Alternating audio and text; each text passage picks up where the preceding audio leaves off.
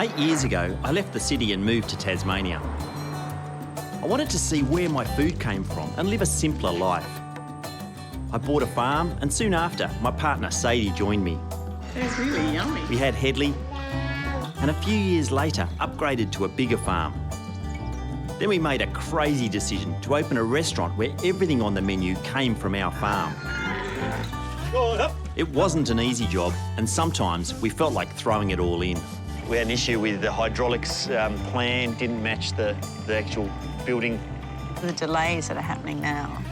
Yeah, well, every week's costing us money. Just kind of make me feel a little bit sick. But we continued to learn from our many mistakes, and Fat Pig Farm has come to life. Our dream is starting to come true. And we'd like you to raise your glass to toast the opening of the kitchen on Fat Pig Farm. At its core, what we're trying to do is a very simple thing, and that is to extend our farmhouse table, to take food that's grown outside these windows and bring it inside this building and prepare it for people to eat. And so, over the course of a year and through 4 seasons, the story of this farm and my little family continues. You wouldn't believe how much effort I went to. It's so beautiful. On the land, our day-to-day lives are guided by the changing of the seasons. But it's actually our soil that feeds us and allows us to live here. It might sound weird, but I've actually been imagining planting wheat for years. So over the course of this next 12 months, we'll be learning how to nourish our soils with more water and fertilise them more naturally. If this works, if we slow the water down and we grow more stuff on this piece of land, this will exist for 100, 200, 300 years. They might even put more of them in. Welcome to a year in the life of Fat Pig Farm. I love our boys' weekends. Your weak bladder, his dicky ankles and my dodgy knees, and we're in bed by 9 o'clock. It's a lot different than it used to be. And our journey into leaving this land better than we found it. But these things take time. I mean, you know, they're big projects. A lot of them won't happen in my lifetime. And I guess it's about improving the soil for Headley, my son, and for the generations that come after him. Well, at least that's the plan. My name is Matthew Evans. After years as a big city food critic, I bought a farm in Tasmania to better understand what I eat by growing it myself. I built a restaurant right at the top of the farm, but now I want to get a better understanding of what I eats. This means starting from the ground up to improve the health of our soil, our farm, and our food for generations to come. From foodie to farmer to chef to rehabilitator of the land. How hard can it be? It's autumn on Fat Pig Farm. The days are long and the weather is warm and magical. The low hum of pollen-hungry bees fills the air, and the garden is literally producing more food than we know what to do with.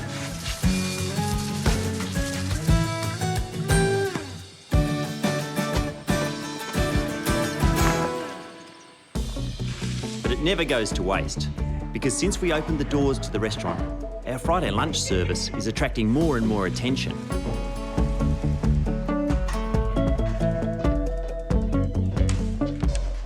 Today we're feeding a touring troupe of gardeners from Orange in New South Wales.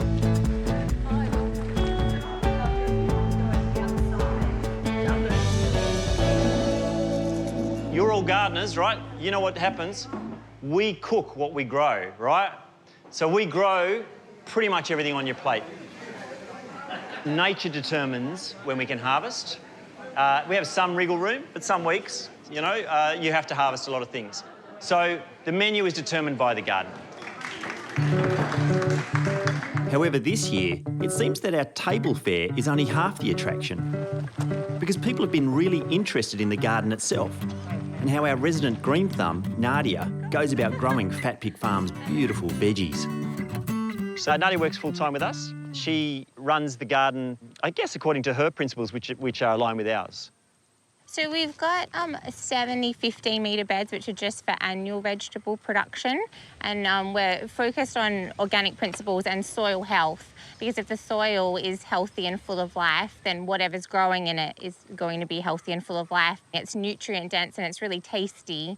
And when I'm talking about the soil biology, I'm talking about the ecosystem that's in the ground below our feet. There's bacteria, fungi, millions of organisms that actually do all the hard work of finding minerals and nutrients in the soil.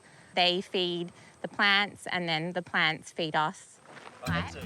In the last few years, we've put a lot of effort into looking after the soil that we grow our vegetables in. And autumn is when the garden is at its best. We've got more tomatoes than we know what to do with, tomatillos, capsicums, red and yellow. The garden crew can't pick everything fast enough, and the restaurant team are overwhelmed with the surplus. In fact, this year we've been blessed with more zucchinis than we've ever had before. There's seasons in the year where there's just total glut. Zucchini at the moment, there'll be tomatoes, all sorts of stuff, cucumbers. And the whole thing is, these plants have been in for months. The effort that goes into the soil to get the plants to grow, to make them healthy. And the last thing we want to do is throw these away. Thankfully, there's an age-old technique that we use for preserving our excess veggies, and that carries us through less bountiful seasons when the garden eventually slows, and also infuses them with new flavours. Fermentation. I'm going to take all of these and ferment them in my crock. This is something I use to make sauerkraut. So it's got a water seal, but you can do this in a bucket. And I'm looking for something, it's probably about 1/2 centimetre thick. I guess the thickness is how we're going to use them. What do I want to do with them? I want to put them on a sandwich. I don't want a big chunk.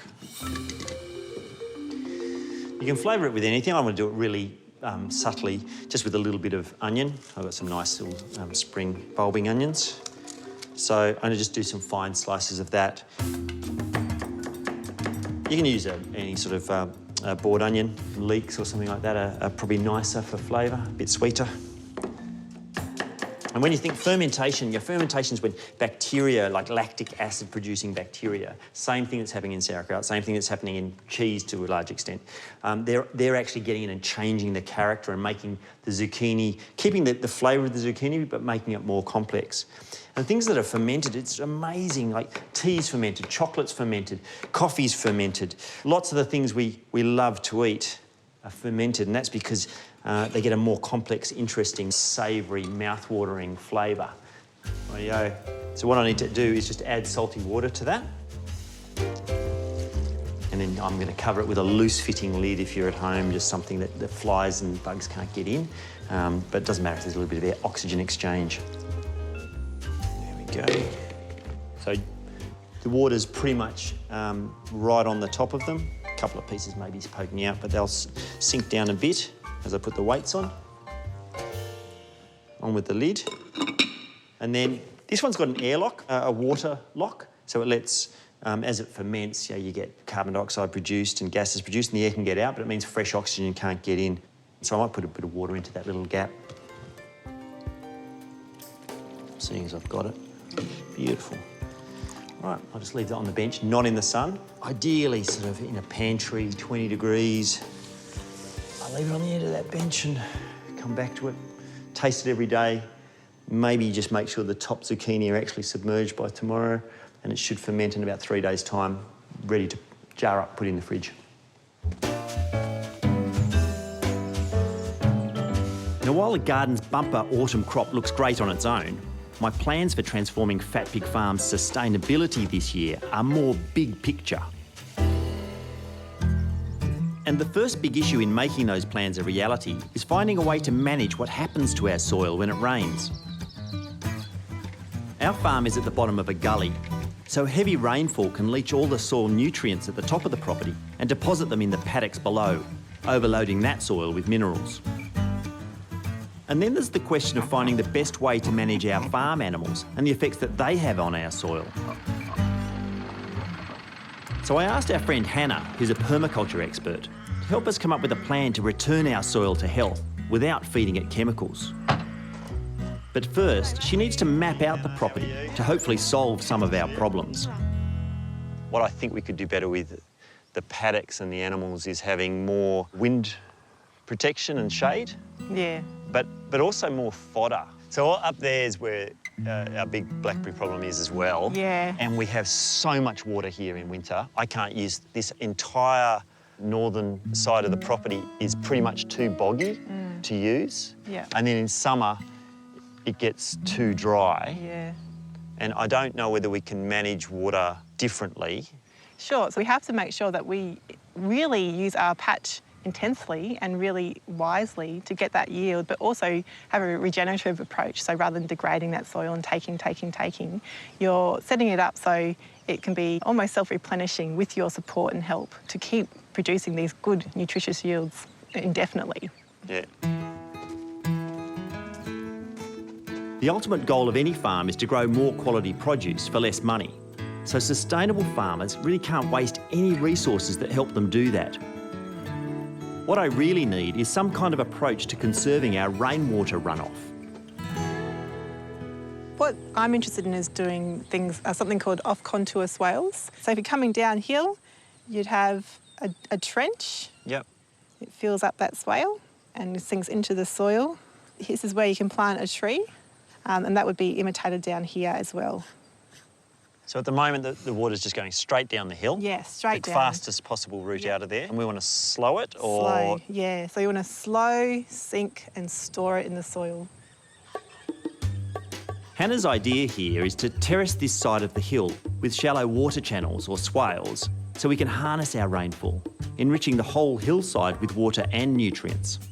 It's tree cropping and animal grazing, and then you've got the beautiful passive water management with your off-contour swale system. It's as integrated as you can get, and it's gorgeous. When it comes to making the most of Tasmania's beautiful autumn days, our growing tribe of Wessex saddleback pigs love nothing more than lying around in the dirt. But as you can see, they can take a heavy toll on our soil. So I'm hoping Hannah can give me some tips on the best way to manage their impact. This is the breeder paddocks where the big pigs live. Yep. And wherever I see bare earth, I just think, I'm damaging the soil. Yeah. They're only getting maybe 4 or 6 months break. Yeah. For the space that you're currently using, really you've got too many pigs for it. And so ideally you have more space available to you so you can rest longer than that 4 to 6 months. A little bit of pig's a good thing and a lot of pig's a bad thing. Bad thing. They're supposed to make me money. Pigs are supposed to be making me money. They're costing me money. While Hannah is here, I need some advice on an issue that affects virtually every Tasmanian farmer: blackberries. Well, at the moment it doesn't look like a problem because you can eat them, but we're losing the battle, I can tell you that. Blackberry bushes are a weed that compete with grasses for soil nutrients and can become a fire hazard when they multiply. And our farm is literally infested with them. We've tried slashing because you don't really want to poison them. Slashing is great, especially if you have really massive towers of blackberries, but it can often spread them and help them germinate even further afield. And so with good management, you can use certain breeds of goats, and they love eating all the fresh growth over and over and over again until it wears it down. So it's a multi-year process, not one season. Not one season. Not one season, sorry. It's like more and more work. Hannah's given me a lot to think about. If I'm going to future-proof the health of our farm, I'll need to rest paddocks longer while making use of new ones, so I'll need more fences. I've also got to plant more trees and buy some goats to control our blackberries. Hannah's plan won't be cheap, but if it all works, we'll have a much more sustainable farm with better produce for many years to come. All right, let's get on with it. We've only got a year. Let's do it. 10 years. Now, while I haven't got any goats yet, I'm going to tackle our blackberry problem one dessert at a time. One of the things I love to eat is a thing called a fool. It's essentially a mousse. It's a little bit of custard mixed with a little bit of cream, mixed with lots of fruit.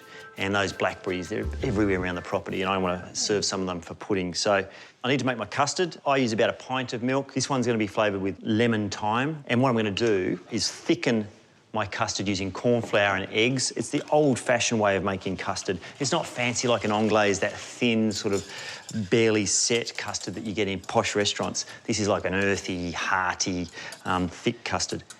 So that's that. Oh, that's good on its own. While it cools, I'm going to go pick the blackberries, come back, and then this should be cool by then, I can actually finish the dish.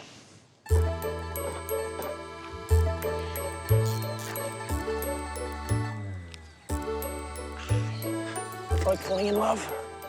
There's a risk of being hurt, but it's worth the risk.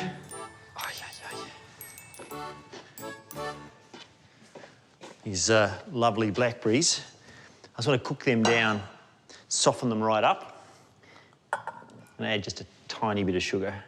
It's not like jam where I have to cook it till it sets. I just want it till the blackberries, instead of being like this, are like that, essentially, almost soup. The smell of the blackberries now is amazing compared to, you wouldn't really smell anything with the raw fruit. And this will just smooth it all out. So the end result is a fool that's really moussey and light in the mouth, and it's kind of there and vanishes and makes you want more. It's my custard, which is cool now, and it's gone quite stiff. I actually put it through a sieve. It's not absolutely vital. I just want to make sure that it's smooth. I've gone to all the trouble to sieve the fruit. I'd hate to bugger it up by a little bit of chunky custard. So in theory, it's equal quantities of custard to whipped cream to fruit. Some people just make a fool by adding whipped cream to pureed fruit, and that's nice. But to me, it's the custard that makes it. It gives it a different mouthfeel. It has a richness, it has a moussiness. Just a scattering of the berries that we saved.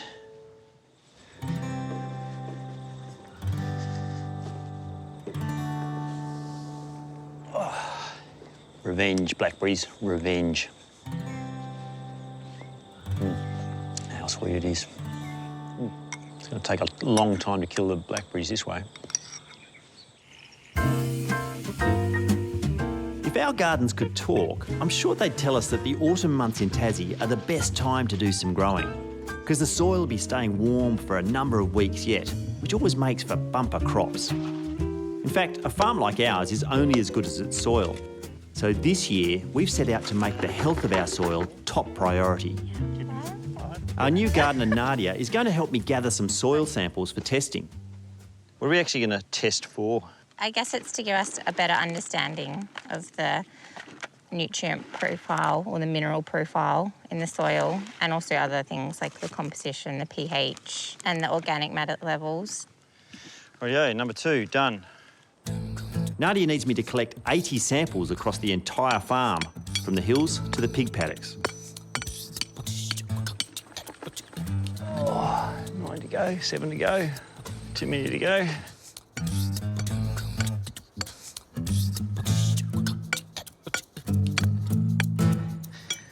So, 80 samples all around the farm. We'll see what we're doing over the next 12 months, if it makes any difference. While collecting soil samples is probably nobody's idea of fun, hard work is just a way of life on a farm. And at this time of year, no one works harder than our bees. As the bees make their honey, they pollinate many of our garden crops, giving us heaps of veggies in the process, so we want them to be happy. But I think Sadie is a little worried about their work-life balance. So, I've been thinking about the bees, and I don't think they're supposed to be as angry as they are. I hate them, I got to say, because I get stung more than anyone, I reckon. Bit me up the nose. And that shouldn't be happening. They just come and land on me. And you're allergic. Yeah. Our beehives are the standard square variety, known as Langstroth hives. This humble design was single-handedly responsible for the world's commercial beekeeping industry. But Langstroth hives can sometimes affect the bees' behaviour, favouring the beekeeper over the actual bees themselves. All right, so what's the plan? Well, I thought I might go and have a chat to Anton, just because he's got a lot of experience as a backyard beekeeper, and I know he's got a different style hive to this. So that's my plan. All right. So Sadie, our queen bee, is off to Hobart. Our good friend Anton uses a hive that's more open plan, that simulates the bees' natural environment. And apparently, they're more zen.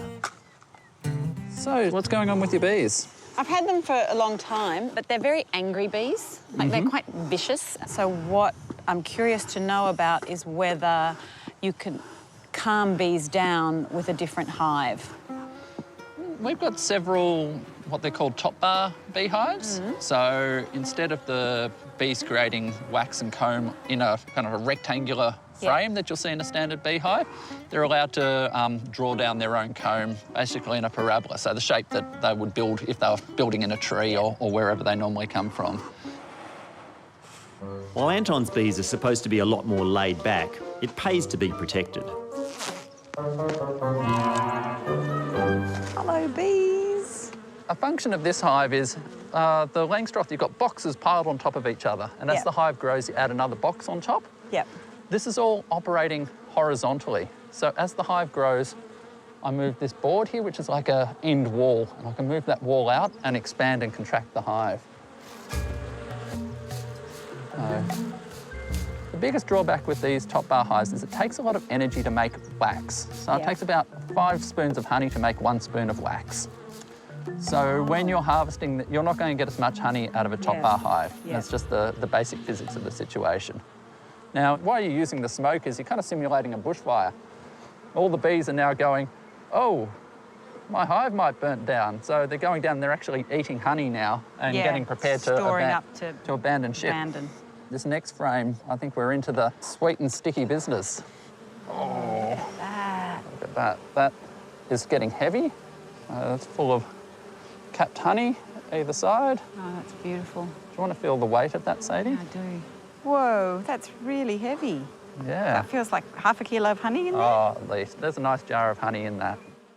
Because the design of Anton's top bar hives mimics the environment that bees are accustomed to in nature, This is why you keep bees.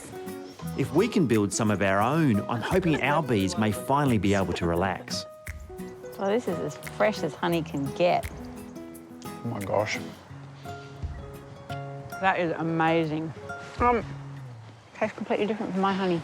Each honey's a product of its environment and product of the season as well. Maybe we should make you a little snack pack today, Sadie, so you can take it back to the farm. I would love that.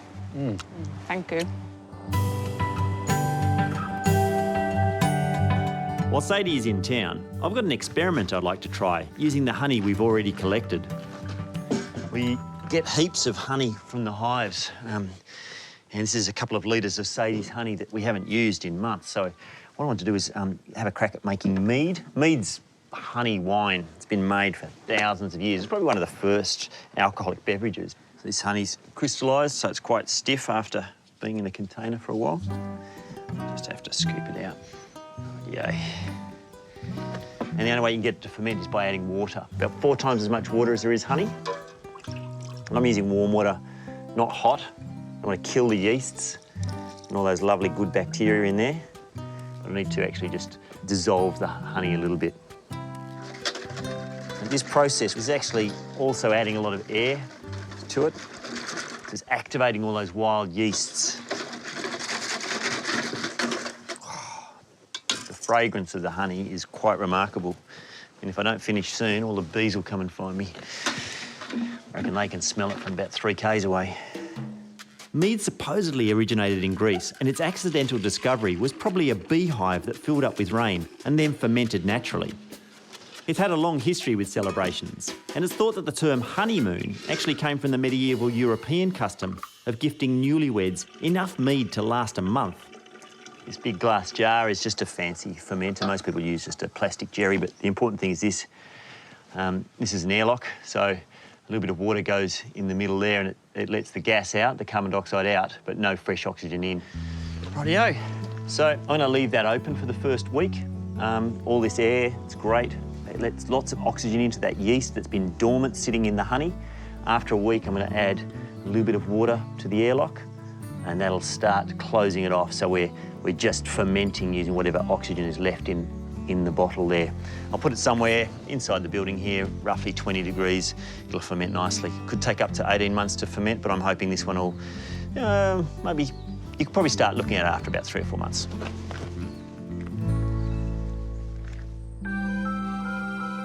Since I moved my life to the country, I've really learned that on the land, patience is worth it.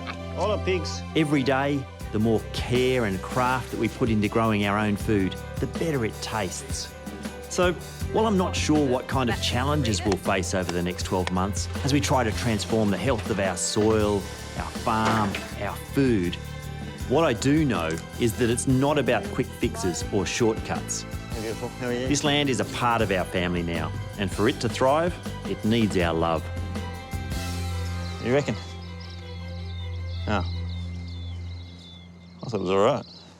Every plant has got that quality of sort of giving back to the soil. Healing the soil while growing perennial things for the kitchen.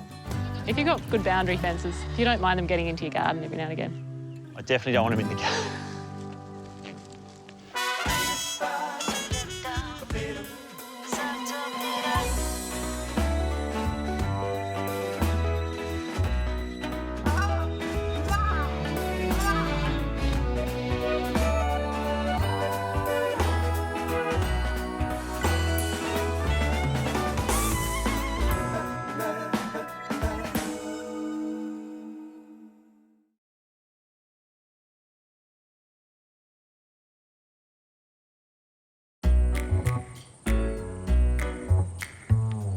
With the lush flowers and lean flavours of our spring hungry patch now behind us, it's just turned summer on Fat Pig Farm.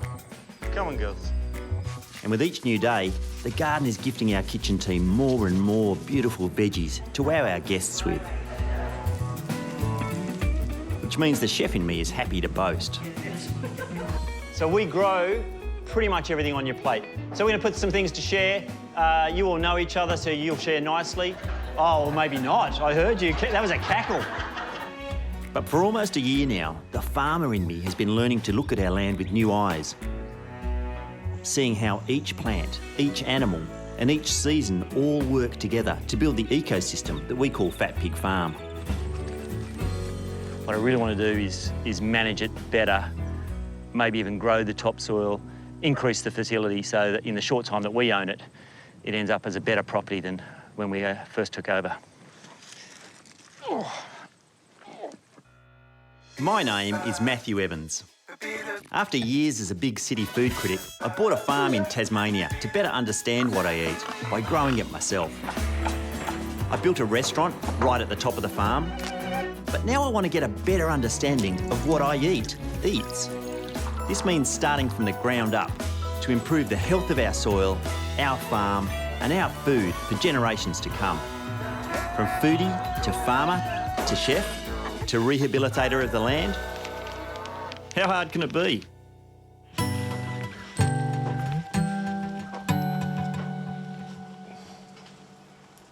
One of the things that's really come home to me about farming is this big interconnection between healthy soil and good tasting food.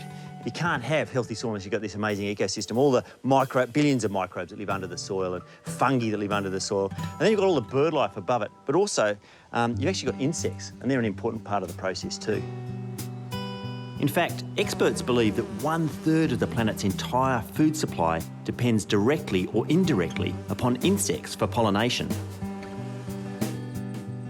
It's a mind-boggling statistic, and it's got me curious about the lives of Fat Pig Farm's insects and how they contribute to the food that we harvest. So I've invited PhD entomologist Shasta Henry from the University of Tasmania to come and survey our property and maybe break down a few insect stereotypes. Before we started doing this garden, I just went insects equals bad. Like kill them, get rid of them, problem. I understand why people have that bias. A lot of the insects that we interact with are pests. We've got mosquitoes, the ants that are breaking into your kitchen, the Portuguese millipedes that are coming under the door, European wasps causing havoc. But that's I mean, for species that hold a sort of an unbalanced place in our imaginations because they're negative and we see them all the time. Yeah. So just going all insects are bad is kind of like going all bacteria bad. Yeah. Yeah, and it's about shifting our perspective, and people have an opportunity to be educated, to learn more. Because of its remoteness, Tasmania's native ecosystem of plants and insects evolved over vast amounts of time, in near complete isolation from the rest of the world. But all of that changed with the arrival of Europeans, and introduced species of animals, plants and insects, all beginning to compete with native species for food and pollen. So I wanted Shasta's opinion on these blow-ins. Bumblebee. European bumblebees are an introduced species that are believed to have been illegally smuggled into Tasmania from New Zealand in the early 1990s, and now they're found everywhere on the island. They're really effective pollinators. Oh, right. Because they're a little bit bigger bodied, they can hold a bit more temperature, they can get up earlier in the morning and stay up a little later at night, but that means that they get the jump on native species, so they get first access to the resources, which is the nectar from the flowers. Right. There are thought to be over 10,000 species of insects native to Tasmania, and their role in helping us grow the food that we eat is really important. Native bugs like hoverflies, butterflies, wasps, beetles and ants, they break down organic material, which can become soil nutrients, and they also help to pollinate the crops that we depend on for food. What's the tips if you wanted to make sure you've got a good home for insects? Flowers for them to visit, other bugs for them to eat, dry, woody vegetation. Like we say, it's important not to clean up all of your dead wood and stuff, because that's insect All right. refuges and places for them to overwinter. What you guys are doing here, you've got lots of environmental diversity, whether you kind of built that in intentionally or not. It's definitely a thing that people So yeah, a lot of it's... should be focusing Yeah, a on. lot of it's very well planned, all of it. There's a soldier beetle And there's a soldier beetle. climbing around in the raspberries here. Never knew the name, but I know what they taste like. Because The way we eat raspberries is like this. Because there's often something living in them. It's true that some insects are considered pests, and they're responsible for the loss of 13% of the world's food crops. But a farm field growing a variety of plants tends to attract fewer insect pests than a field growing just one type of crop. So, according to Shasta, when it comes to small farms like ours, plant diversity is a really important form of sustainable pest control. think of it as encouraging an army of positive insects that are going to be balancing out the negative ones on your behalf. They can do all the fighting on my behalf while while you and I eat raspberries. Shasta's insights into the connection our insects have to the food that we grow has been fascinating. And best of all, we scored full marks for biodiversity without even trying. How good's that? We've actually, by accident, created this ecosystem where all these insects thrive. And there's, what, 5, 6, 10 problem insects, baddies. But there's thousands of them that are doing the good things that we want in the garden. It's clear that when it comes to farming, having a healthy ecosystem of insects is a good thing. But no insect does more heavy lifting than bees. In fact, 2/3 of all Australian food crops need honeybees for good pollination. And last autumn, Sadie noticed that our own bees were experiencing a little cabin fever living in our old hives. They're very angry bees. Like, they're quite vicious. They have been known to sting people in the garden who are, you know, quite a ways from the hive. So after getting a few design tips from our friend Anton about some new top bar hives that mimic the way they live in the wild, This is all operating horizontally. So as the hive grows, I move this board here, which is like a end wall. I can move that wall out and expand and contract the hive. Sadie hit the tools and whipped a couple up. But transferring the bees from their old box-shaped hives to their spacious new digs is a delicate process. It looks like a lot of bees. I reckon you're on your own from here. You're going to stop there? I'm stopping here. All right.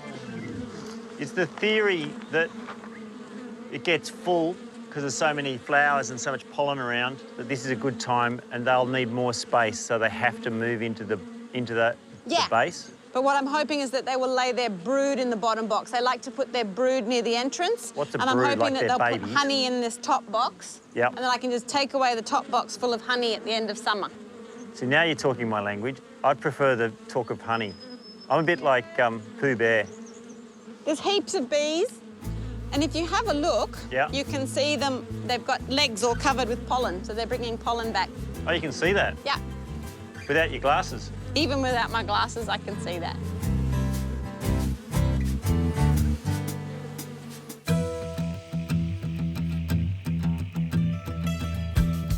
Farmers are, by nature of what we do, stewards of the land. Our farms are complex ecosystems. So it's important to us that our animals, the earth and plants all work together to support each other. Because the result of all that harmony is better food and a sustainable farm. But on Fat Pig, there's one creature that continually hits a bum note for me. These little blighters, snails. Shasta, the entomologist, was saying there's thousands of insects in the garden and, you know, only a handful are a pest. These things, for me, total pest. They have no value. All they do is eat my crops and compete with me for food. There are over 1,000 species of native snails and slugs in Australia. However, most of the ones we find in our gardens are feral. Garden snails were introduced into Tasmania to provide food for domestic birds, such as the European thrush and blackbirds. You can tell the difference between a local and a tourist by their tentacles. One pair of tentacles and they're a native, two pairs of tentacles and they're a long way from home. All those little buggers in the garden, the snails, there actually is a use for them. They're the same variety, the only variety that you're allowed to farm as a snail farm in Australia. And I'm wondering if we could use them in a dish in the restaurant. So I'm off to see a mate of ours. He only lives 10 minutes from here and he actually runs a snail farm. And I reckon he'd have a few pointers. David Plater is a heliculturalist, or snail wrangler to his mates. Hey, mate. How are ya? His farm, the Huon Snail, has 11 free-range snail pens and is one of only 3 in all of Tassie. So this is like absolutely full of snails? We hope around 10,000. In there? In there.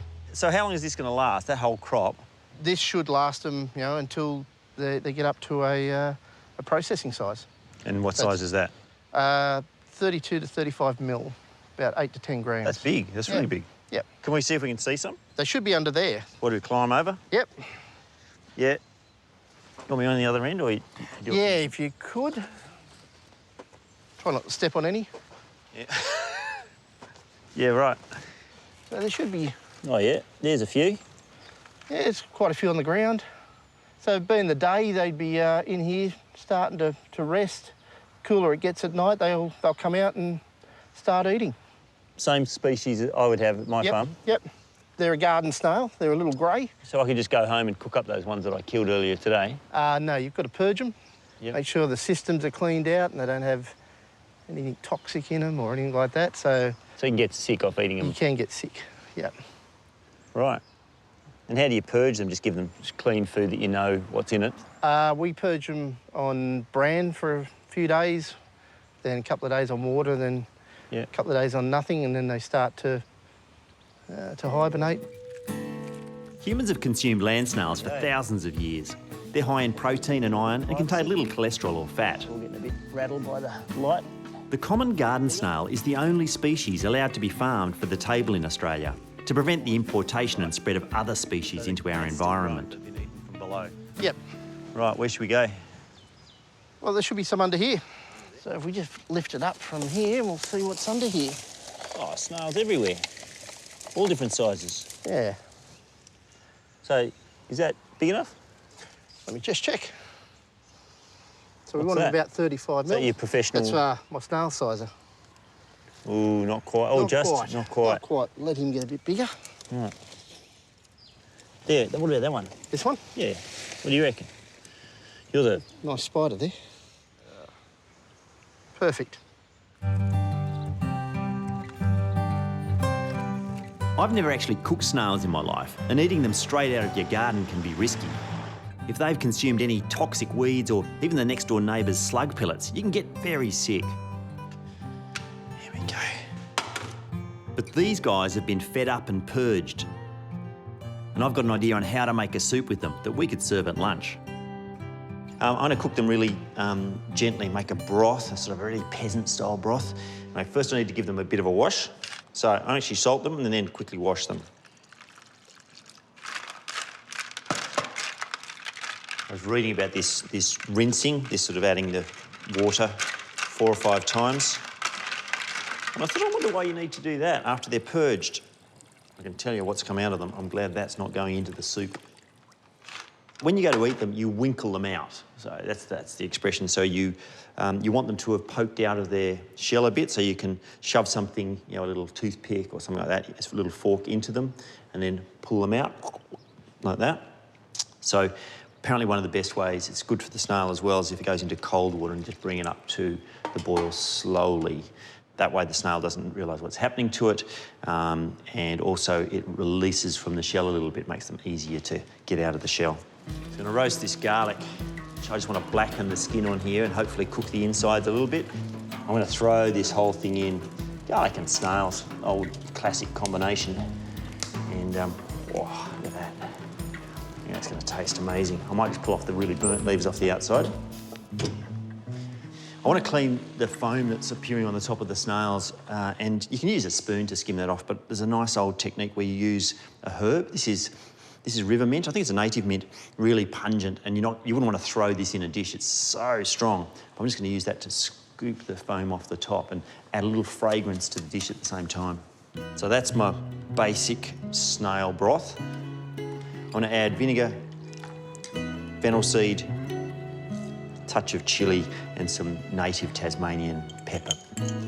So the idea with cooking a dish like this, never cooked snails before, the idea is we're trying to cook things from the farm. We have to experiment. We have to see what things taste like. So anything we can grow that we can add to it, the better. A little bit of salt.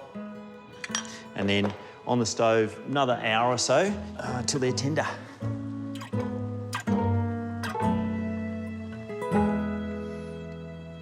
Okay, they're looking good. I have to say, I was pretty dubious when I started washing them, but that broth smells really good. And I guess it smells a little bit Asian because I've got that fresh coriander in there. But I can't actually wait to try them. So they should just winkle out.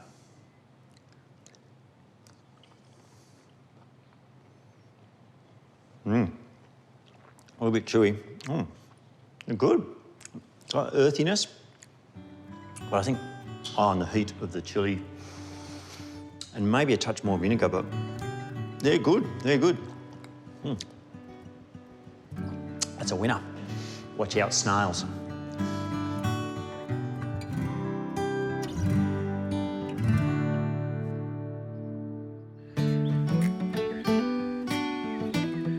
Since Europeans arrived in Australia, more than 40% of the continent's native forests have been cleared, and the bulk of that's been for agricultural production. And with the introduction of exotic plants and animals, our native wildlife have really struggled. But when it came to the introduction of horses and cows to these new farmlands, there's one little Aussie battler who couldn't believe its luck: the bushfly.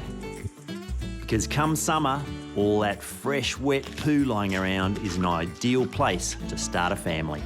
Got a bit of a fly problem on the farm, and this time of year it always seems to crop up. I wonder if it's all these cowpats that are lying around. I wonder if we've got any, enough dung beetles or any dung beetles on the property to actually help bury them and take them underground. Got a mate coming down, Graham, and he knows everything there is to know about dung beetles. He'll be able to tell me if I've got them. When your job title is poologist, it's bound to be a conversation starter. Yeah, look, you too. So it's just as well Dr. Graham Stevenson loves to talk crap and all the little life forms that keep soils healthy. There's one bull in this paddock, so... Yes. Back in the 1970s, he was one of the true pioneers of Australian organic gardening. Hello, girl. So today, I've asked him to bring over a swag of his own dung beetles to help me identify the kinds I have on the farm, which will hopefully manage our fly problem. And goodness knows, we are not short of dung. Now, you can see there's some old poos and some pretty wet fresh spring ones. What are you doing there? Well, looking for holes, beetle holes. Beetle holes, in case we already have them. Yes. No one's going to get upset me doing it with my fingers, will they? Oh, look at that. You made my day. What's that? I mean, it's a worm, but a special worm? That is the black-headed earthworm. Oh, Matthew, you've made my day. That was good. Need a bit of water, or would you got enough spittle to lick it? I've eaten worms. I can tell you, I've eaten worms before, and I ain't licking another one. But... No, I'm only... Well, you want to clean it off? No, don't worry. I'm only joking about the licking. Oh. But by crikey, Matthew. So they're a good worm to have? Oh, yes, deep digging. Yeah. Create topsoil. The reason Graham is so excited about our topsoil is because every single plant on Earth needs it to survive, which means everything we eat needs it too. But it can take 500 to 1,000 years for even just a few centimetres of fresh, nutrient-rich topsoil to form. And as a result of modern agriculture, in the last 150 years, we've lost half the world's topsoil. which makes the work of worms and dung beetles, just like the ones Graham has brought me today, all the more important for farmers. I got interested because I thought maybe they'd help deal with my blowfly problem, but why are they important? The blowflies are laying their eggs in the dung. Yeah. With dung beetles, they bury them. Right. So I'm winning in 3 ways. I'm getting more fertility in the soil, possibly more grass, yes, and less insect action of the sort we don't want, and there's a the fourth flies one, and parasites. Soil structure. Soil structure. They're digging holes. Yep. And that allows water infiltration and air. And air. So like worms, Soil's I guess. got to breathe like us. Yeah. OK, we've introduced those. It flew. Nice That's flight.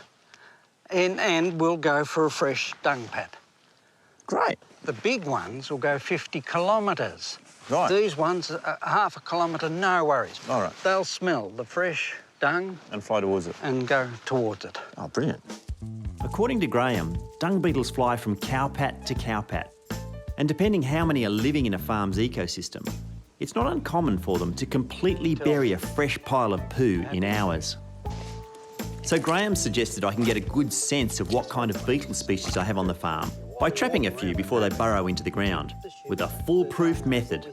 Poo on plastic. Just plop it on. Yep. Left out for a few hours. The insects of Fat Pig Farm are not just critical to our soil and bushfly problem. They're also really important to the food that ends up on the table in our restaurant each season. So important that we've actually started companion planting flowers like these zinnias next to our vegetables. The flowers attract all kinds of pollinating insects who then snack on their nectar while also pollinating our crops.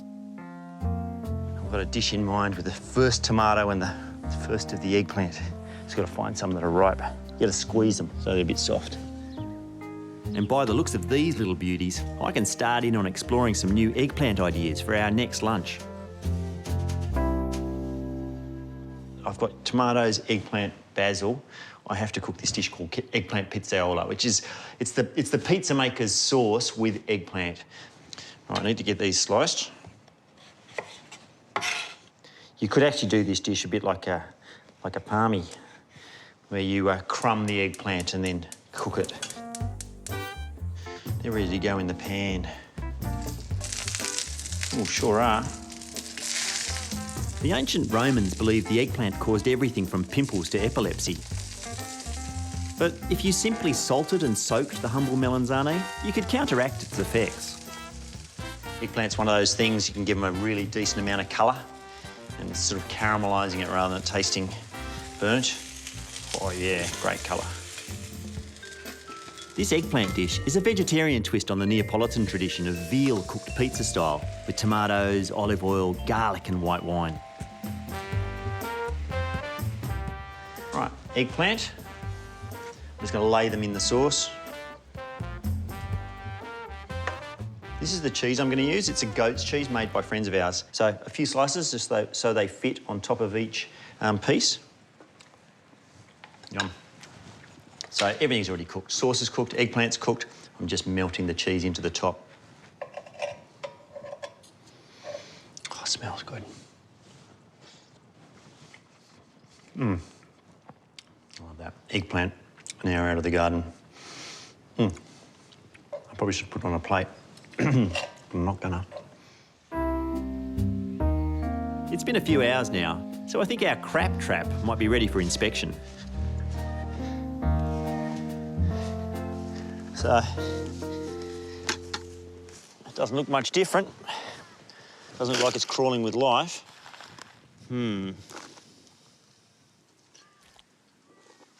Oh, look at that, there's one. Yeah, here's a dung beetle. We've actually got what looks like native species, but also a couple of the introduced dung beetles. As the weather warms up, they'll be pulling more poo down into the earth, get rid of the fly problem, hopefully. Only farming would be pushing poo uphill sometimes, but not pushing poo around with a stick. Off you go, guys. You can eat that. Be it dung beetles, bees or butterflies, once you learn to see the world the way the insects do, you begin to understand how interwoven our survival is with theirs. Yes, they are small, but insects make up around 66% of all animal species on Earth. They form an important part of every ecosystem. They're food for birds, frogs, reptiles, fish and mammals. They decompose all organic matter, enrich our farm soils, pollinate our crops and protect our harvests. So spare a thought for these little gems, because I think it's safe to say that we need them more than they need us. There's the girls. It's like 50 shades of brown. Lift one up, keep one down low. I'll hold that for you. This nice breeze is going to blow that all the way for us.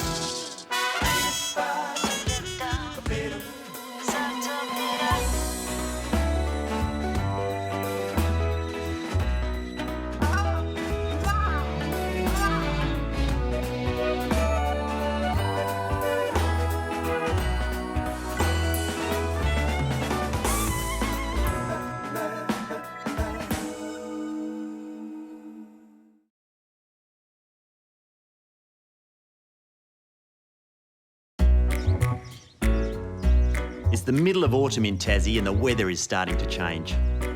The garden's powering, but it's about to slow down as the temperature begins to drop and the farm prepares for the onset of winter. Oh, hello. You're all coming for a feed. Over the next 12 months, our goal is to do everything we can to improve and nourish our farm soil.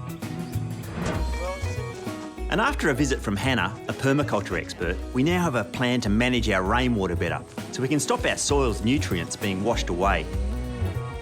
So we have to make sure that we have a regenerative approach. So rather than degrading that soil and taking, you're setting it up so it can be almost self-replenishing with your support and help to keep producing these good, nutritious yields indefinitely. It's simple, really. The more we can do to look after the health of our land, the more able it will be to look after us, now and hopefully for generations to come. So there's really three things I need to get onto: the soil, the water and the blackberries.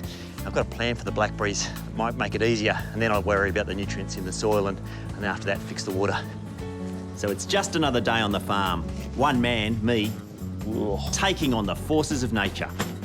Nothing to worry about, right? My name is Matthew Evans.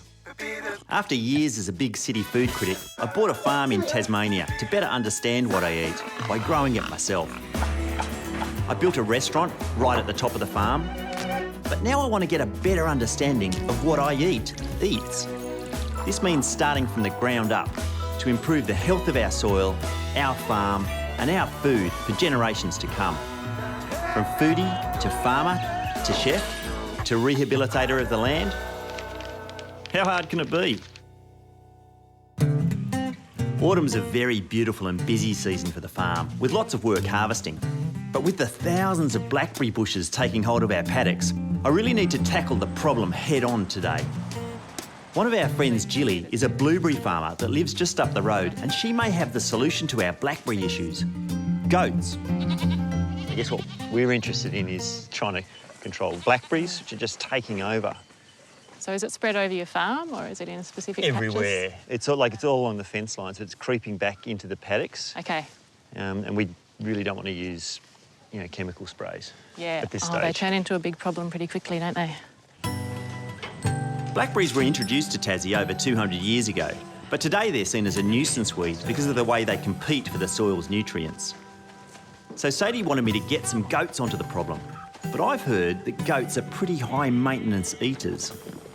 But if Jilly reckons they have a sweet tooth for blackberry bushes, then it could be the go. So you can see these guys over here are eating blackberries and they're picking the last of the leaves off these plants, which they've had a pretty good go at already.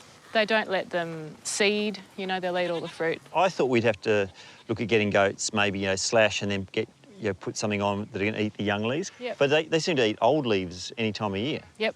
Blackberry leaves are actually a bit of a herb for goats. They're high in tannin and they're high in other nutrient, which helps them with their parasite burden. Right. So it's actually really good for them, and we've almost got to the stage where we don't mind having the blackberries in the paddocks because it creates good food over a longer season than what we've got some of the other fodder for them. Wow, this sounds too good to be true. Not only are the goats going to be good for the blackberries, but the blackberries are going to be good for the goats. If we were to get into goats, what would we need to know? They need to be on enough food that they just stay a healthy, happy animal. They can be a bit more prone to parasites than some other farm animals, so you need to keep an eye on that. They need good shelter, they need good fences, they need their feet to be trimmed a couple of times a year. Well, they sound pretty good. Yeah. So far, so good. But I'm sure that innocent Tassie smile on Jilly's face is hiding something. I wonder if there are any downsides. If you don't mind them getting into your garden every now and again. I definitely don't want them in the garden. You know, Nadia would kill me if they got into the garden. She would, yeah. That's for sure. They've done a pretty good job here, but if they're so good, why are you getting rid of them? Well, they do take quite a bit of work to maintain, to keep a healthy, happy herd.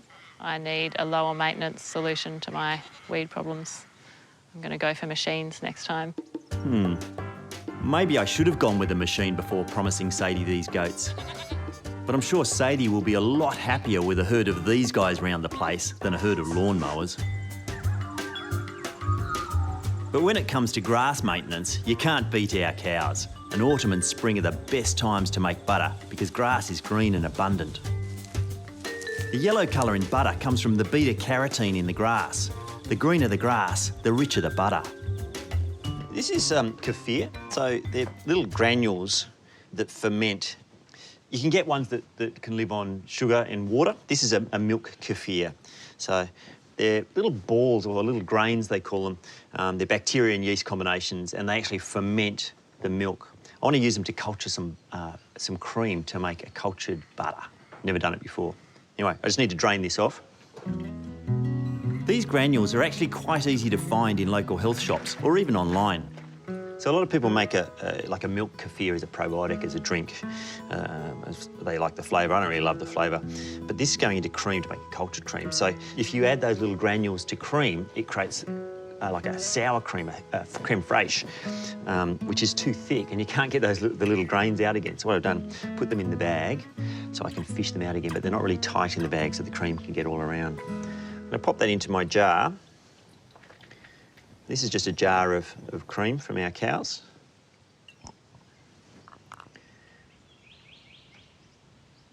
Now, I'm just popping a lid on there just loosely. That's just to stop anything landing in there. This then sits on the bench overnight. About 24 hours should be enough. And the whole lot of cream cultures the bacteria, the yeast, the good bacteria, the good yeast that exist in those little grains are going to multiply and send all of this cream a little bit sour. So when you whip it into butter, you get cultured butter. So it's less waxy, it's got more flavour. It's a really lovely butter compared to just whipping normal cream to make butter.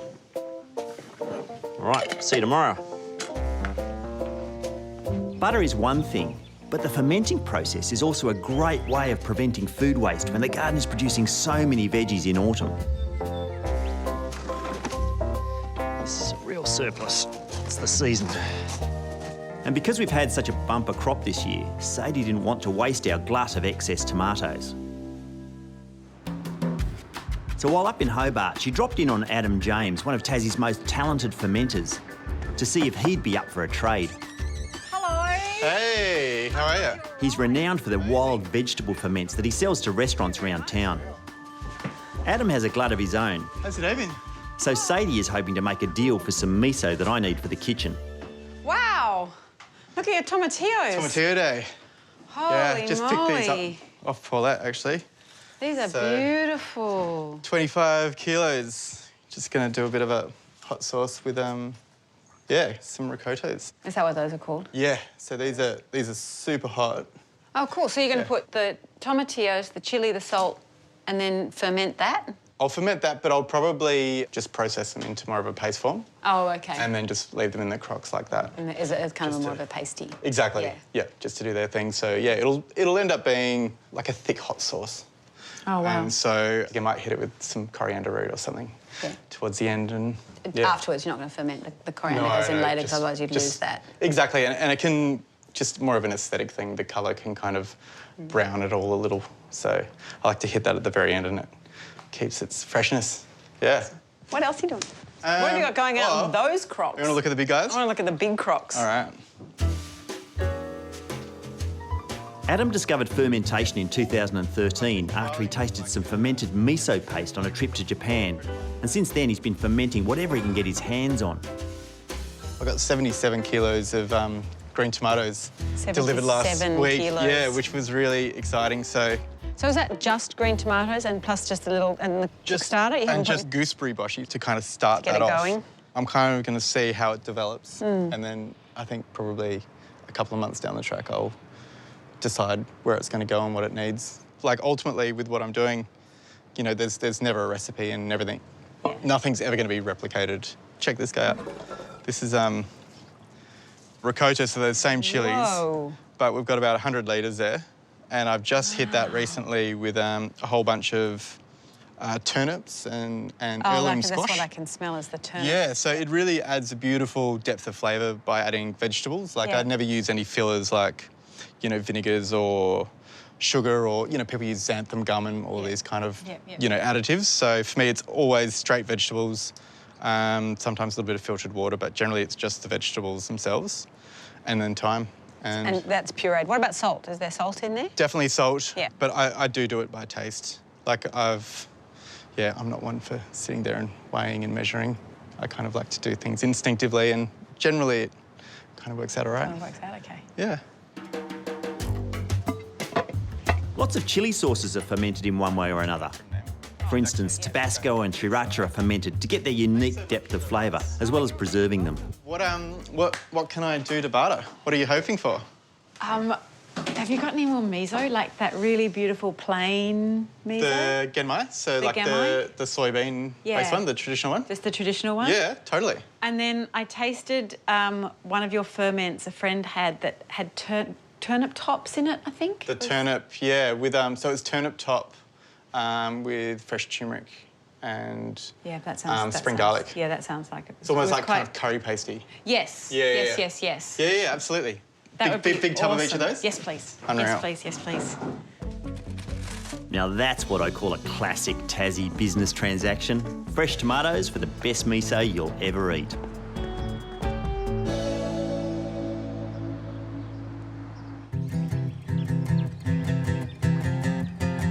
With autumn comes new pigs, and one of my sows, Evita, is almost ready to give birth.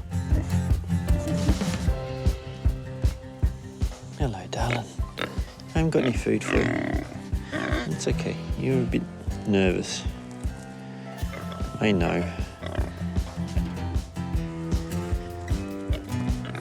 So Evita's her first-time mum, and she's just built a nest inside her shelter, so gone around and gathered lots of long grass and built quite a big nest.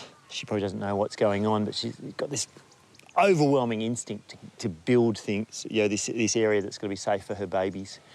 She'll probably give birth in the next 24, 36 hours, I'd imagine, but you can see she's more up for a scratch right now than giving birth. Hey, leave you to it. Fridays on the farm mean that the kitchen is getting ready for our lunch service. The cream has been fermenting overnight and should now have a great flavour and be ready to turn into butter. This is the cream that we cultured yesterday with that kefir grains. So it's gone like a sour cream, not as thick as I thought it might be. Whoa. This is the bag full of grains. You can see how it's grown. They've grown a little bit, but then there's also a lot of cream in there now. And I'm going to tip that cream into my butter churn, so it's cultured.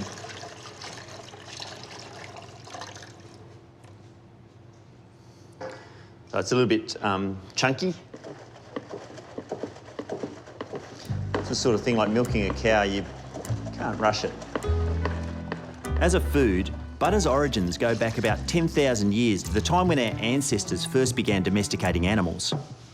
Ancient tribes of Asiatic India would also burn it in lamps as a source of light and even smear it on their skin to protect from the cold. What we're trying to do with this is turn cream into butter, so we're trying to get rid of the liquid part. The liquid part is called buttermilk, strangely. It's such a simple pleasure to make your own butter, and once the curds have separated from the whey, it's pretty much ready.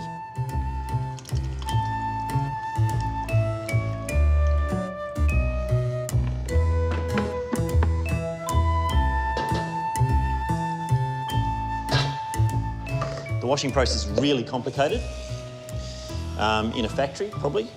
But what we do, we take water and we put it over that unformed butter, the stuff that looks like ricotta, and that'll wash out a whole bunch more buttermilk. You're only washing it because the buttermilk's going to go off. So if I want to keep the butter for any more than 2-3 days, I need to wash it a bit. The more buttermilk you remove, the longer it should last, but it never lasts long when there's fresh bread around. That liquid's a lot more clear.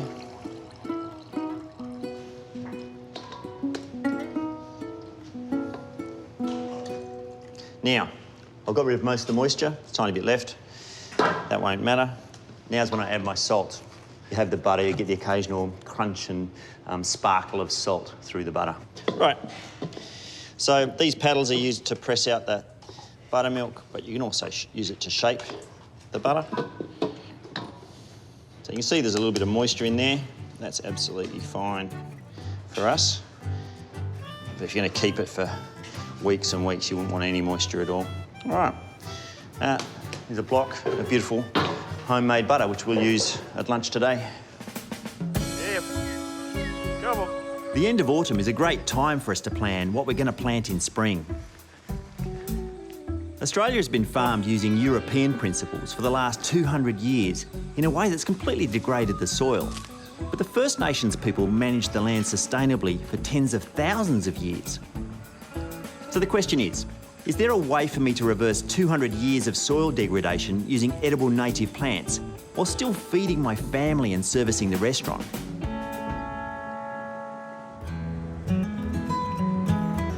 To get a bit of an insight, I'm off to visit local Indigenous expert Chris Schaefer, who's something of a guru when it comes to establishing edible native gardens. G'day, Chris. Thanks for doing this. Pleasure. Now, this is your guy. Is this a garden or is this a forest? Both. Both. All of the above. Yeah, right.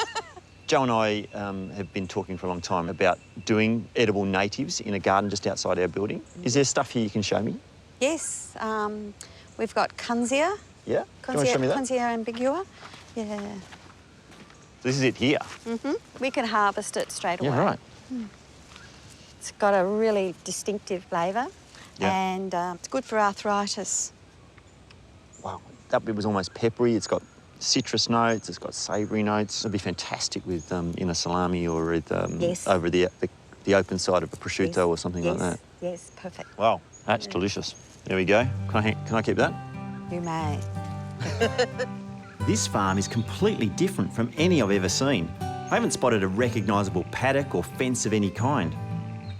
I've already got an idea of how I could use Kunzia in the kitchen, and it's only the first plant I've looked at. Chris has 4 acres of garden with countless edible varieties, so it's going to be really hard to make a choice. I wonder if this is something I could do on Fat Pig Farm, a wildlife wonderland of edible native plants. Everywhere I look, there's something in a pot. Yeah. Whoa, what are they?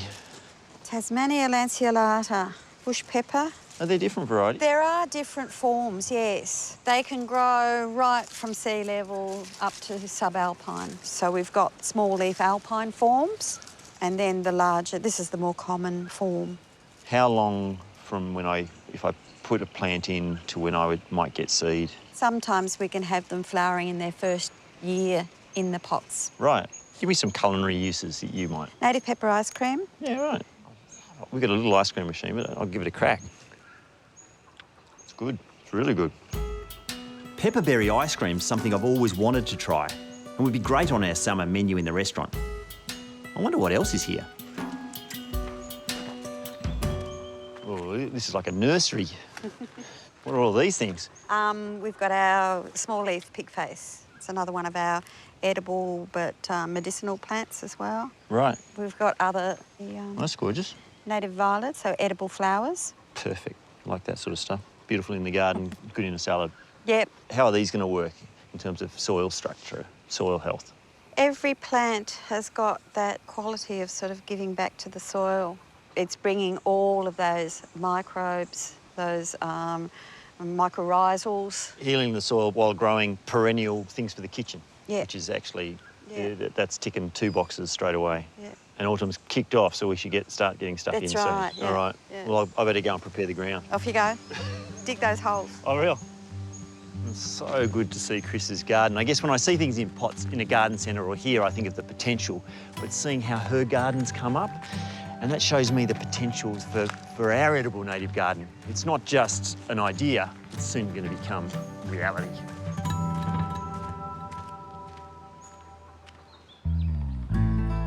In a former life, Fat Pig Farm was used as an apple orchard, but those farming practices were pretty harsh on the soil.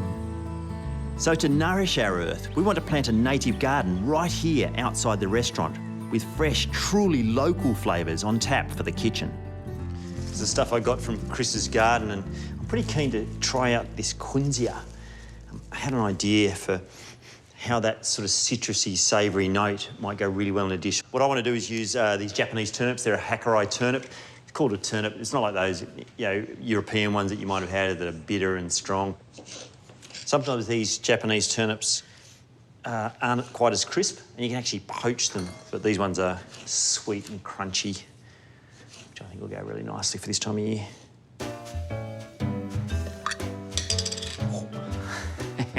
Miso's a fermented rice paste. It can have soybeans in and all sorts of stuff. This one's quite pungent. It's really just rice and vegetables fermented with salts, probably for a year at least, I'd say.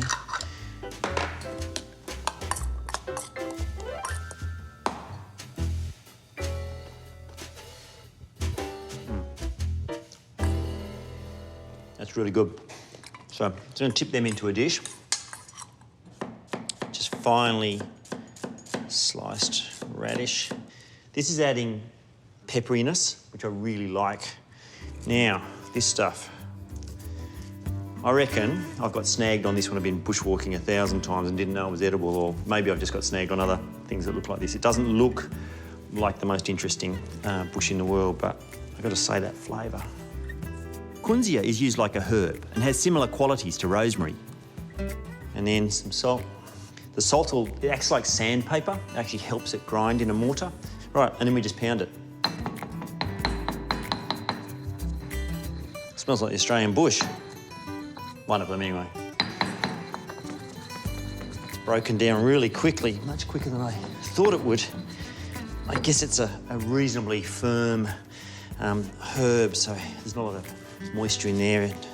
Oh, this lovely green powder. Wow. Now, to finish my dish, a sprinkle of this kunzia. Remarkably elegant and pretty thing, which I don't normally do, but there you go. Planting a garden of native edibles like kunzia will bring a whole new palette of flavours to the restaurant and actually nourish our soils at the same time. I think that's a pretty elegant method of land management. And every bit as sophisticated will be how our new goats will manage our blackberry infestation. And now that I'm committed, there are a few things I need to get done before they arrive. So goats are due tomorrow. These are the blackberries that I want them to eat, but with the weather closing in, it's getting colder. I need to set up a shelter for them. I reckon I might use that shed there. Our farmhand Phil has already got a start on the shed, so between the two of us, I'm sure we can come up with a plush hotel for our goats. You think we might be tempting fate a bit, Matthew? What's that? With the goats over there and the hay over here. Yeah, could a bit. It worries me, but I can't get this hay to anywhere else. We need somewhere warm for the goats to protect themselves, but the only place that I have is the hay shed. I hope they really love blackberries, because if they get into my hay, there's going to be trouble. We're pulling out all the stops on this 5-star accommodation, not one expense spared. You ever had goats? No. What you know about them, do you reckon they can climb? Definitely.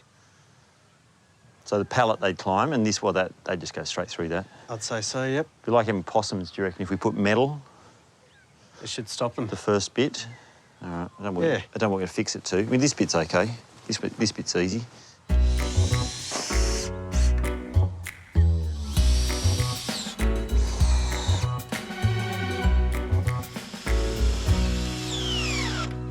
Seriously, are they going to jump up here?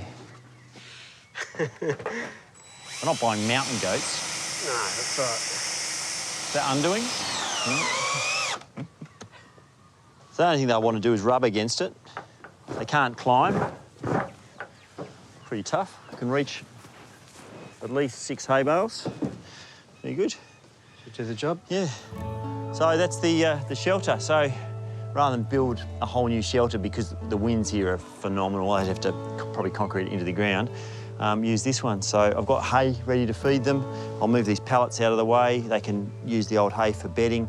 Lovely and sheltered in here, and then they've got this absolute smorgasbord of blackberries to eat right outside their front door. We're only halfway through autumn, but I feel like things are starting to come together. We've got goats on the way, the soil tests are in, so fingers crossed, our master plan for fixing up the farm might even work. There we go. Come and have a look at this, even better. This is our garden, so it's 2 acres. So the blackwoods will actually give nitrogen to the soil.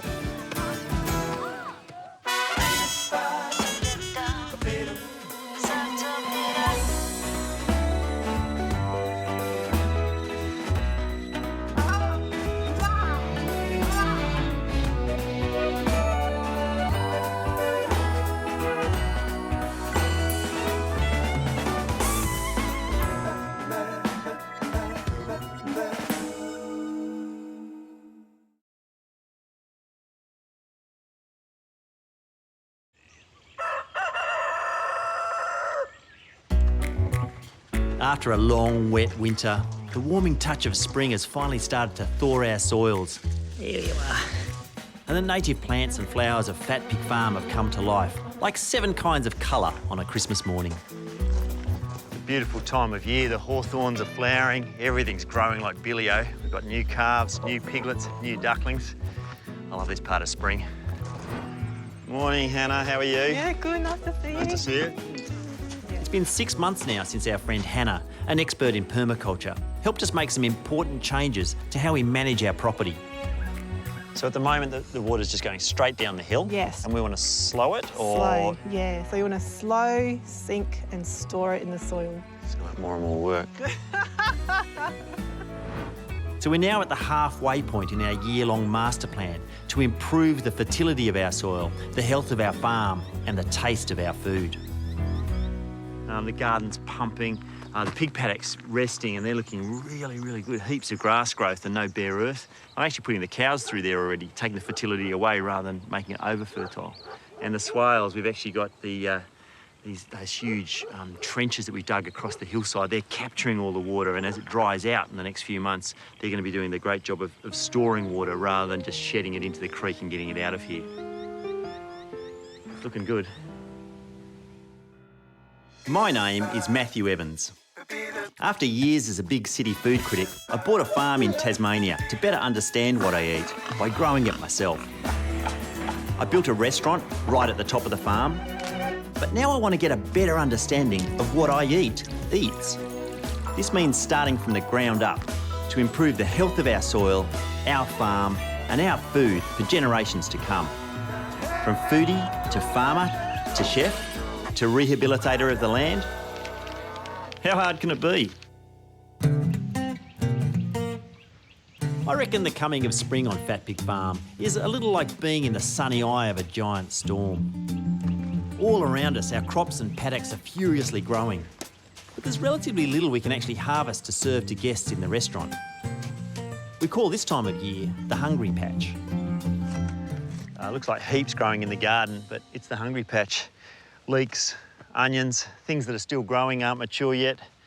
There's peas, broad beans. You can harvest a few of those. The broad beans have only just started, but carrots, beetroot, parsnip, broccoli, cabbage, all finished. Things like radishes, yeah, Japanese turnips, yeah, but compared to the 20, 30, 40 things we can harvest in February, now we're down to about 5. With so much of our focus this year on finding ways to help our soils stay healthy, we needed a way to stop thousands of noxious blackberry bushes from competing with our pasture grasses for important nutrients. And that's where these guys came in. Goats have been here over winter and they've eaten a lot of the blackberries down. They've really gone the hawthorns. You can actually see pretty much everything that below a certain level, everything they can reach, they've eaten. They're not keeping up with all the new shoots, but I've actually got to move them on. I think I've got more of a blackberry problem on the other side I need them to actually get on top of. We'll rest this area for a little while, get them back and then smash this area again in a couple of months. Now, it's all well and good for me to wax lyrical about moving this mob into a more deserving paddock, but I'm far outnumbered. So this could be a job for our resident goat whisperer and her 2 Padawans, Headley and Yoshi. So what I thought we'd do is we'll call them down, put the pellets in the trough. Yep. Then one of us will take the trough, and hopefully they'll follow the trough. And then the boys can be on either side of the gate, kind of herding them from behind. Yeah, so they move forwards generally if you're behind their shoulder, like cows, Headley. How easy does that sound? Hard. Cabot, cabot! They're not coming at all. Do you want to go get them? I'm gonna go get them. Cabot, cabot! Goats have been a relatively minor player in Australian agriculture, but globally, over 60% of the world's population eat goat meat. Our mob are a cross of Swiss and South African breeds, so they're fast growing and love cooler climates. Cabot, cabot! Thankfully, they also love Sadie. Sadie's a bit of a goat whisperer, I think. There are days in winter where I was like, oh, I'm sure the goats will be fine, and she would trudge up here after dark just to make sure everything was okay, that they were all fine. Without eating out of the palm of a hand. That's enough showing off, bring them down. You look like a professional. All right, you ready? Yep, here we go. You go, go. Cabot, cabot! Of course, they can go straight across the bridge.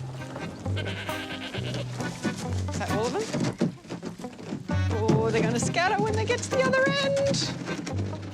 Through the gate. Through the gate. Stop, stop, stop, stop, stop. We won't. We have to go round. We have to entice them. Just put the trough just by the gate, I reckon. That's what we probably should have done in the first place. What a mess. So it was textbook to the last 2 metres where they decided to veer right and head down round the dam instead of through the wide open gate into freedom. I can see them on this edge of the dam. Hello, lovelies. Are the boys in the right place? Is there someone up there? Yoshi, perfect. Thank you, love. Come on. Told you it'd be easy, Headley. 2, 3, 4, 5. What was hard about that? Yeah. And look, they've got all this space. New blackberries. You can see how they're attacking the grass in here. No, I can't believe it. But it looked like there was heaps of grass and heaps of blackberries up the top, but the way they're kind of chowing down here, I reckon... It's a hungry patch for goats. Hungry patch for goats. Too.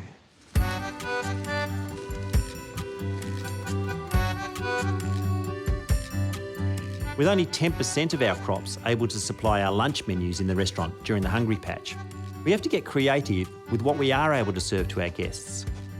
So I've got an idea for an Eastern Mediterranean pie using the greens that are available. This is chard, of which silver beet is a variety. So this is rainbow chard. So you've got pinks, yellows, whites. These are beautiful. You can actually use all that stem in cooking. When I was an apprentice, we used to cut the stem out, put it in mornay and call it fennel mornay because people didn't know what fennel was in the 80s. These are broad beans. Not a lot of broad beans on them yet, but you can actually eat these top bits, the shoots. They're really quite sweet. The leaves, as they get older, lose their charm. You can just char grill that, serve it as a vegetable. It's got a really lovely beany flavour.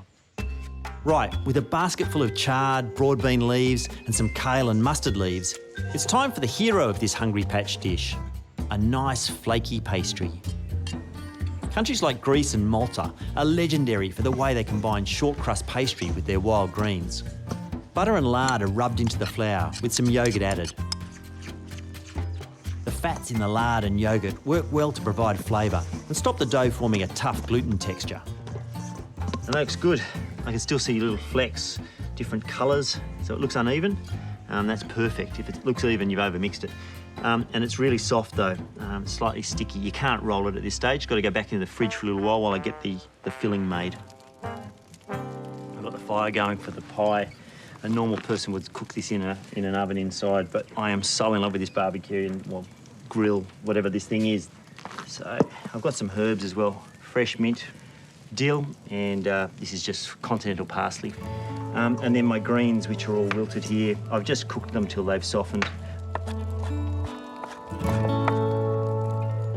Now I'm going to thicken that. I'm going to add a couple of other flavours to it. Salt, love it, pepper. Nutmeg is really good, and then I'm going to fold through a couple of raw eggs, and it's going to bind it all together and enrich it. Might even add a touch of olive oil to it. Now at this point you can actually taste it. I'm happy with that. Just going to nail that pastry, cooking the pastry in a camp oven. Want a decent thickness of pastry, I don't know, 5 mils, something like that underneath. Getting softer as I roll. Have to work a bit quicker. Pop the pastry into the tin.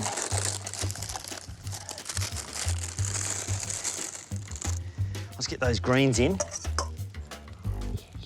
Press it down really well.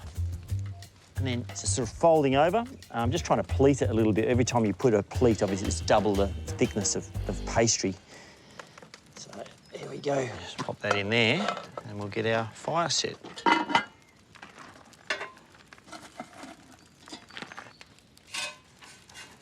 So the idea with the camp oven is you have coals underneath and coals on top, so you're actually creating that oven-like environment. That's why the camp oven's got that lid with the lip to hold coals. I'm not an expert camp oven cook, I've got to be honest, but who wouldn't want to use this fire pit for something like this?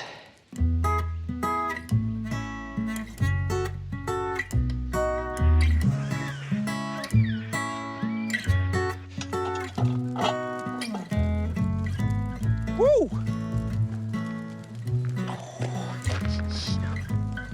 The mixture in the middle is set.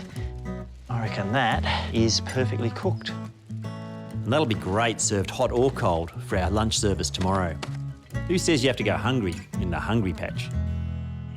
Even though our little 70-acre patch of Tassie has been a working farm for over 100 years, thankfully, we're still treated to the odd glimpse of the timeless cycle of life that this land has led for thousands of years. I just want to show you this.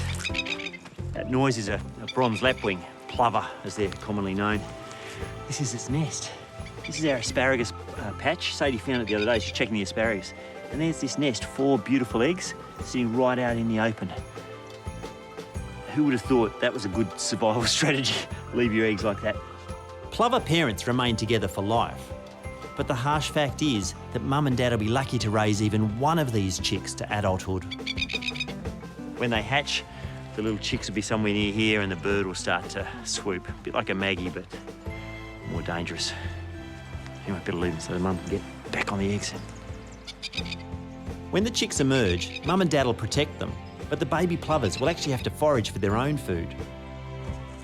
Luckily for them, it's spring, and there are heaps of insects and worms for them in the warm soil. But for the human residents of Fat Pig Farm, spring is a lean time in the garden. So foraging up a feed sometimes requires us to go further afield. And about 90 minutes drive north at Dodgers Ferry, my mate Mick Giuliani, an Italian cook with a passion for collecting feral foods, has guaranteed to hunt me up some wild delicacies for lunch. So here we are. So that's Steele's This is Island. beautiful. It is gorgeous, isn't it? What's the river? This is the Carlton River, mate. Plan A is to land a gigantic Australian salmon.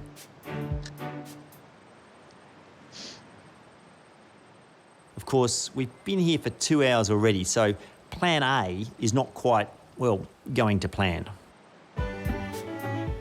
So if we don't get anything, can we go to plan B? Well, we'll go for a forage. Yep. I reckon. So there's still quite a few asparagus on at the moment. Yep. So we can get onto those. There's a bit of buckshorn around at the moment as well. So that's a nice little bitter... Buckshorn. Buckshorn plantain. Yep. So, yeah, there's quite a bit of foraging that we can do. And we'll definitely have better luck than we did here. In Tasmania, the destruction of Aboriginal cultures was brutal and swift, so much of the knowledge they had in identifying and using native wild foods is largely lost. But the traditions of foraging itself cross many cultures, and following World War II, immigrants like Mick's Italian parents introduced their own kind of foraging skills to Australia. And for a young Mick, wild asparagus was often on the menu. There you go, there. There's a spear right there. You want to grab him? Yeah. He's all yours. Anywhere down there? Yep. Wonderful. And there's one behind it if you can see him. There we go. Cool. Long, thin one. We'll keep that one. Yep. And munch on him. See what it's like. That's beautiful. It's good, isn't it? It's really sweet. We've got a handful of these at home and they're nothing like that. Oh, there's another one. These feral asparagus are native to Northern Africa and Western Asia. Excellent. So technically they're weeds in Australia, but they're very common along Tassie's east coast. Before I move off, I have a tendency just to stand and have a bit of a look about. For snakes or for...? No, for more asparagus. Snakes, Oh. yeah, you don't tend to see them. So through here, we've got some good plantain growing. So that's it there. Oh, that's see it? these guys here? Yeah. So you can see that the little seed heads, we give them away. And that's why it's called buck's horn. Oh, so it's bucks. It's actually the As horns. in a buck. Yeah. Yeah, it's because it's got those bits coming off. Yeah, indeed. You want to have a taste of that? Yeah, so that's the seed That's head. the seed head. That's Is that the the young best, one. Is that the best bit? Oh, look, it tastes. I like it. It tastes a little bit like snow pea, maybe baby corn. It's more interesting than those, in a way. The texture is different. Yeah. A So little you've more got spice the seeds. It's really nice. That's really good. Yeah. Mick's been foraging since he was a kid, so his knowledge and keen eye are spot on. And then just give her a twist and a pull. When you brought me here, I was like, this looks like a swamp, but now it looks like a food forest. Yeah, it's that knowledge, I think, that is really sad that it's not being passed on, that it's not common knowledge. I think we used to eat like hundreds of different things, and now we eat 10 different, vegetables on a regular basis. And the thing about this stuff too is that it's not sweet, it's not fat, and ultimately, if you look at modern food today, a lot of the stuff that people crave is exactly that. It's full of sugar and full of fat. Yeah. This has got none of that in it, so it doesn't feed those same receptors. This is slightly bitter. It's really good for you. Yeah. That bitterness is something that we actually do need. I can't wait to try it cooked. Oh, it's beautiful. We'll leave those ones on because we'll have them as well. Let's keep going. With our basket full of forage food, we need somewhere to cook up our greens for lunch. Luckily, Mick's at Dodges Ferry local. Look at that. Here we are. Stunning. So Mount Wellington, and that's our boat shed there. So we're allowed to be here then? We are allowed to be here. Let's open up and get some stuff out and we'll start eating. Oh, it is actually a boat shed. This is our boat shed, yes. You do have a boat in it. This is the basket of goodies, so Mick's got a couple of ideas of what to cook. So I want to wash this verdura, the greens, the buckshorn plantain, and I've got a big sink over here. These wild plantains are very fibrous. That looks good. Mate, great. But Mick reckons if you boil it right, they turn a really creamy texture. Boil it wrong, though, and it's a different story. It's edible almost straight away. It's just that the fibres, if they're not softened enough, it leaves a little ball in your mouth that, Yeah, not cooking it up. Yeah, let's cook it enough. Let's cook it enough, all right. So while we're doing that, what we'll do is we'll just grab some garlic and we'll chop that up. I'll grab that. We'll get started. All righty, man. For lunch today, Mick's cooking a dish his old nonna called cucina povera, or peasant cooking. Yeah, so they're just white beans. You get them cheap. Yeah, well, I'm How do you know hoping they're they're beans. I'm hoping they're beans. Yeah, no, they're beans. Using our foraged greens, this peasant dish has only 3 other ingredients: fried garlic, white beans, and olive oil. So we wait for that to reduce a little bit now. Now, while my fat pig farm prosciutto hasn't technically been foraged, it will really sing wrapped around our wild asparagus. That's good. That's really good. Well done. This is nearly 2 years old, this one. It's beautiful. The fat just melts like butter. It's wicked. Well done.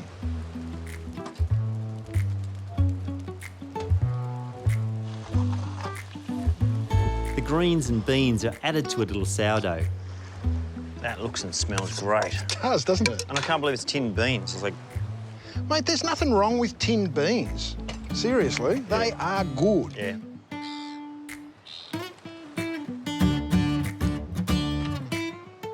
Oh. Isn't that good? And these two heroes of the Hungry Patch have foraged up an alfresco lunch I think Mick's old nonna would be proud of.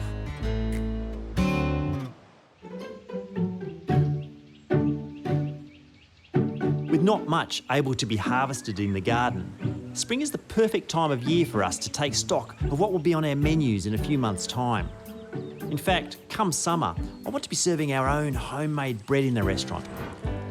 So 6 weeks ago, I planted our first crop of wheat with agronomist Andrew Cook.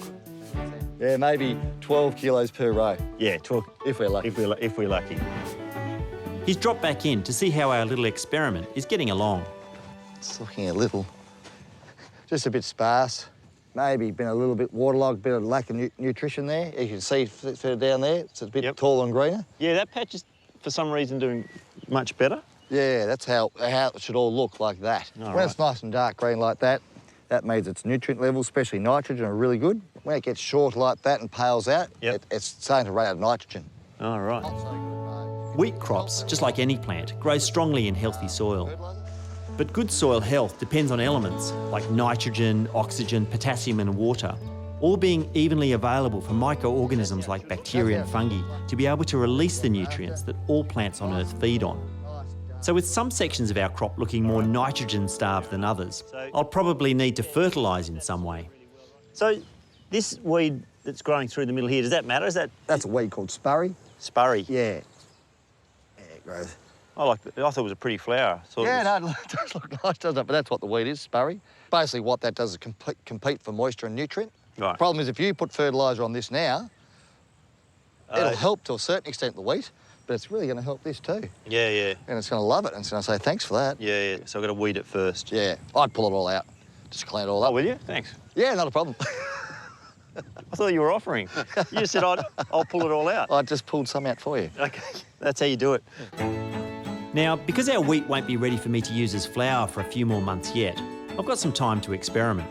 And I've been wanting to try out an old Italian-style bread that mountain shepherds would stock up on before setting off with their flocks. In fact, it isn't just old, it's ancient, dating back to Sardinia over 3,000 years ago. But if you ever visit, may I suggest that you pack a pencil. To be really honest, when Sadie and I were in Sardinia and learning how to make this, I was so excited that I didn't write anything down about how it was made. I just remember the general idea. Make some bread dough that has potato in it, put it in an oven, and it magically ends up as flatbread. So, amounts. Let's see how we go. They like to keep things simple, the ancients. So, this is a simple bread recipe. Flour, water, salt, some dried yeast, and I'm adding sourdough starter. Even though I've added yeast, I want to give the complexity, the interesting flavour of the sourdough to this bread. And of course, the mashed potato. Just stir that up. Should probably got a bigger bowl.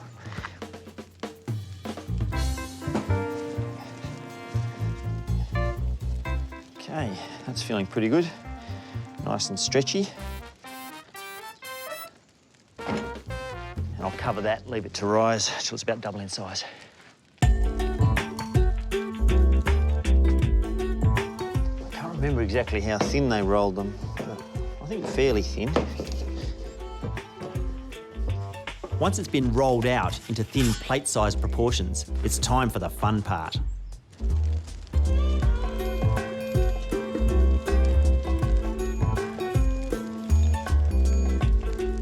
I think the old Sardinian shepherds would want to eat these, soft and steaming from the oven. The top and bottom can also be separated and then crisped to use on long walks to the mountaintops. So, they're pretty good, I think. Nice and crisp, getting a bit of colour on them where they didn't have colour before.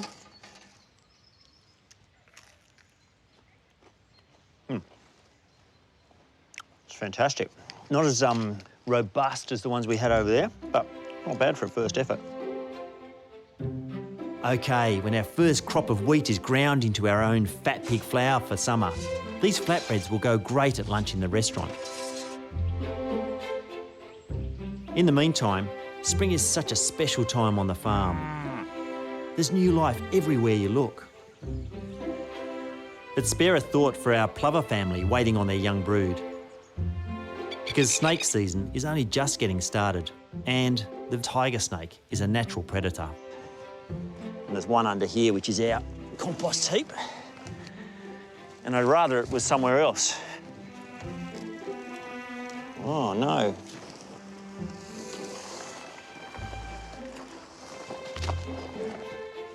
How about the other way, snake? I can't see it. OK, come this way. Do what you like. Sometimes feels like the Garden of Eden, and there's a serpent to go with it. Nadia, I'm not going to pick the comfrey today. That's comfrey. It looks like a lot of bees. All right, I reckon you're on your own from here. You're going to stop there? I'm stopping here. They're a garden snail. They're a little grey. Same species that I would have at my farm. Yep. So I could just go home and cook up those ones that I killed earlier today.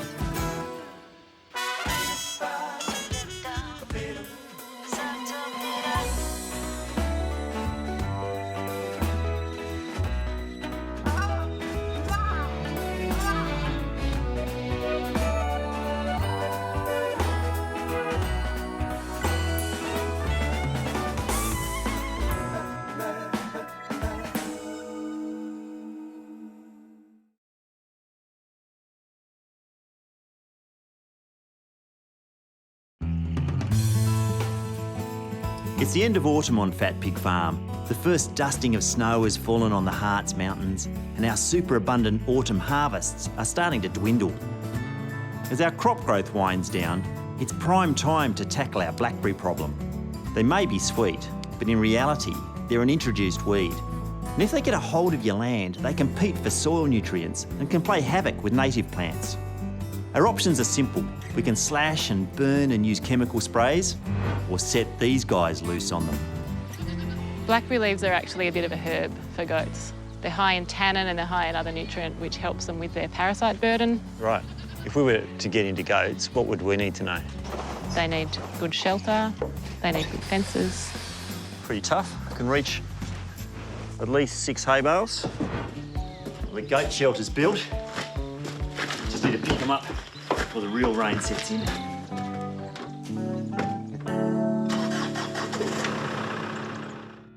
My name is Matthew Evans. After years as a big city food critic, I bought a farm in Tasmania to better understand what I eat by growing it myself. I built a restaurant right at the top of the farm, but now I want to get a better understanding of what I eats. This means starting from the ground up to improve the health of our soil, our farm, and our food for generations to come. From foodie to farmer to chef to rehabilitator of the land, how hard can it be?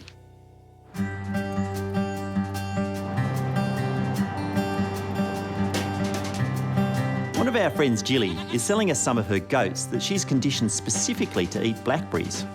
I hope she's also conditioned them to getting into trailers. Yep. All right, are they going to jump out of there? I did bring a tarp for the top, I don't think they're going to jump out of there. but because it's as It high might as be it, nice to put a tarp over the front. so they don't get so bashed by the So breeze. there's a bit or- less wind and a bit less stress when they're travelling. Yeah, sure. And they can't get out of this paddock. If they escape from the yards, they'll still be in the paddock. They'll still be in the paddock, Yeah. which is only like Yeah, yeah. 3 acres. We've got to chase them around. That's fine. Easily done. Right. This is foolproof. A bread crate and a milk crate. It's like Fort Knox. Alcatraz. I know they escaped from Alcatraz. All right, my darlings. That's the way. Up you hop, up you hop, up you hop, up you hop.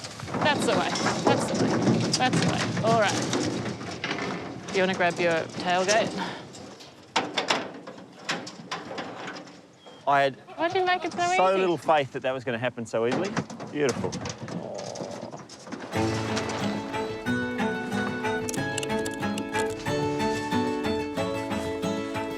All right.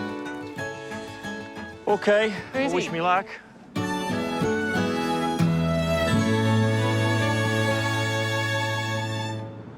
I think Jilly's probably going to sleep a bit better now the goats are gone from her place. There was a lot of work, and what I'm worried about is I'm not going to sleep as well because I've now got 11 goats that are my responsibility, and I've never had goats before. They're a weird animal. Like you hear about feral goats, and they're taking over all sorts of places around Australia, and yet when you have them on your farm, you've got to trim their feet, you've got to give them mineral supplements.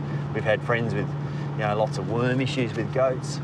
It's like they're super fragile as soon as you farm them and super resilient if they go wild. And I'm farming them now. Now the goats are home on Fat Pig Farm, there's a little bit of maintenance to do before we let them loose. This is Kelly. She works in our kitchen, and she's been known to give a great goat pedicure. Should we do it in there? Yeah, or? let's do it in. Well, we can do. We might get knocked about a bit by the others, but yeah. If they're moving, don't let go. That's the trick? Just hang on. You'll be right. Okay. You still got your dancer's legs? Can you get up in high trailer? I'll try. In the wild, goats keep their hooves short by walking on rocks. There's not many of those on our farm, which means that every 3 months, we'll have to give them a trim. You're okay. While I'm here, I also just check, if there's any obvious odour. You'll know if a foot's infected. Oh, okay. Or, yeah. These ones are a little bit overgrown. I don't know if you can see, Matthew. Yeah. So, like that hole. That bit has to come off. It can come off. Right. I mean, it grows just like our toenails do, is it? Pretty much. And you don't be afraid to take some of the soft part off at the heel. Really? Yeah. Looks like it's going to hurt. Yeah. You'll know, they'll flinch. Good girl. As far as goat pedicures go, things are going pretty smoothly. Of course, up till now, Kelly has been the one driving the clippers. Your turn. You right? Yeah. Okay, I'll give it a go. Okay, so... Bend up the... Take that off? Yeah, all that? all that. Oh, wow. And that little bit at the back, yep. That bit there? Yep. How about that? That's a good effort to start with. Good well effort done. to start with? Yeah. Okay. God. I'm glad you were here. Job done. Well, that's very good. Oh, yeah. Right. Thank you. Pleasure. So, book you in for 3 months? Yeah, for sure. You know where I work. I do, actually. I'm told that compared to other livestock, goats have a reputation for being difficult to contain without the right kind of fencing. But when it comes to battling blackberry infestations, they're apparently geniuses at cleaning up areas that are hard to get at. Let's hope this mob live up to the hype.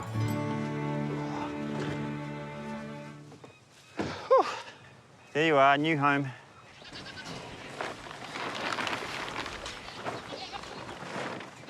Good. Up. Off you go. There we go. There we go. Couldn't be much better than that. They're checking out the shelter already. Come and have a look at this. Even better. That's it. Stop now. Stop now. You're in them. Yes. Yes, first blackberry leaves eaten. Woohoo! Go, my little ones. Go, my good things. Oh, yeah. One down, 4,000 to go. Well, 40,000. With the goats starting in on the huge job of cleaning up the farm's paddocks, I can get back to work cleaning up our garden. And seeing as it's now the end of autumn, there's one veggie I've been waiting to pick for months. These are the Brussels sprout plants. They've been in the ground for about 5 months. We have to put them in sort of before the height of summer, even though they're kind of a winter crop. These ones have gone really well. See, they've got this big head here, and then the Brussels sprouts, they're like I love them, they're so amazing.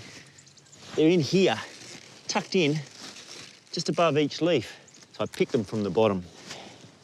So that's a nice firm head. These little grey bits, that's aphids. If you haven't got aphids, it means you probably use some chemical to kill them. So we have to get rid of them when we cook them, but there's usually a few left in there. But what I've discovered, grow things organically, they've got the insects on, but if you don't kill them, someone else already has. Aphids are tiny, sap-sucking insects that love attacking my plants. They're the arch rival of the lady beetle, and that's why I really like to see lady beetles in our garden.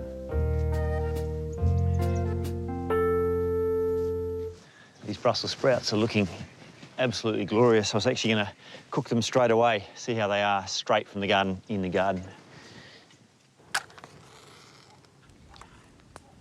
Rightio, so while that gets hot, I'll just clean up the Brussels. So you can actually just peel those outside leaves off, and that gets rid of a few of the aphids. But as you go under, you actually find the first couple of layers you end up with more. So I have to trim them. If I was in the kitchen at home, I'd soak them in water and actually wash a lot of those out. So, get my pan warming up, and a little bit of pork fat in there. Now, I grew up with Brussels sprouts, and my mum's a great cook. Hey, Mum. But one of the things she wasn't great with growing up was Brussels sprouts, I have to say. I didn't love them until I was in my 20s, and I discovered duck fat and pork fat to cook them in. This cut side, sit that in the pan and brown that. And I reckon when you brown these kind of things, even if you take cabbage and brown cabbage, and you actually get a nicer flavour. Get that lid on.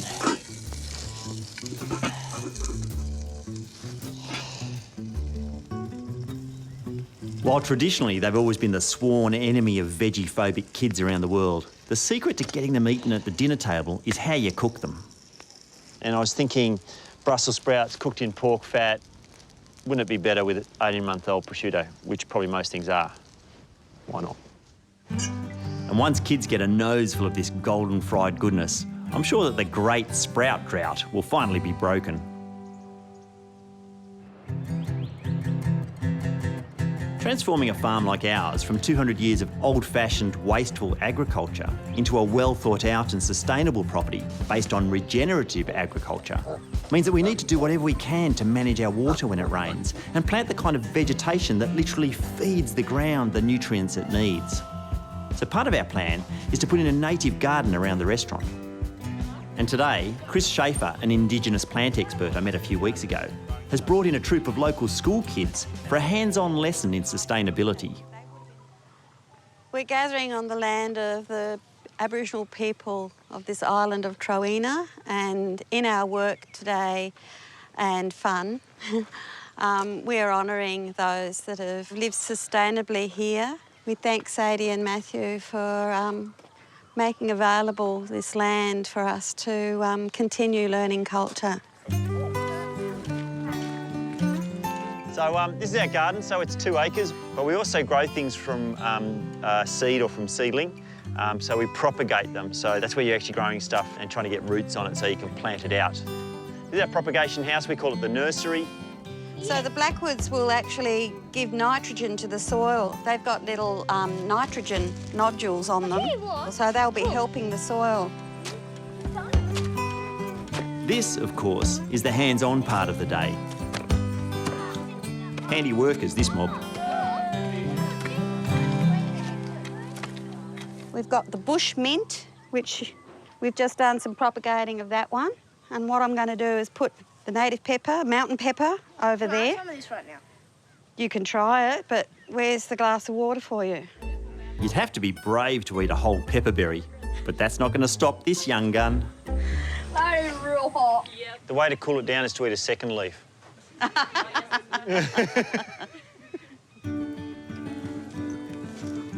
If all goes well, in years to come, the garden will be full of hardy native edibles, a big win for our soil and our kitchen.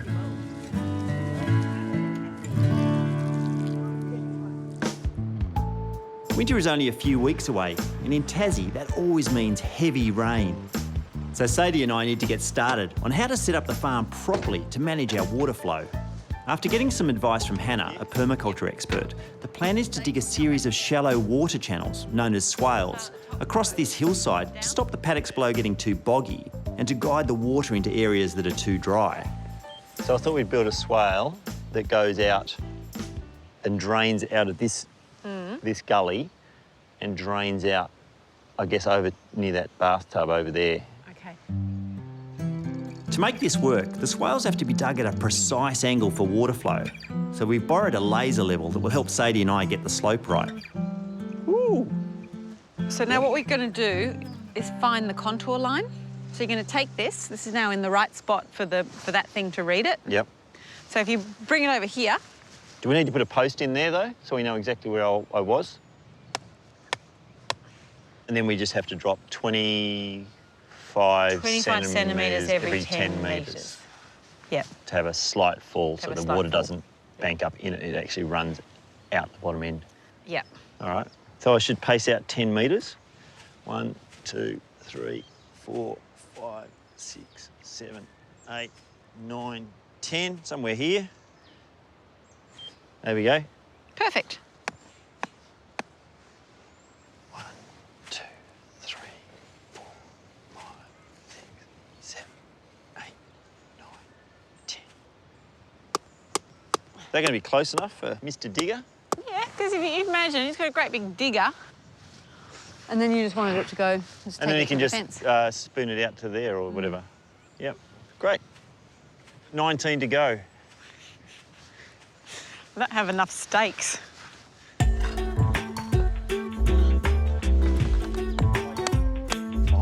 6, 7, 8, 9, 10. Good work.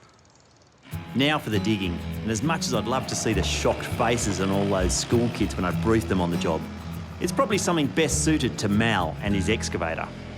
When we first called Mal to come and do the job, digging the swales, he couldn't come for a few weeks. And actually, it's probably the last week that we'll have a chance to do this.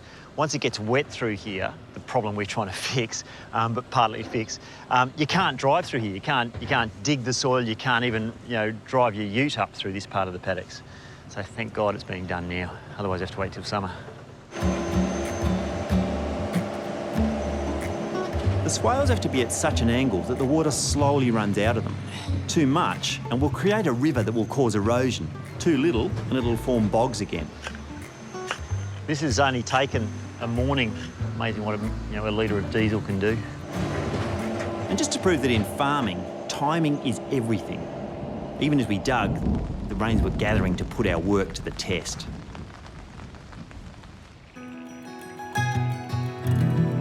At the end of autumn, the sun sits a little lower in the sky and the rains become more frequent as they set in over the winter. The garden is full of leafy greens, but at this time of year, I'm keen to harvest the mushrooms that push up from the ground after the rain. So, one of the things I know about mushrooms is what I don't know. Mushrooms that I don't recognise, that I don't know the name of, unless I'm absolutely certain, then I'm not picking them and I'm definitely not eating them. It's important to never eat a wild mushroom if you don't know what it is, because eating the wrong kind of mushroom can be deadly. Here's one. And this mushroom I'm going to pick, partly because I can see what it's growing near, and it's growing near nothing. It's growing in the middle of a paddock, and it looks like a field mushroom.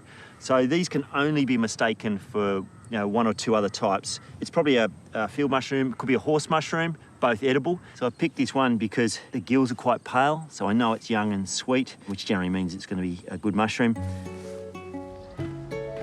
Mushrooms are the fruiting part of a fungus, and they grow in all sorts of environments, from open paddocks and pine forests to creek beds like this one.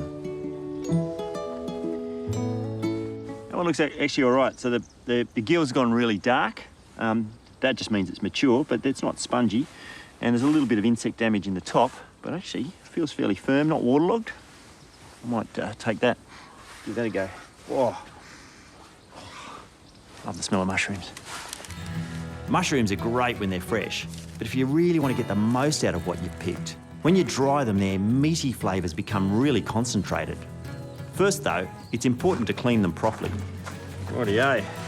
So these are the mushrooms I just picked. The only thing that you could be mistaken for these mushrooms is a thing called a yellow stainer.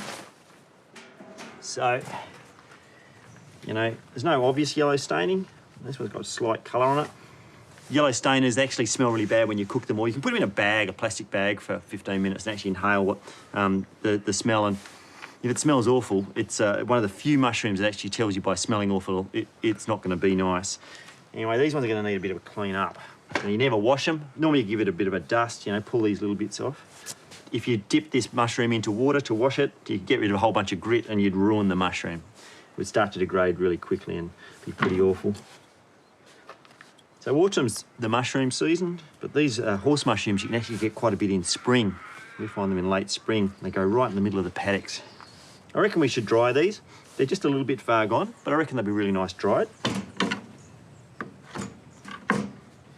So I cut fat wedges, because by the time they dehydrate, they end up very thin and meagre. You can actually dehydrate them in a, you know, like a dehydrator that you buy in a shop, but I've got this wood oven that's cooling, so I might as well just put them in there and they can just dehydrate slowly over the next few hours. The horse mushrooms don't taste as good as your normal field mushrooms. And so what happens if you dehydrate them, you actually condense the flavour, you intensify the flavour. So when you go to use them, they taste brilliant. Rightio, they can go in the oven till they're dehydrated. This can be done in any normal oven at about 120 degrees for 3 hours. Or better yet, a pizza oven. While the horse mushrooms are drying, I've got a few Japanese mushrooms growing in the garden as well.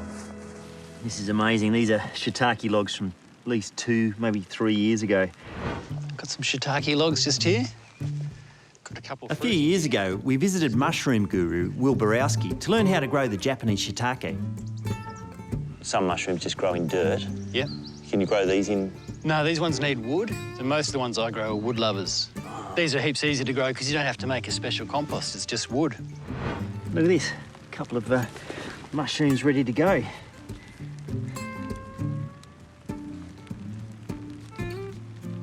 Oh, get them before the slaters do.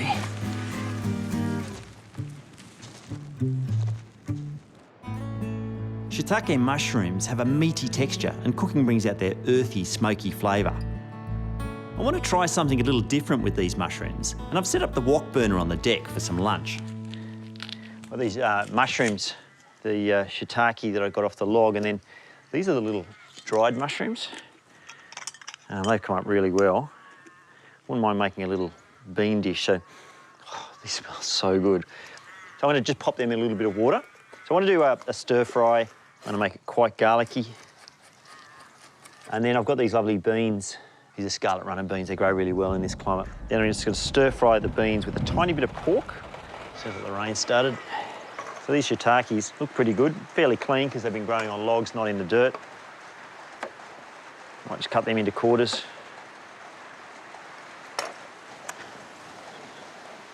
So I want my wok to be smoking, to be hot. I have this thing, when I was travelling around China, they used to talk about wok chi or wok hei, which means the breath of the wok, which is that sort of really hot flavour that you get in the dish. So oil goes into a hot wok. Beans go in. Between the sizzle of the wok and the sound of the rain on the roof, it's quite a noisy job. I'm going to put some of the pork in. Ooh.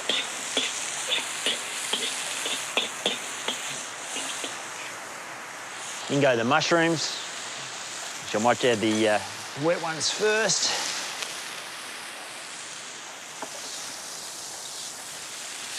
So in go the shiitakes. Just going to add a touch of oyster sauce. And then the mushroom liquid.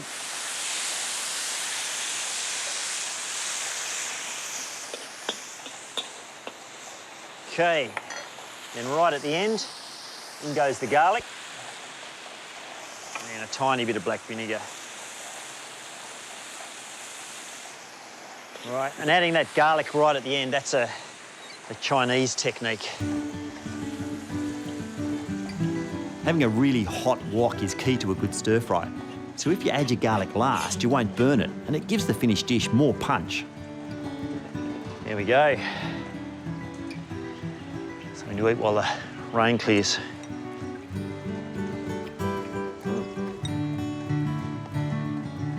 I don't know what happens when you dry mushrooms, but it changes the flavour. dry them, rehydrate them. It's not the same as the original fresh mushroom, better.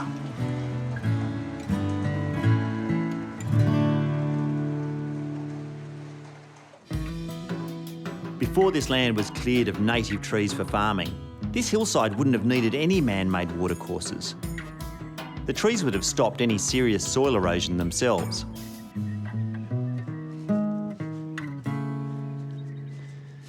So the swales are all finished and they're doing their job. You can actually see it, it's got water in it.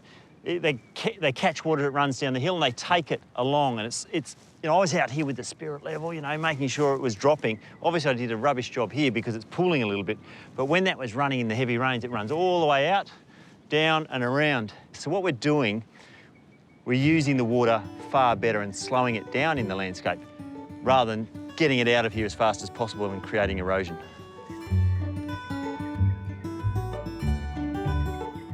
Now they're here, I'm thinking, this is stuff that will exist long past my lifetime, probably my son's and our grandchildren's lifetime. The fact that if this works, if we slow the water down and we grow more stuff on this piece of land using this system, no one's going to change this. This will exist for 100, 200, 300 years. They might even put more of them in.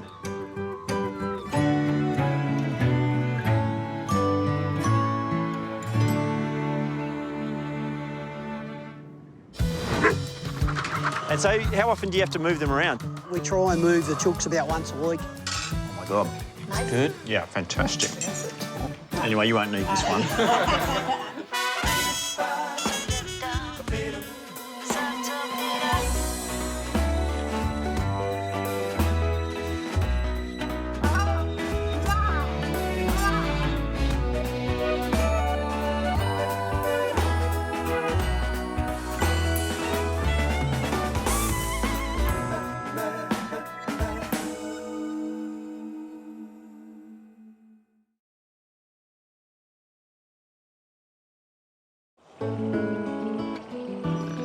In wintertime, the two faces of Fat Pig Farm begin to look very different from each other. Well, our kitchen and restaurant always feel alive with the energy of guests and long lunches. The garden and farm work have slipped into a sort of semi-hibernation, which means I have a little more time to indulge in some boutique crop ideas with people like agronomist Andrew Cook. What we're trying to do is a small patch. I can use this to grow a trial batch of wheat. Yes. So I want to flavour our bread. We churn our own butter and we take all our vegetables and fermenting them or serving them fresh. We've got our own meat, our own eggs. I'd love to be able to make the bread and some of our baked stuff taste like the farm. Wheat is by far the most valuable crop grown in Australia. But while Western Australia and Victoria are the country's big gun producers, I'm a chef, I just want to go, not many people know that Tasmania's climate, soils and abundance of water make our growing potential per hectare of farmland the highest in the country. So despite the fact that what I know about wheat farming wouldn't fill a bowl of cereal, I'm having a crack at growing my own. Can't be that hard, surely. It might sound weird, but I've actually been imagining planting wheat for years. It's one of those things, yeah, you eat flour from wheat every day, but I've always wondered how it grows, how it's harvested, how it's milled, and I'm going to find out starting today. So how many tonnes am I going to get out of this? Tonnes? No, no tonnes.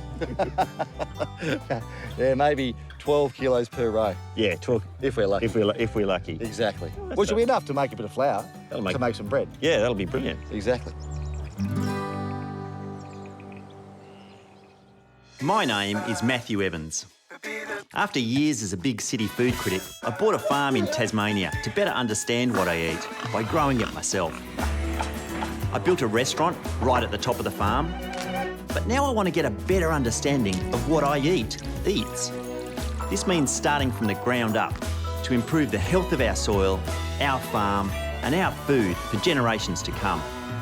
From foodie to farmer to chef to rehabilitator of the land, how hard can it be?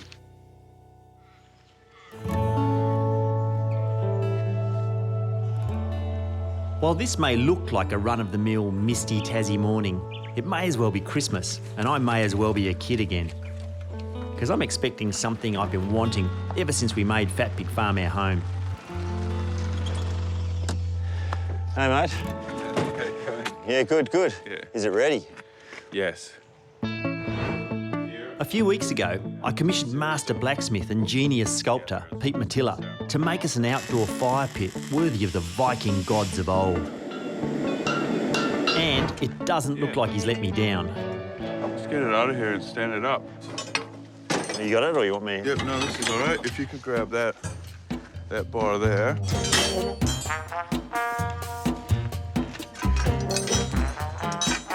Yeah, you weren't joking. They are heavy. This is good. They'll hold heat really well. So yeah, let's just pull it out. Let's just go in exactly how we are right now. Sure. Excellent. Thanks, guys. So. Yeah, oh, it's got to spin right around. It's exciting. It would be very nice to see a fire in this.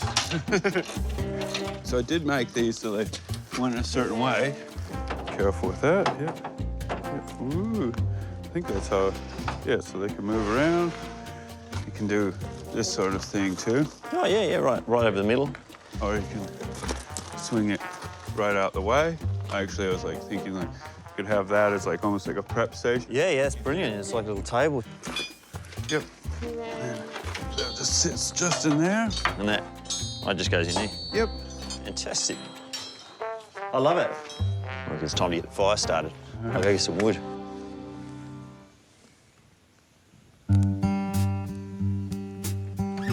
$250 kilos of forged steel went into the making of this spectacular work of culinary art. The inspiration behind Pete's design was to create a stage for us to celebrate the passion that we put into growing and cooking our food. And I've got to say, I love it. I just grabbed a couple of things from the kitchen I thought might be nice to put on. I've got some Tasmanian butter swedes. They're beautiful. Winter veg. And the Brussels. Some pork fillet. It's really hard to know when you have a new grill or a new barbecue where the hot spots are. So I'm just starting at one corner and then I can work into the heat. This end over here has still got fresh wood on, so that's going to get really hot. So if I need to, I can go to the really hot, or I can stay down in the cool bit or move things around as I need to. Woo, that's still hot. Look at that, beautiful. Rightio. Cool bananas. This truly is like wanting a quad bike for your birthday, but getting a four-wheel drive. And Sadie's pretty chuffed too. Do you want to join us? That looks amazing. Isn't this the best? That is just beautiful. You should try cooking on it. It's really cool. And what are all these for? You could hang camp ovens. Yeah. A series of camp ovens. You could actually put like a skewer or something, you have a spike through. Oh, yeah. This isn't lunch. This is actually just heating it and seasoning it, seeing how it works. Yeah. Before we pay the invoice, just make sure that it does work. And it does. I can tell you it really does. Yeah. I had round in my head. I had, fire pit, round. Yeah. I'm like, we always knew that's what you wanted, a fire pit there. And that is nothing like I envisaged. It's nothing like I envisaged. Love it. I was like, oh, is that how it looks? Oh my God, it's so much better than I thought it could be. Perfectly cooked. Thank you very much. It's yummy. Ooh, that's really good. Yeah, good barbecue. Ah.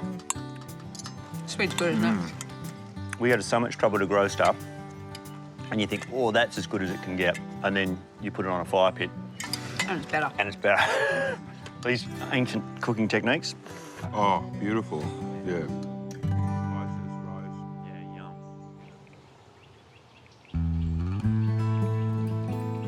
When I first escaped city life and bought a farm here in Tassie, I'm not ashamed to say that I didn't even know how to milk a cow. But with Fat Pig Farm's restaurant now built and busy, there's been a lot of on-the-job training. Because the fresh milk, cheeses and butter we produce are an integral part of our lunch menus. And it all comes from our 2 milking cows, so their welfare is really important to us, especially when there are new calves arriving. So Elsie just had a calf a couple of days ago. Little bloke there, and She gets this thing called milk fever, which means you can't take too much milk, otherwise she collapses and runs the risk of dying. But she's got so much pressure on her udder, I need to take some of that pressure off. So I'll take a little bit of milk over the next few days. This guy's eaten his fill. He can only drink so much. Come on, darling. Come on. Come on. Come on.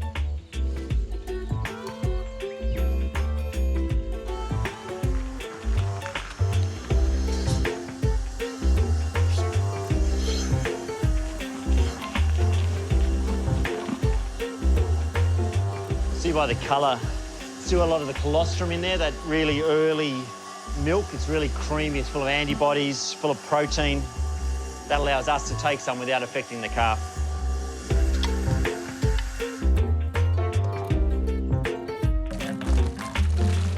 We ought to save a little bit of the first milking for, in case we have a calf that's orphaned or that its mum rejects it. It's miracle stuff.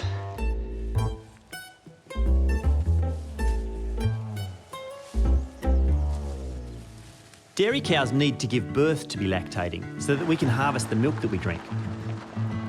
If they give birth to a female calf, that's another milker for a farmer's herd.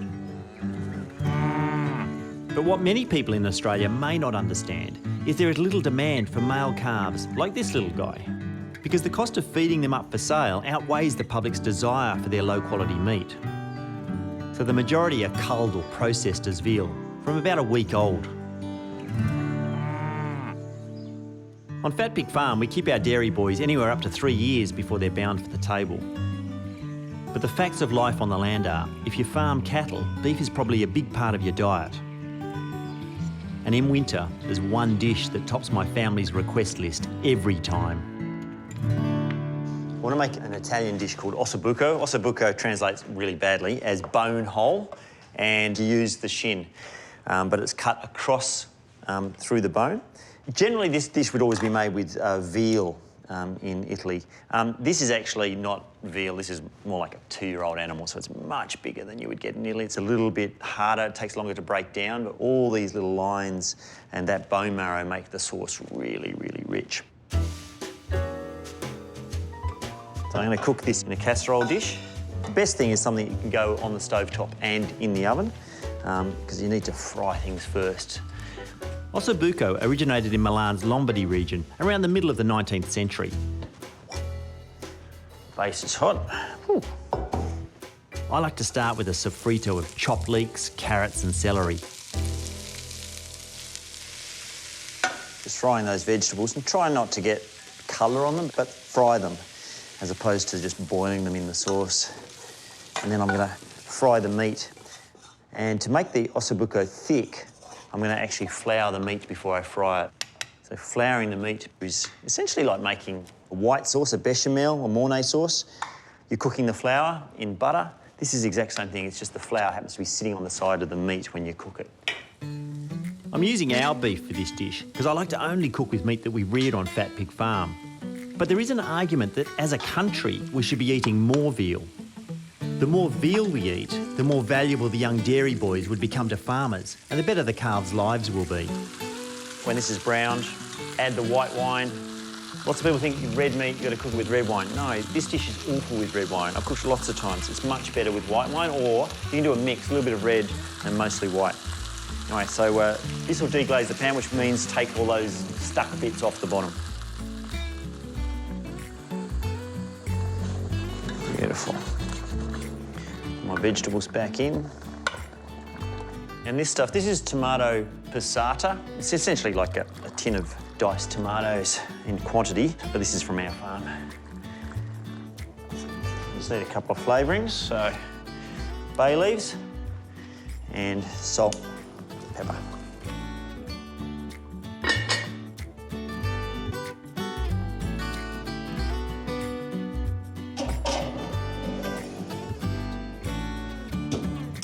See you in about 2 hours.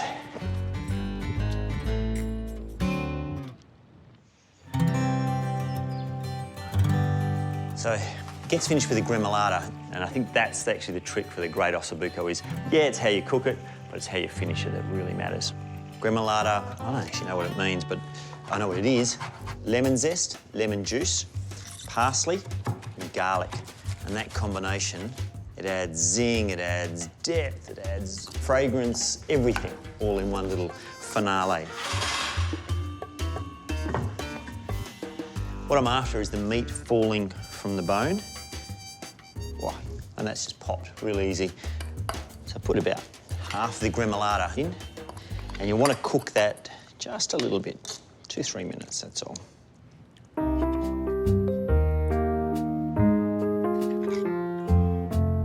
You could skim the fat off the top of the sauce, let it cool down and scrape it off, but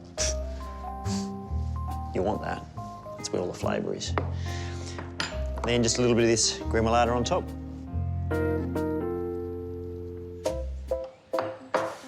Rightio. Top. Mmm. That's delicious. Mm. Nice with the bread.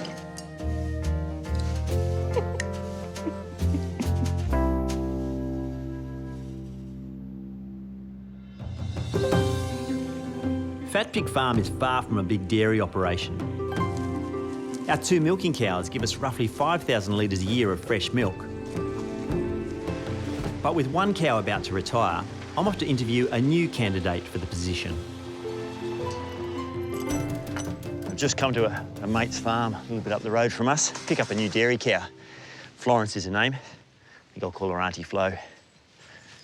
Our neighbour Georgie and her husband Fred have had this cow for 6 years. But between work in town and their kids' sport on the weekends, they've been struggling to find time to milk her. Perfect cow collecting weather. Yeah, where is she? Right at the top. Oh, that's her way up there. Yes. So we have to walk up and get her, or will she come to the bucket? She'll come if I call her. Oh, yeah, that's good. Let's go grab her. Come on. Come on, Florence. Come on. Here she comes. Wow, she's thundering down. Yeah, look at her go. Is she fat? She's quite fat. Well, she's pregnant though, but... Yeah, but more than that, she's fat. Oh, yeah, right. Oh, that's good. Yep. Good cow.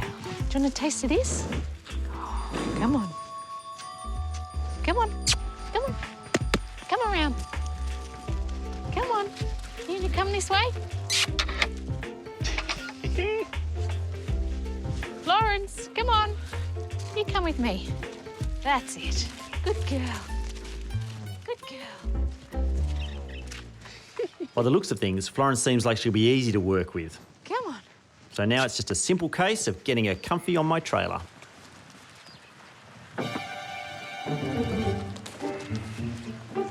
Come on, girl. I may have spoken too soon, though.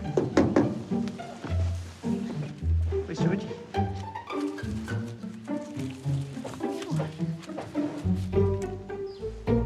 OK, clearly Florence is more of a business class girl than the back of the ute girl. Of course, there's always the time-honoured cattle class method of getting her to take a seat. Round you go. Come on. Up. Up. Up. Up. Up. Up. Up. Come on. Come on, hurry up. Come on. Come on, Flo. In you. Come on. Come on. Up, up, up, up. Go on, up, up. Come on. Nah. It's 500 kilos of not moving onto a trailer. Mm. OK, with our departure time now delayed until further notice, I think I might leave the trailer here for a little while and see if she boards it herself. All right, I'll see you in a couple of hours. Yep. Yeah, I've got a couple hours. of things to do and I'll come back.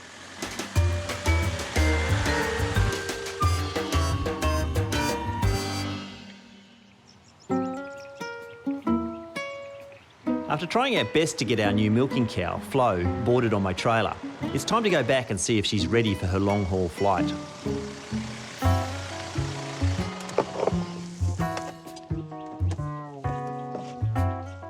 Hello, Matthew. Hey, you got her in? We did.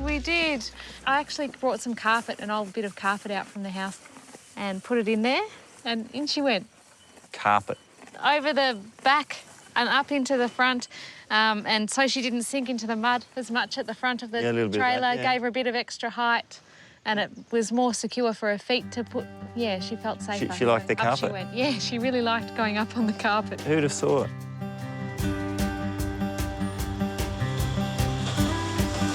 Because our other milking cow, Elsie, has just had her calf, there's a potential for her to be aggressive to Florence. So I need to gradually introduce our new mother to the rest of the herd.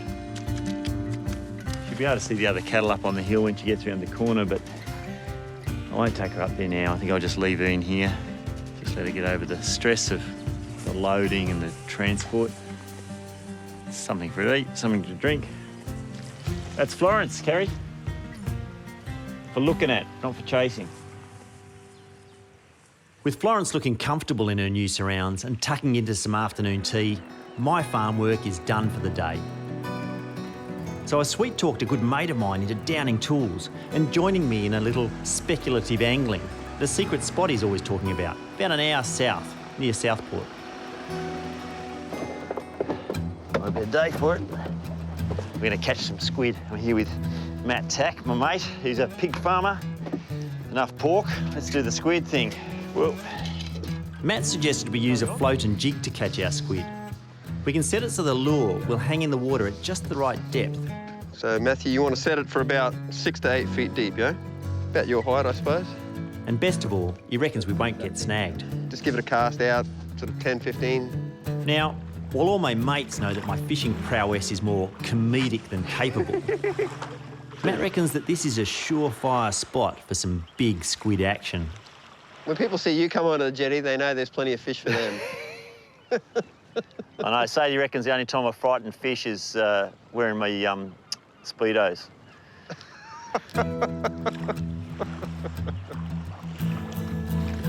Yeah, what do you know about catching squid, Evan?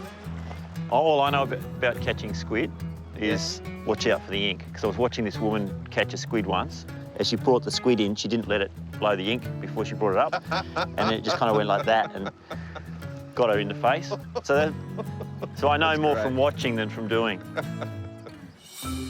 Good, Matt. Ooh. Do you want me to get the net? Yeah, I think so, eh? I don't know how well I've hooked him here. Oh, no, maybe it's all right. Oh, wait. Patience. Wait. He'll come up. There we go. You can lift it straight up. Wow, it's a good size. Nice, very nice. These southern reef squid are really common in this part of Tassie, and they can weigh as much as 2 kilos. So a single one this size is more than enough for Matt and his family for dinner. Look at that colour change. It's beautiful. Do you know how to kill them humanely? No, I don't. Okay, so you just pinch them behind the head here. Yep. Just pinch, and what you'll see is they'll change colour. See that? Oh.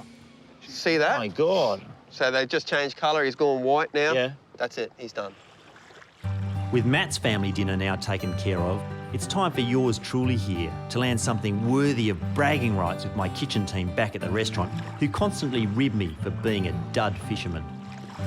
Pretty amazing to see that squid. Oh, the size of it, like I was really surprised. I've caught a couple of squid down here and off Bruni, but nothing as big as that. Whoa. What do you reckon, Matt? Mine's doing something. Yep. Oh, there you go. There we go. You're on. Gone. Oh, this is a monster. Nice. Wow. You were right, you can catch squid here. Yeah, I told you, right? This is like, I've never done fishing where you actually catch stuff. Makes a refreshing change. Oh, it's good, isn't it? Yeah, it's really good. So, and then squeezing. Find the nerve and pinch until both sides change colour. There you go, the Vulcan neck pinch. Yeah. Vulcan neck. The ability of squids to change the pigment of their skin is controlled by their central nervous system.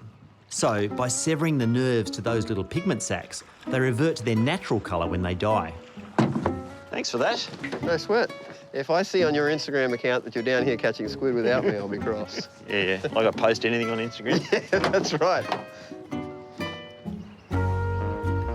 OK, with a bucket full of beautiful Tassie squid successfully hunted and gathered, I've got an idea on how to turn them into something the doubters back at Fat Pig Farm will remember the next time I go fishing. Okay, so that's like its skeleton. The thing with squid is you either cook it very fast or very slow. Anything in between, and it eats like rubber. I'm going to do this one slowly so it breaks down the squid's collagen, leaving it super tender. I want to cut this into pieces. I want sort of triangular shaped pieces. I want sort of chunky bits, not really rings. So I've got the squid. I've got this lovely garlic, just really fresh cloves. I'm just going to crush them. Then I've got this lovely sweet onion from the garden, chorizo. It's going to just melt into the sauce, beautiful. Smoky paprika. This is a Spanish one. This is a passata, so nice tomato puree. Bay leaves. One of the things that I've discovered is a lot of cultures use bay leaves to balance the fishy aroma of seafood. A little bit of paper over the top, and then foil to hold the steam in. So I reckon maybe an hour in a low to moderate oven.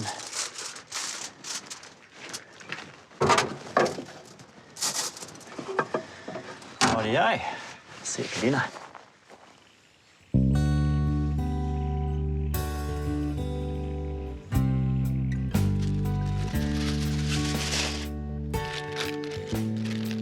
Oh, just finishing the dish with a bit of fresh parsley. Just lots of bread to mop up the juices. That lovely sweet smell of the squid makes a nice change from char grilling it, which is what I tend to do.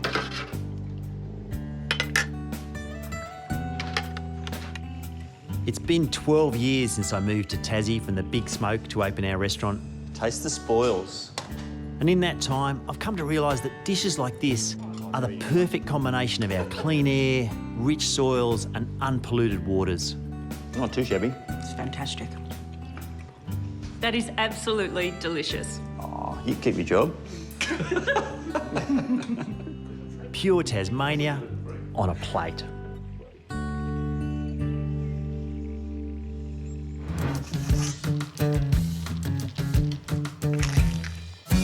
Fantastic. Oh, they're going to scatter when they get to the other end. Through the gate. What a mess.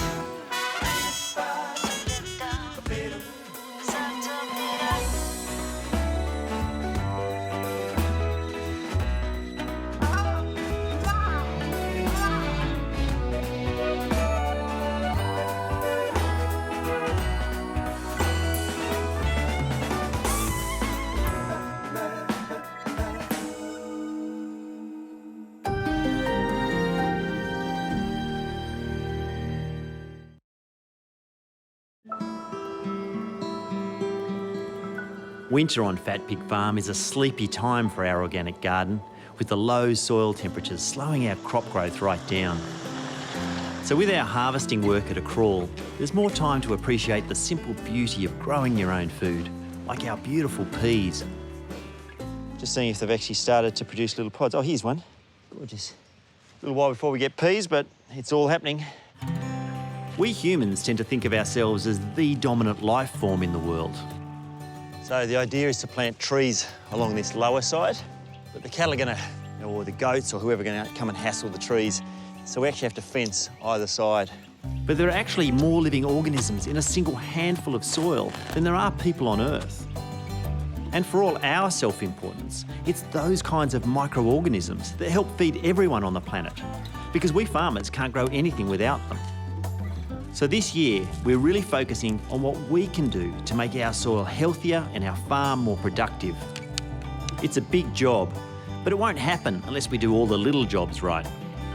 So these are the plants we want to put in along the swales. These are poplars, so these will shed their leaves in winter, provide lots of mulch with all those leaves that have fallen on the ground, which will actually improve the soil and build topsoil. My name is Matthew Evans. After years as a big city food critic, I bought a farm in Tasmania to better understand what I eat by growing it myself. I built a restaurant right at the top of the farm, but now I want to get a better understanding of what I eats. This means starting from the ground up to improve the health of our soil, our farm, and our food for generations to come. From foodie to farmer to chef to rehabilitator of the land. How hard can it be? It may not sound like much, but a 70-acre farm is more than enough to keep an entire family busy. So with Sadie and Headley away for a few days, I'm on my own, and my to-do list is getting bigger by the hour. And And top of that list are the apple trees. Fat Big Farm was once covered in apple orchards until the bottom fell out of the Tassie industry in the 1970s. These trees are all that's left of the old orchard, and we dearly want to keep what's left of them healthy. But this year, we've noticed a problem with winter rot. So to help me rehabilitate them, I've called in local tree guru, Chris Butler, whose techniques have been learned from treating centuries-old olive groves in Italy. So these beautiful old apple trees, 70, 80 years old, but some of them have got a little problem that I need to try and get fixed. Hey, Chris, how you Hi, going? Matthew. Good, good. You found the one, or Well, one of them? This is one, yeah. The result of this is that it's been more or less cut level and the water has remained on the top, then it starts to rot. So if you put your finger in there, you'll see that it's all this lovely sawdust mud. So it's like a little swimming pool that's formed. It is, yeah, but it's a rotting swimming pool. It's not clear water. These trees were planted in the 1940s, so a little surgery today will go a long way to seeing them healthy again. It's worth spending the time. If you've got nothing else to do, and in the winter you've got the time to do that, nothing else then to do. you would do it. Yeah. This is an old technique that was used by the Italian olive farmers called slupatura. What does slupatura mean? Slupatura, lupa used to be, it's an old dialect name for rot. Right. So slupa means getting rid of the rot, and the tura means the process. Right. So the old way they used to do it all by hand. They had this wonderful little tool that they called a male e peggio, and it was a tool that had a curved blade on one end and a hatchet on the other. And male e peggio means bad and worse. And the idea was when they lifted it and it hit their head, that was bad. But then when they put it down, it hit their crutch, and that was even worse. so we're going to do it with a chainsaw.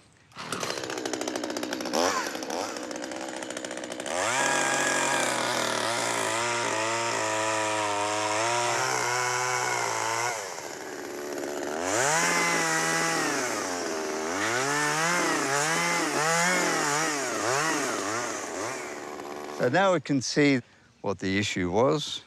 The rot. So we'll cut down just a little bit more, not much more. Just to make a good drain? Yeah, just make a good drain, and then we'll look at just filling it up with cement and making a nice, smooth gutter. 10 minutes work to save an 80-year-old tree is an easy choice for me. And with the surgery done, all it needs now is some winterproofing with a mortar dressing.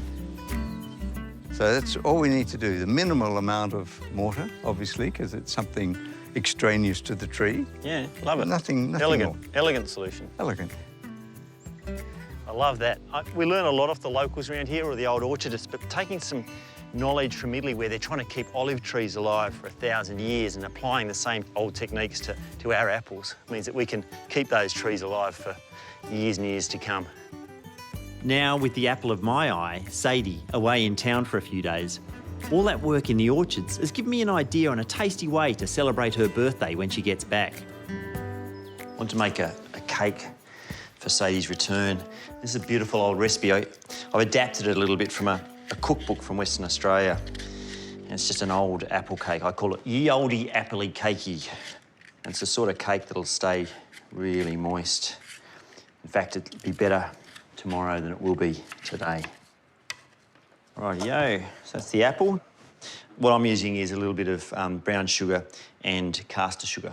Let's throw that all in. These are walnut kernels, these are the whole ones, and you can break them up, but you want them chunky as you eat the cake, so not too fine. Next, just a pinch of salt, then 2 eggs, some vanilla and olive oil. Precision baking at its best. All we need now is the flour. As soon as it's evenly mixed, it's mixed enough. Rightio, in my tins. I've got enough mixture here for 2 cakes, so one for Sadie's birthday, and the other is all headlies to polish off. That should pay off come Father's Day, I reckon. It's when you need an 8-year-old in the house to clean the spatula. Oh, I haven't got one of those. These are ready to go in the oven now and should take about 30 minutes. Just enough time to check a few more projects off that to-do list of mine. So Sadie's away for a few days and it's her birthday the day she gets back. One thing we've done here is we've planted an amazing garden down there, but no garden outside the house. So I want to set up a bit of a garden so she comes home to at least something. Seeing as I've been holding down the whole farm on my own for the last few days, I put the cows to work mowing the grass. But this kind of lawnmower can backfire badly. Ugh. This is a beautiful camellia. What we want is a cottage garden, beautiful flowering plants.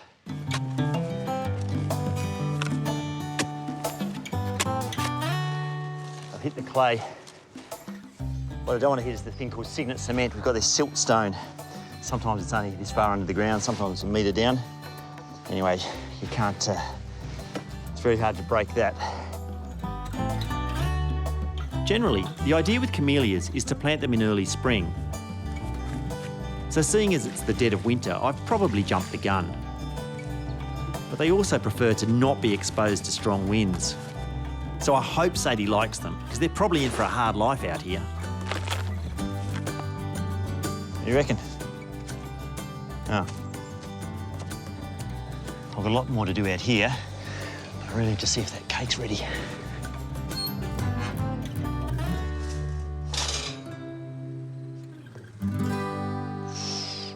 reckon that's good. There's an old farmer's saying that a happy wife makes a happy life, and Sadie has been wanting a new herb garden for months. So part 2 of my birthday master plan is to whip one up before she and Headley get back. This old apple crate is perfect for what I need, but a mongrel to move. Right now, I'm glad it's rotten. Otherwise, I wouldn't have been able to lift it.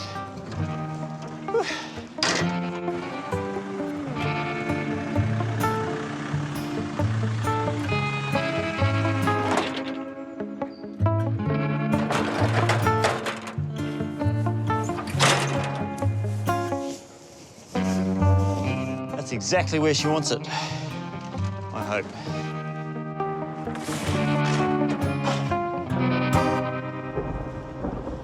I'm just going to water this in well with a storm. And it should be ready to plant.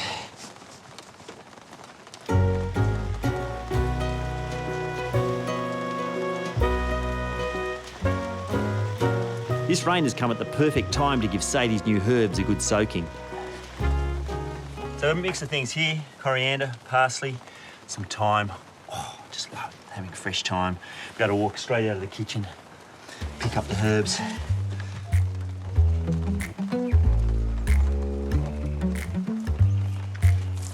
So with a little more water to give their roots a drink.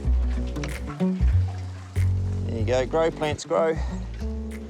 My surprise plan has fallen into place just in the nick of time. Hello. Hello. Hey. Hey, boy, you're going to jump out there. Whoa. Welcome home. Hey, beautiful. How are you? Oh, am I getting a family? Oh, happy birthday. Thank you. Oh, I've done something for you. Really? Yeah, walk this way. Is it a good thing? Yeah, it's a good thing. You planted camellias. I've planted trees. Oh my God, what trees have you planted? Trees that need shelter. Oh, I'm not sure that's quite the...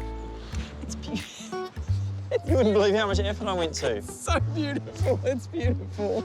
It's beautiful, and I love camellias. You said you wanted a cottage garden. It's beautiful. Oh. Thank you. Oh, that's okay.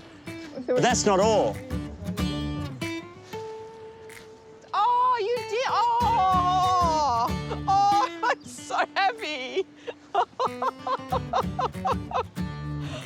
Oh, you know, it's so fun. I had this in my head while I was away. I thought, I'm going to come back and I'm going to get that old apple crate and I'm going to move it, I'm going to fill it with dirt, I'm going to plant some herbs in there. You don't have to, it's done. You just have to throw some water on it sometimes. And that's so easy to move. So if you want it moved 6 inches this way, ain't never gonna happen. Well, I kind of pictured it kind of here on the deck.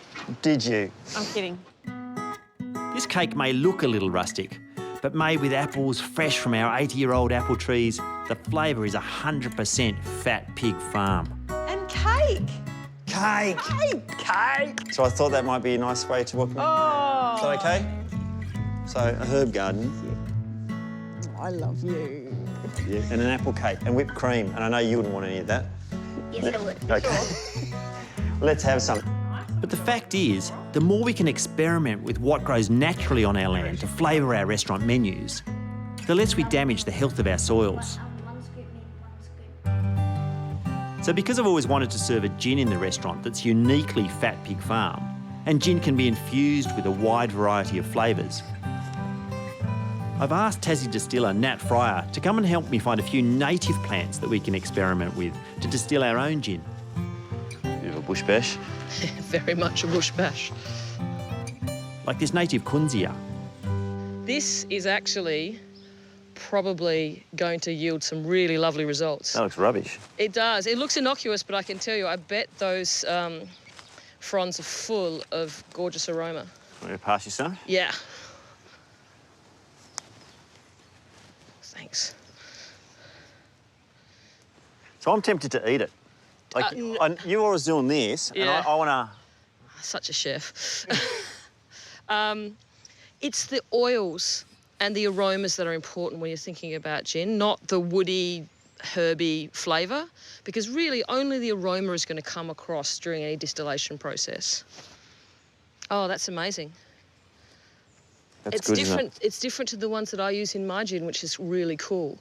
But it's got a real lemon, kind of lemon thyme and a touch of pine. It's lovely. What do you think? That's amazing scent. Get some in the still. I'd like the flavour of our Fat Pig gin to represent the whole character of the farm, so I really want it to be a blend of our native and garden aromatics. Fennel, though, Matthew, is lovely, gentle aniseed base, and it's the sort of young, fresh fronds that you want right from the middle of the plant. This stuff down here has a sweetness, really vibrant. Yeah. Aniseed always is a beautiful base note in any kind of gin. It's lovely. How much do we need of that? Because I'm not sure... Well, I guess a whole bunch of plants. Just take all the young leaves out of the middle. I would. Yeah. But then they're not my plants, so I can say that. Nadia's not here, we can just do it. Yeah. All right. To get a clear idea of what our gin might taste like, Nat wants to experiment with water first, not alcohol. So after steeping our native kunzia and garden fennel for about an hour, the mixture is ready to be distilled, which will produce a pure blend of the two flavours. Okay, that's it. All the bits gone? Fantastic. Is that fire going enough? It should be. It just has to be hot enough that will bring this to the boil. Yeah. And then we'll pop that there. So what's going to happen is as this heats up, that steam will come across and comes into this. This is our condensing column. Yep. And all it is a copper coil inside a bath.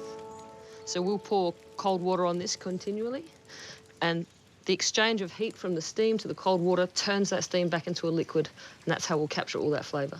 Because this looks like a really ancient, old style. Look, these stills, doesn't matter what the size is an alembic still, a pot still. And if you go into the great distilleries in France where they make cognacs and armagnacs, you'll see giant versions of that fundamentally. Yeah. And this is the distillate coming across now. Look at that. And taste it. Taste that already? Yep.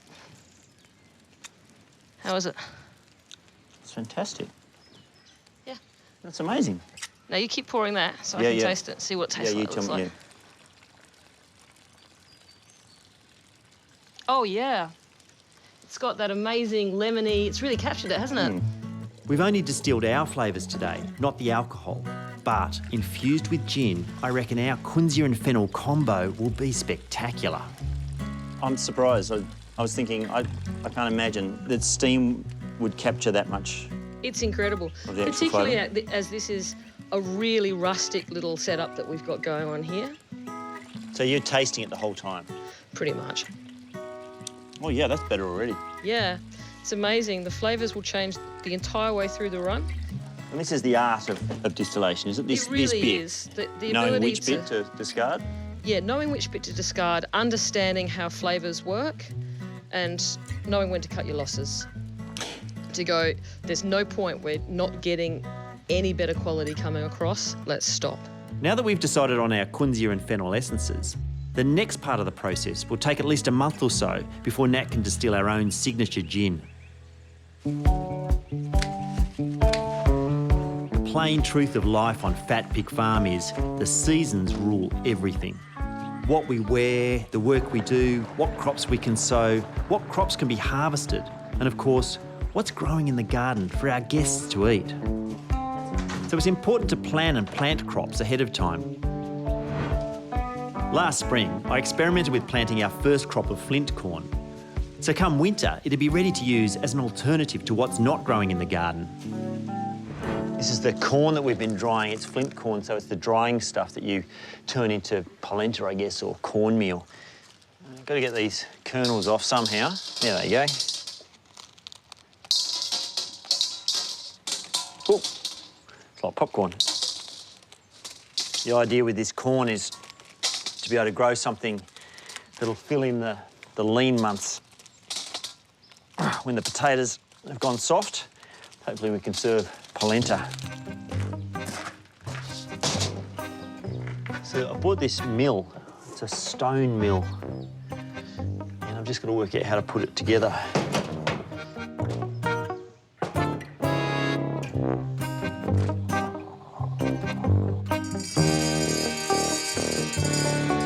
Rightio, so the grain goes down through here. There's a stainless steel spiral, like an auger, that pushes the grain through, and then it comes through between these stones. An ancient form of grinding grain was between stones. It used to be just two stones that you'd find lying around. This is, I guess, a modern interpretation of an ancient technique. I've just got to wind the handle, I think, and hope.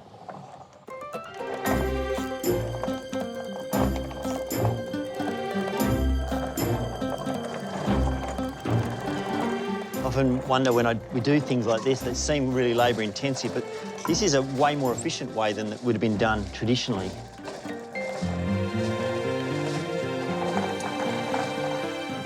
Pretty much it. Cooking outside like this is one of the perks of farm life, even if it's just on my little burner. I reckon there's about a cup and a half of polenta there and about a litre and a half of water. You stir the polenta, it's going to thicken, and then it's kind of like a volcano. At the end, it'll be spitting hot cornmeal in the air, and that's a sign that it's getting close to ready. Right, now this is not one of those wonder dishes that's whipped up quickly for a hungry mob. It only took an hour of effort to grind 500 grams of stone-milled polenta like this, but it then needs at least 45 minutes of continual stirring before it's even ready to flavour. It's boiled down a bit, starting to get quite thick.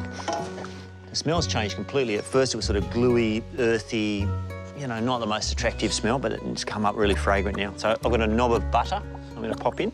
I'm adding grated cheese. This is actually Parmesan. I reckon that's enough. Smells good. The character's just changed this last 5 minutes. And it smells amazing.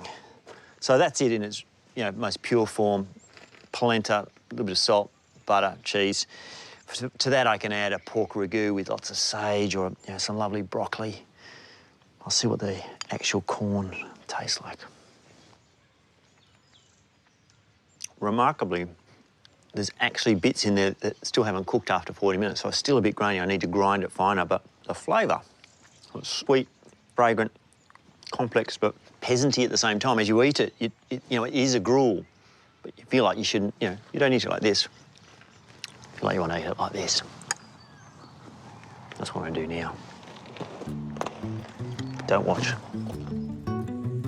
This little gas burner has never let me down. But ever since we opened the doors to our restaurant, I've always wanted an outdoor fire pit to cook on for our guests. And if there's an art to cooking on an open fire, why not have a fire pit that's a work of art too? So I've decided to finally lash out and get one made. And nobody is better qualified than Hobart's master blacksmith and sculptor, Pete Matilla. G'day. Hey, I'm Matthew. Hi, my name's Pete. Nice to meet you. finally Yes. spoken on the phone. This looks cool. Generally, what we've been doing is we just have some bricks on the ground and light a fire, and then we just stand there burning our hands and moving little bits of, you know, grills and stuff. But what I wanted to do was see if we could get something made that, you know, can hold a grill up or hold pots above the fire, so that we could use that space more efficiently. Yes.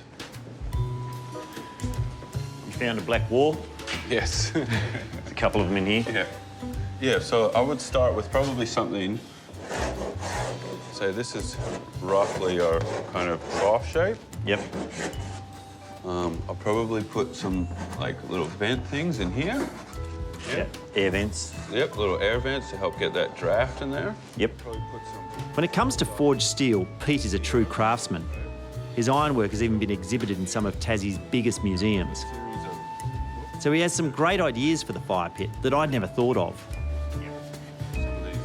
So if this is a fireplace, a commercial kitchen, and if we started to say that like cooking food and having food together is almost like a ceremony process, then we're kind of building the altar for that. I want to make that into something that's visually interesting, right? Yeah.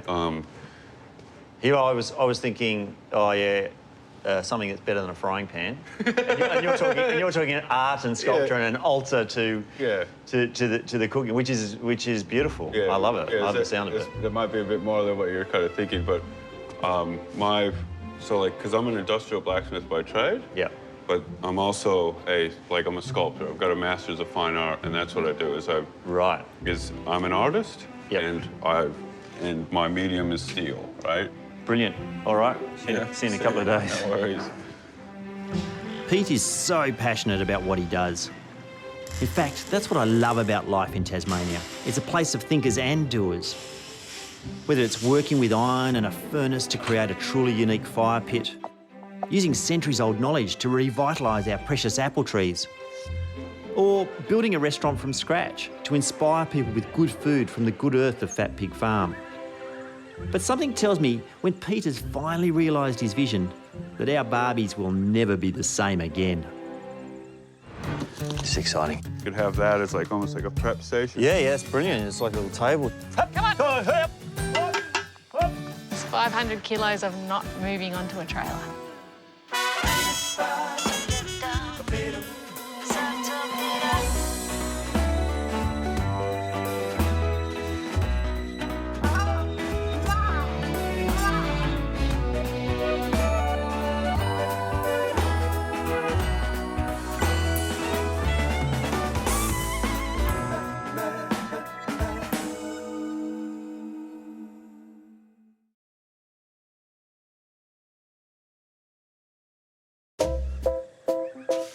It's high summer in Tassie, and but for a little worrying smoke haze through the valley these past few days, there's a lot to feel great about.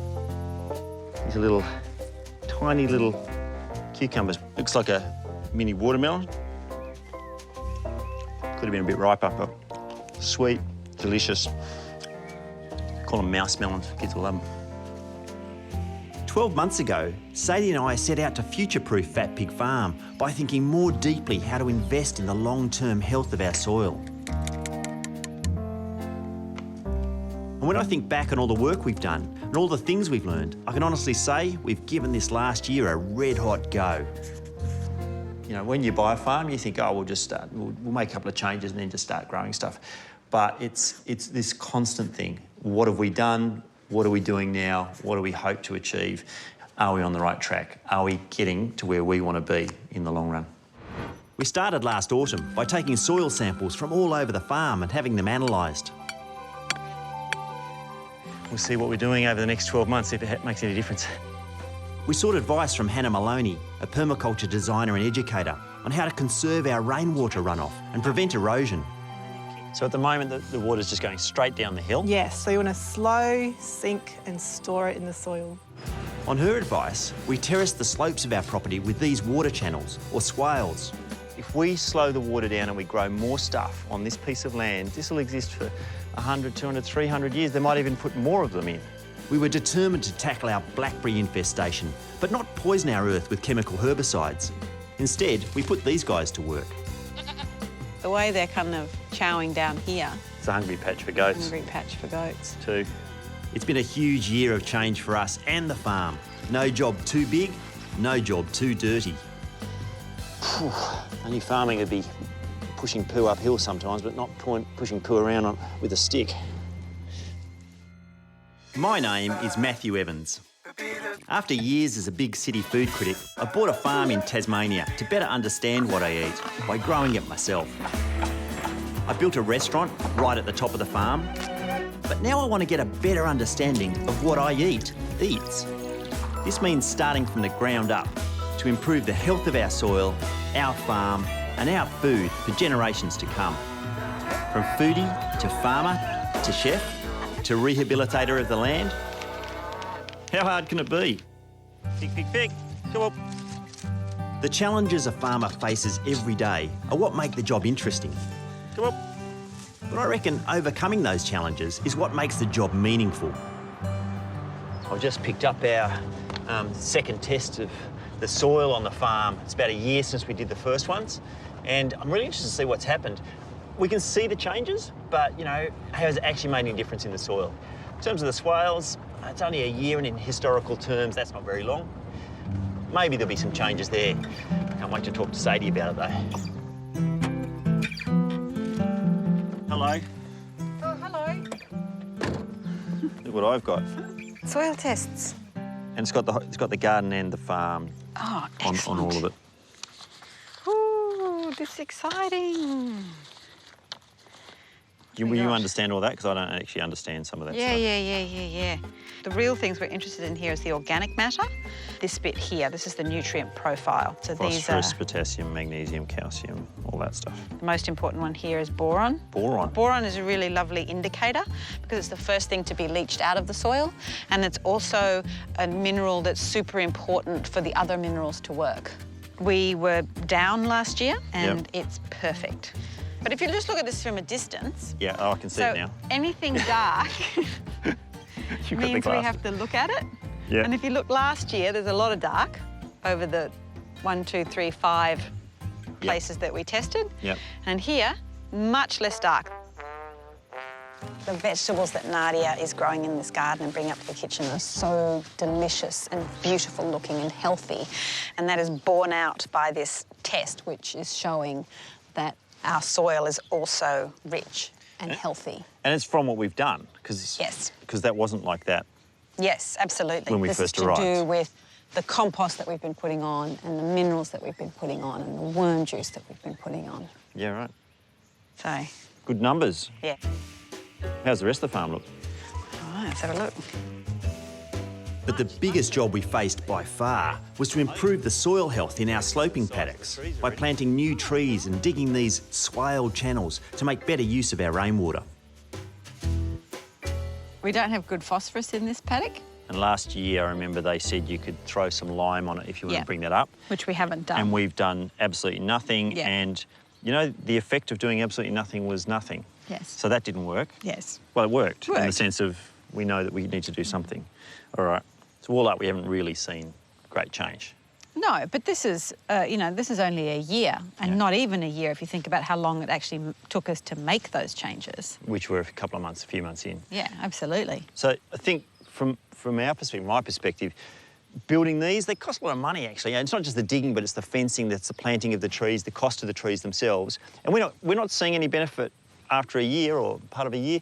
The future generations are going to get the benefit. Our son, our grandchildren will actually see what happens with the soil. And that makes it all worthwhile, because we're only caretakers of this land for like a moment in time. Yeah, what's important as farmers is that we start taking a much longer view of our land. When you really boil it down, our challenge over this last year has been very simple. How can we live and farm sustainably? Well, last autumn, native plant expert Chris Schaefer and a few local school kids helped us plant a garden of native edibles as one way of harvesting food without depleting the soil. It's going to be a long-term project, this. This is after nearly a year. It's not exactly as big as I thought it would be. The idea with this garden is not to provide the bulk, but it's hopefully going to drive the flavour of our kitchen. in years to come. You know, they're like herbs and spice to actually embellish all the meals that we create and make it taste like this part of southern Australia. Okay, this is a pepperberry plant. So while this isn't fruiting yet, these leaves have got a herbaceous spiciness to them.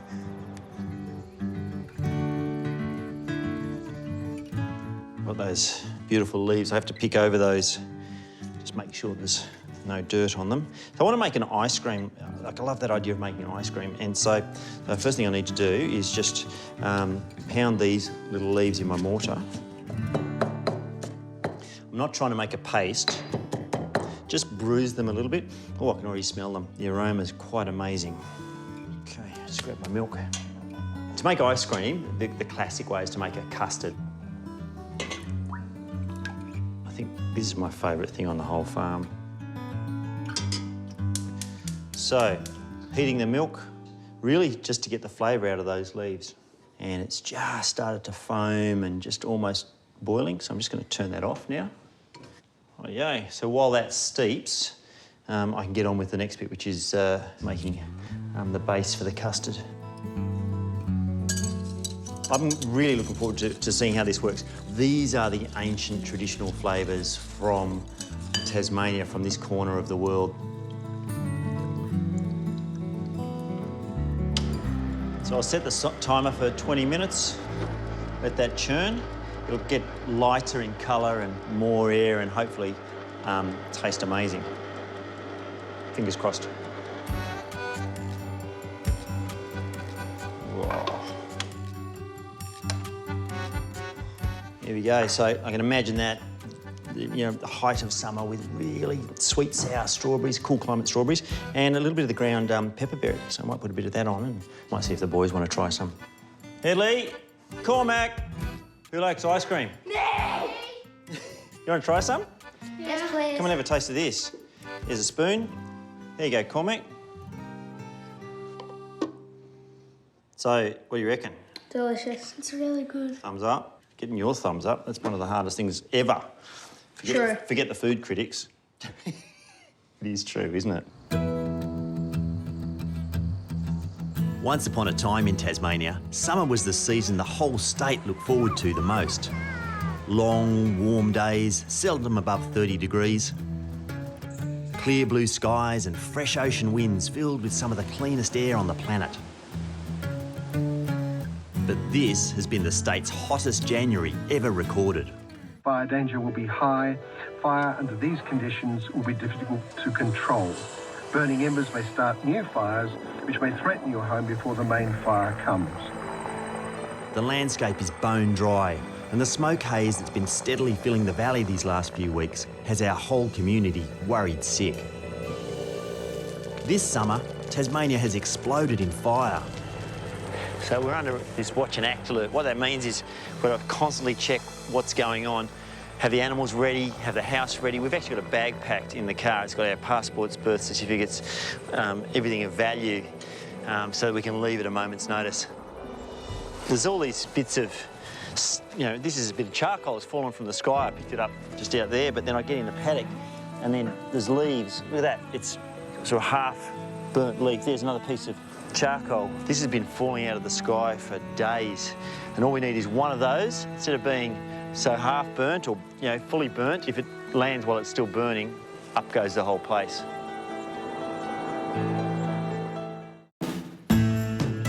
It's been 6 weeks since the state's most destructive bushfire season in years.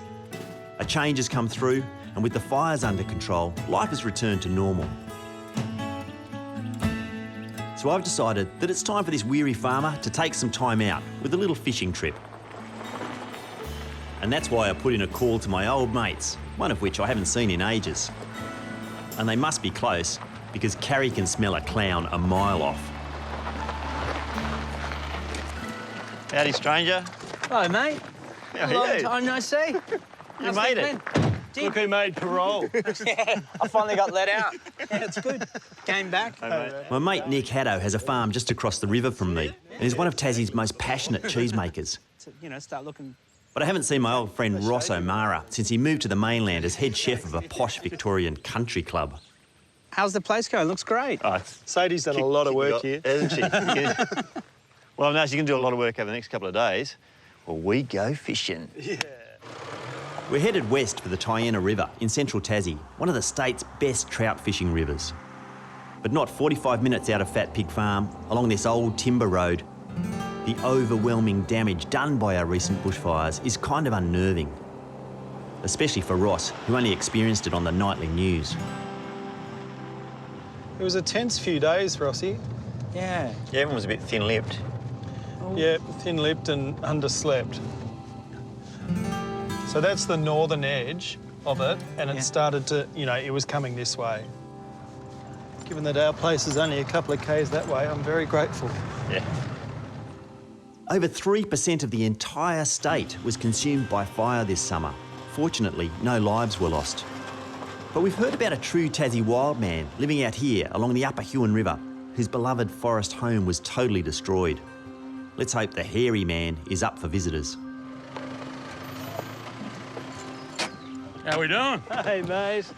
Hey, I'm Harry. Hey, I'm Nick. How are you? Yeah, good. Nice to meet you. How you going? I'm Matthew. Yeah, g'day, Matthew. How are we? Yeah, grouse. You're the hairy man? That's it. That's Harry's, it. what do we call you, Harry? Yeah, Harry. Harry's This Harry's is Ross. Ross. Yeah, good. He's the other hairy man. The hairy man, also known as Dale Fullard, lost the house and sculptured gardens he'd built out here in the wilderness to the bushfire's inferno. Luckily, his studio was spared in the blaze. So did it just rip around this whole area here and just kind of keep that one? Yeah, it came in the back of that. You were long gone? Yeah, I couldn't breathe in here. It's I last left here when the fire was actually out the back of the studio. Pretty full on. Like there's pretty well, she's burnt down at ground level all the way through the property. You must be devastated.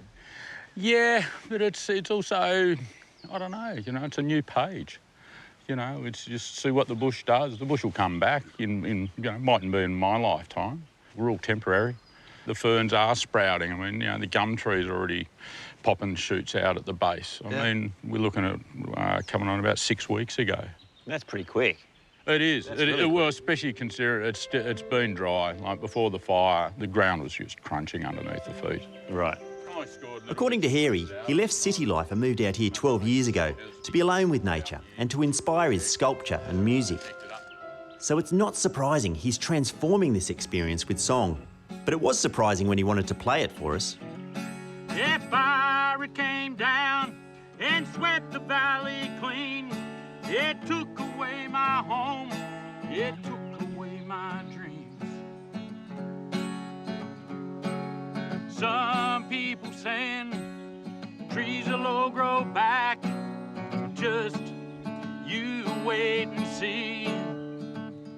If fire came down and swept the valley clean, it took away my home, it took away my dreams.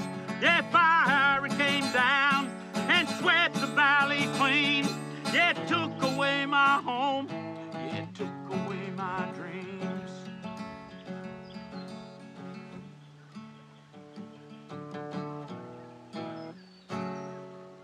Fire at Harry's place, so hot, it melted glass, it melted, you know, really thick corrugated iron and steel, and yet 6 weeks later we've got plants coming back from the earth. I think what I'm really surprised at, so quickly in such a dry summer we're already seeing new growth, and that's heartening. With the burnt-out forest of Hairy Man's place behind us, the countryside further west towards the Tyana River seems to have escaped any damage from the summer fires. Which is just as well, because the Mountfield National Park, about 2.5 hours from Fat Pig Farm, is home to some of Tasmania's iconic swamp gums. It's actually fairly clear under here, there's lots of ferns. And if you've never seen a tree almost twice as tall as the MCG, it's worth a look. Oh, look at this.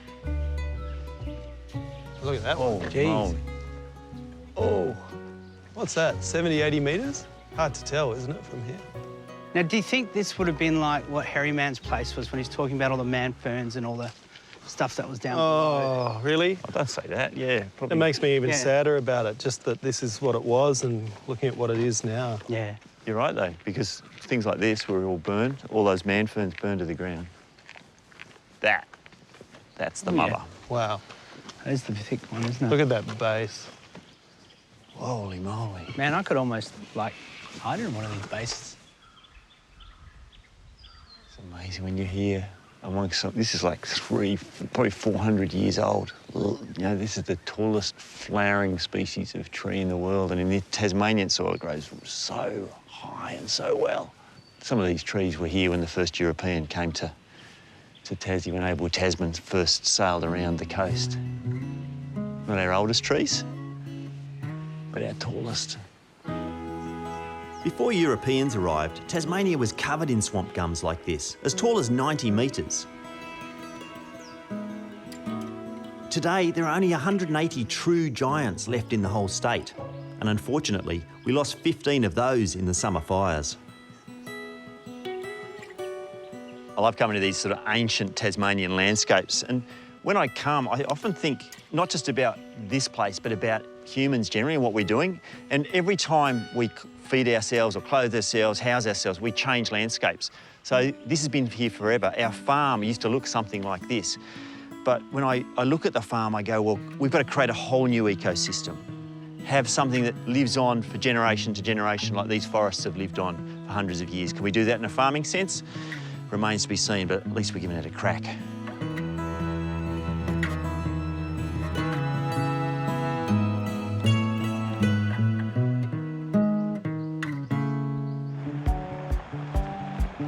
Fishing trips with my mates were only about catching fish, they would have ended a long time ago.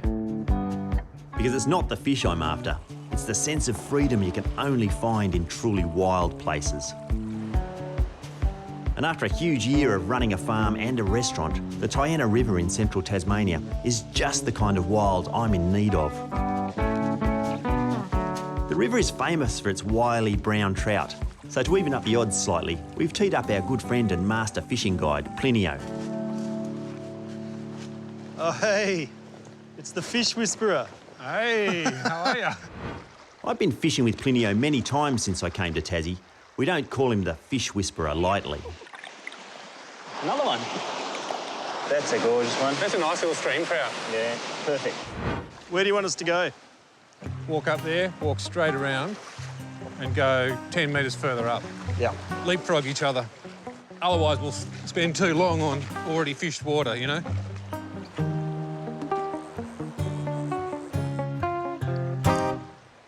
Yeah. Perfect. Straight in your finger?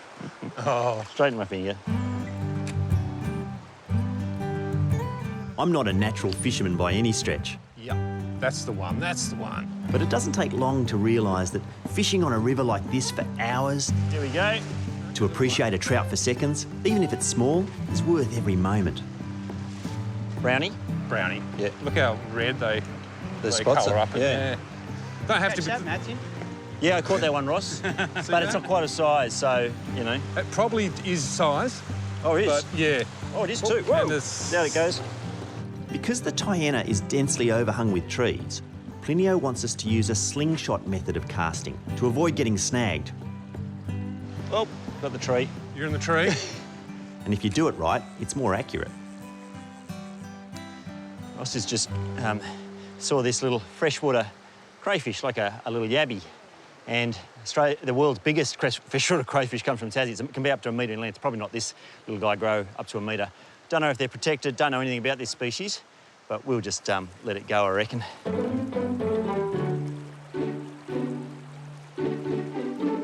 Try as we may, with the sun getting low in the sky, we had to admit that the Diana's brown trout had outsmarted us. So it was finally time to call it a day. Thankfully, Plinio had caught a fish this morning before we arrived, so we didn't have to go home without something for the barbie. Well, there we go. Same old, same old. Reputation's unsullied. Yeah. Oh, there we go. Is that how they look? That's what they look like. And we can eat that. We can have that. Yes. Oh, thank you. You're going to need a fish. It was a beautiful day out. It's a nice day. That's good to see him in the And I water. feel confident to go and do that by myself. Yeah, I could go and catch no fish on my own now, pretty easily. Yeah, that was fun. That was really good. It was brilliant. Thank you. It's been 12 years since I left the big city and moved to Tasmania.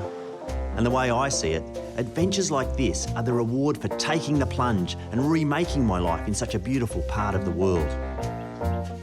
So there's no better way to celebrate what's been a huge year in the life of Fat Pig Farm than to fire up our incredible new fire pit for a little alfresco dinner, Tassie style. Thanks for coming down. Cheers. That was a fun weekend. It was great, wasn't it? Good. It's great. I'm going to make you cook now, Rossi. What do you want to do? I'll give him the meat. Yeah, I'll do the veggies. Yeah. I'll do the veggies. No brainer. With Ross and Nick on the tools cooking some fresh steak and veg, I've got a simple idea for our little brown trout. So I've taken the guts out and I'm just going to fill that little cavity of the fish with the dill and hopefully that'll hold inside while it cooks over the smoky grill over there. Not too smoky. When it comes to our menus, we've done a lot of experimentation this year. Some are still works in progress, like our honey mead, which I still think needs a little work on the fermentation. They say that honey's pretty good for you in a medicinal sense. Not sure if it's going to cure a headache or give you one. But some were huge successes, like having local distiller Nat Fryer help flavour our own Fat Pig gin with wild kunzia and fennel from the garden. It's the oils and the aromas that are important when you're thinking about gin. You want to have a try? Yeah. Fat Pig Farm gin, batch number 1, 42%. 42%. 42. We're just having it neat. Oh, I can smell it. I just got a big bottle. You got it? Yeah, me too. Beautiful. Don't spill it, man. No, I know. Jesus, 42%, so we need that fire. I love our boys' weekends. Wow. They're good. They're good, aren't they? They're a bit different from before, though. Your weak bladder, his dicky ankles and my Your dodgy bad knee. knees, and we're in bed by 9 o'clock. It's a lot different than it used to be. Oh, that's really good. It's got a good length, good citrus. That's delicious, Evo. But when it comes to man hours, nothing tops the effort we put into growing our own wheat to make our first loaf of Fat Pig bread. If you got about the same as me, it should be enough to do a loaf. All right, we'll start with that, see how it goes. It looks great. Wow. Oh, it's just wheat, great, isn't it? doesn't It's it? the wheatiest wheat smell you've ever smelled. It's nutty and interesting. Oh, yeah. This is the first loaf. This was 700 grams. So this loaf, adding up the hours to, you know, as a proportion of what we got, which is, you know, it was only, I don't know, 50 loaves or something out there. This is $200 to produce this loaf. Wow. Anyway. It's like I made So it. it sounds like our business all over again. It does a bit, doesn't it? Yeah. Hey, guys. Hey. Hello. Hello. Of course, ours isn't the only farm to have had a big year. Nick's had a huge year experimenting with dual-purpose cattle breeds he can use for milk and beef. So who brought the steak as backup? Yeah, I did. That's actually the first yearling that has come off our farm, our dairy farm. I'm so excited. It should be cooked up really well, Nick. Oh, my God. It's really good.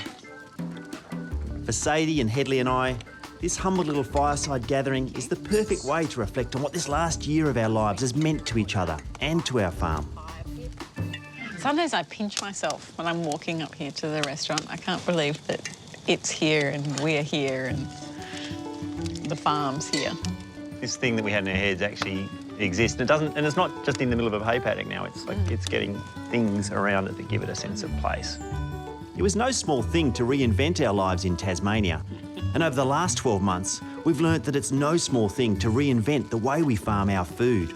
But whenever I thought that a challenge was too big to face, I could always count on Sadie to lean in and say, how hard can it be? Here's to us. Here's to us. Here's to Headley.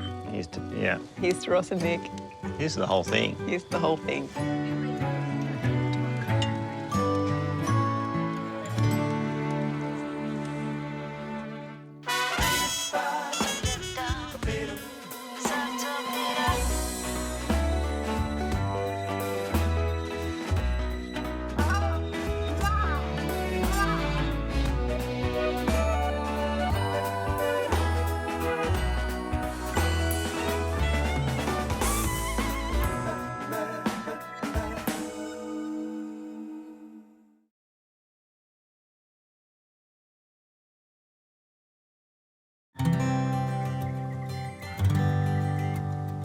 There's a lot to love about summer in Tassie. The long, hot days are always a welcome antidote to the frosts and rains of the cooler seasons. But for the connoisseur of fresh fruit, December through to March are like manna from heaven. All over the state, farmers and pickers are harvesting hundreds of millions of dollars in fruit exports while the sun shines. On Fat Pig Farm, however, our plump, delicious chili-whack raspberries are a tasty summer temptation that sometimes even struggle to find their way onto our summer dessert menu. I don't want to carry the basket. I'm supposed to be picking raspberries to take to the kitchen. Most of them don't make it. That was a good one.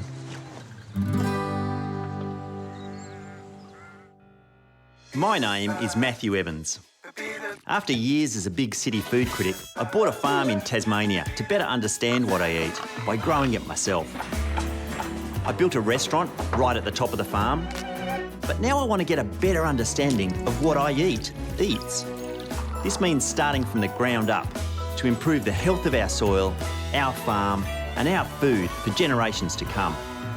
From foodie to farmer to chef to rehabilitator of the land, how hard can it be? Ever since we started the garden, I've been growing rose geranium. It's amazing, fragrant geranium. This is it here. It's sort of spindly, not a huge number of leaves. I don't know why it struggles so much. It used to get driven over a bit right on the corner, so I'll put that post in, but it's doing better than it was.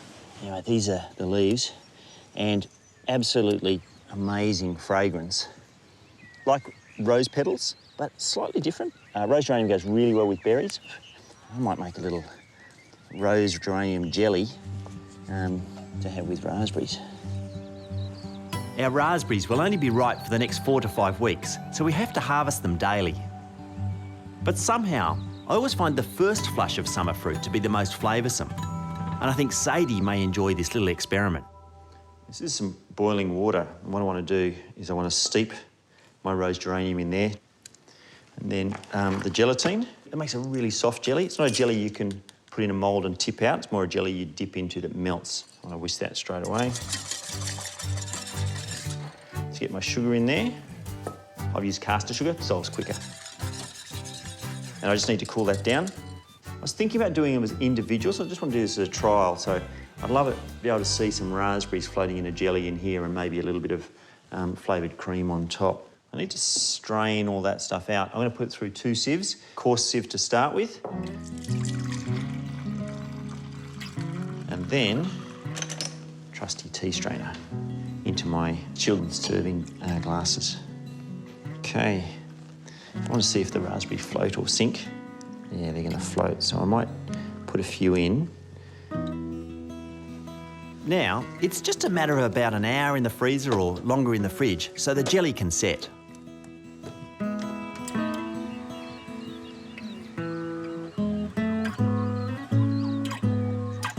So that's worked pretty well. I might just put a dollop of cream on top.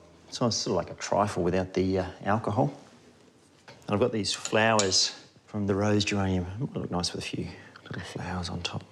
Very pretty. I can actually smell the rose geranium coming off the petals as I peel them off. I made them for dessert, but say he's not here, I might have to eat mine now. I want to see what it's like.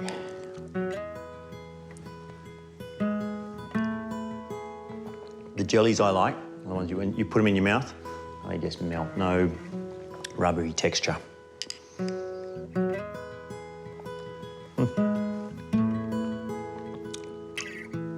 Sadie better come soon, I'll eat hers too.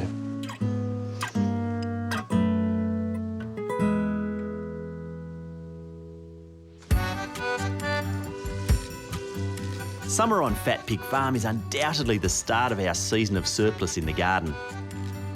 The soil temperatures are warm and perfect for growing. But for me, it's also a time of reflection.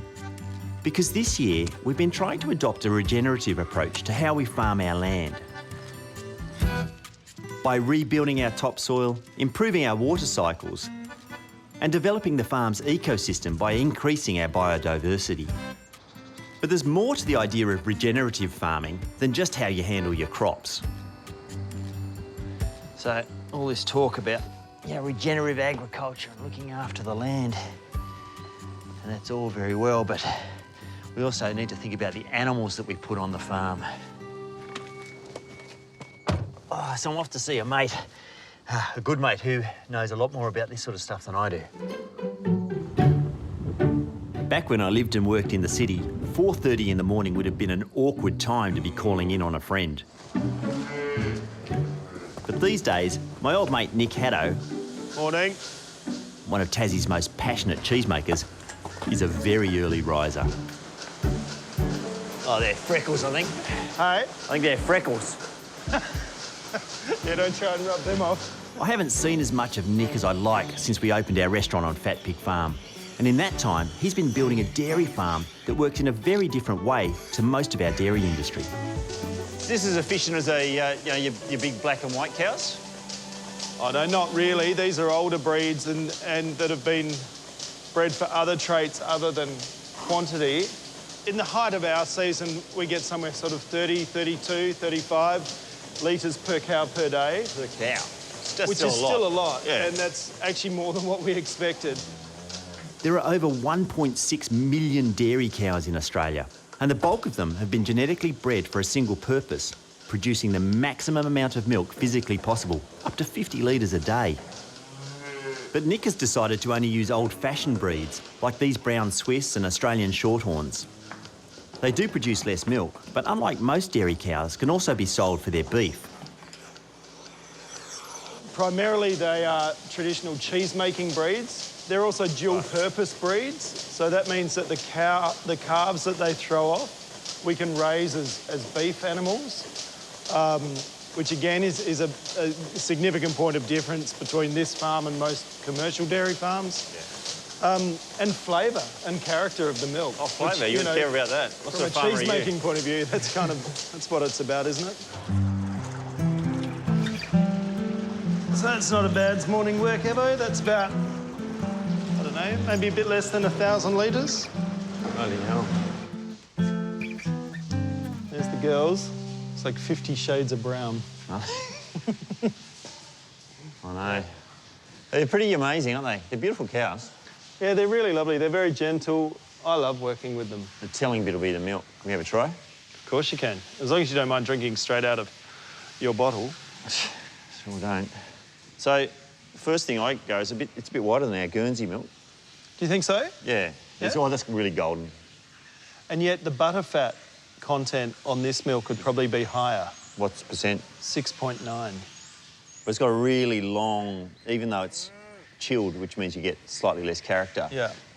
It's got that really long, lingering flavour. Is that from the high fat or is that the flavour of the milk? I think it's from the high fat. Butterfat, in this instance, carries flavour. You know, fat's a great vehicle for flavour. So the more fat, the more flavour you've got. To be fair, Nick's not producing milk for drinking. It's purely intended for his cheese making. But what's fascinating about what he's built here is that by doing two things at once, his farm effectively uses half as many resources to produce twice as much food. The one thing we don't see here is the babies, I guess. So to have milk, every year a dairy cow has to give birth. Yeah, of course. And is there any difference there? Because a lot of those boy dairy cows are killed quite young.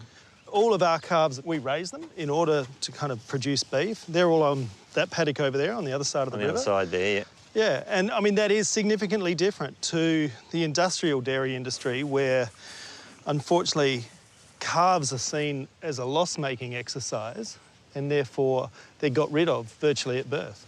But it's not a problem necessarily that the farm or the farmer has created.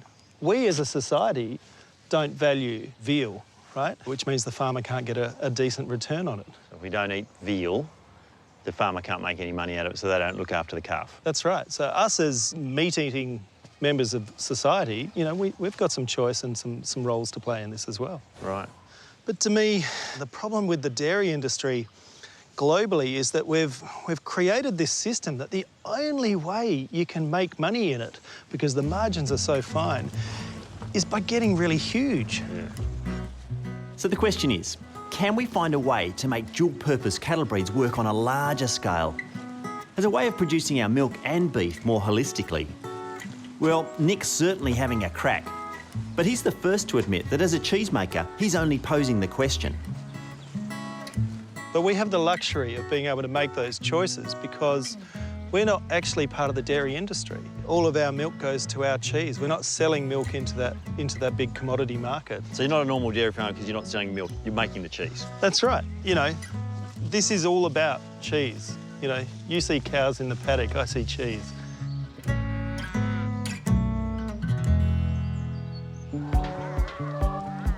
Farmers love good ideas because making a living in farming is, to put it mildly, hard yakka.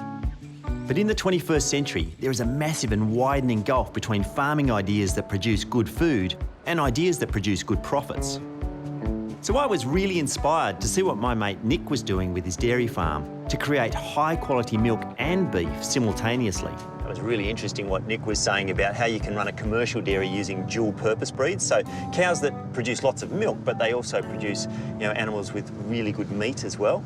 So I'm off to see a bloke up north, and he's got chickens, and the chickens are dual-purpose, so that they produce really good meat, but also lots of eggs. And I'm wondering how I can use those ideas on our farm.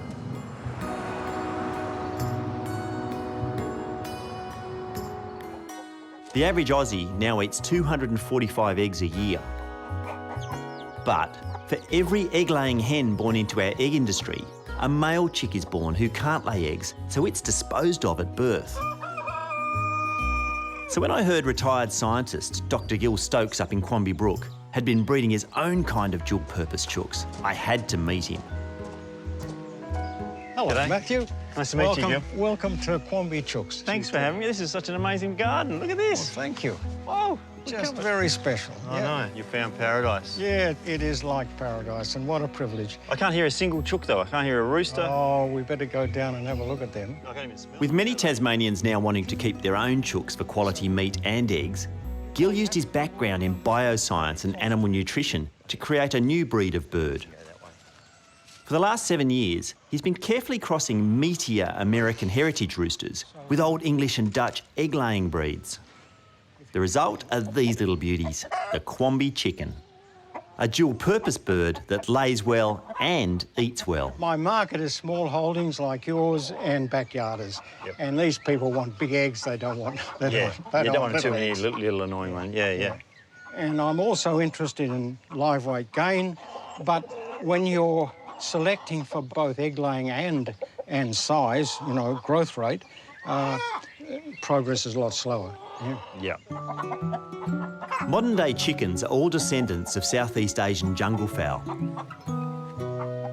Jungle fowl hens only lay about 12 eggs per year, but thousands of years of selective breeding has resulted in commercial chicken breeds that can lay almost 300 eggs per year.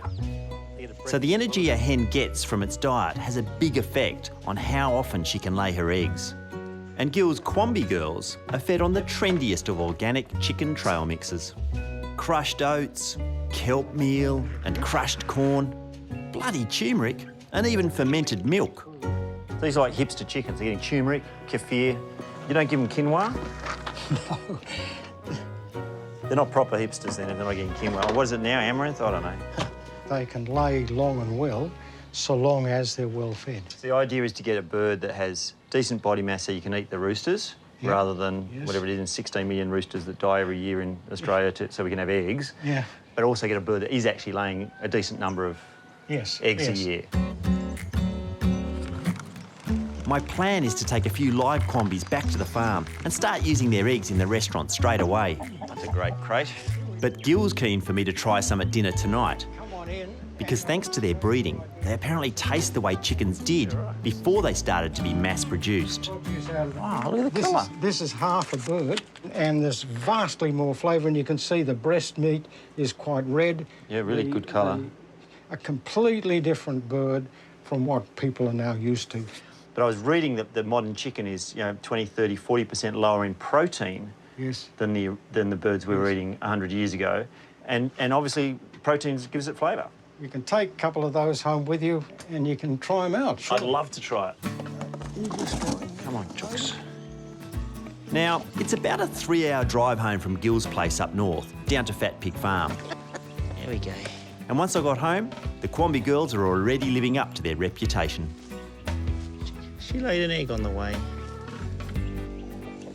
Well, they're good layers. 3 eggs, 3 chooks while they're on the road.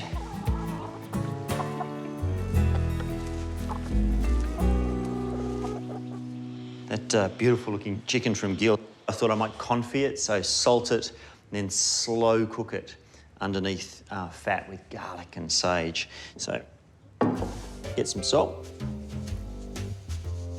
Got a lovely yellow fat there.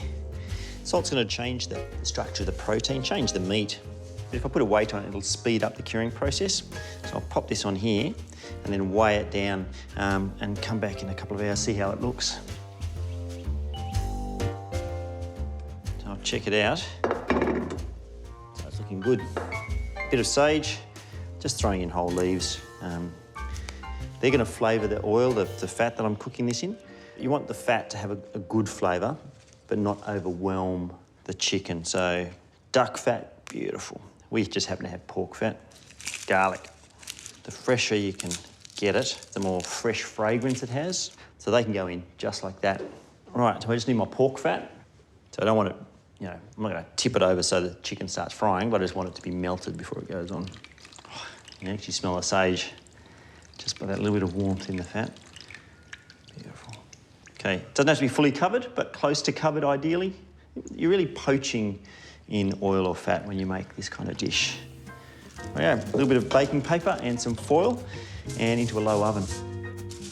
2 hours at least. The longer, the slower, the better.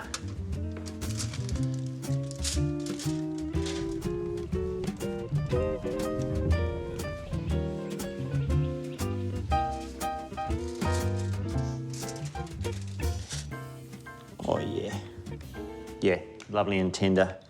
And all that fat should still be really good for roasting potatoes and using for other things. I might just take this leg and thigh off and see what the breast meat looks like underneath. That fell apart beautifully.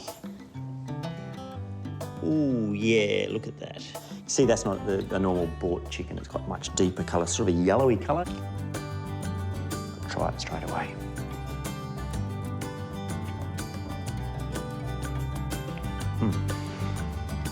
That's an old-fashioned chicken. That's the way chicken, probably tasted in my grandparents' era. And I can't wait to try that thigh. That's going to be the meat that falls apart. It's been a big year in the life of Fat Pig Farm because for the last 10 months, we've been exploring new ways to regenerate the health of our soil while still growing healthy food. Like these broad beans.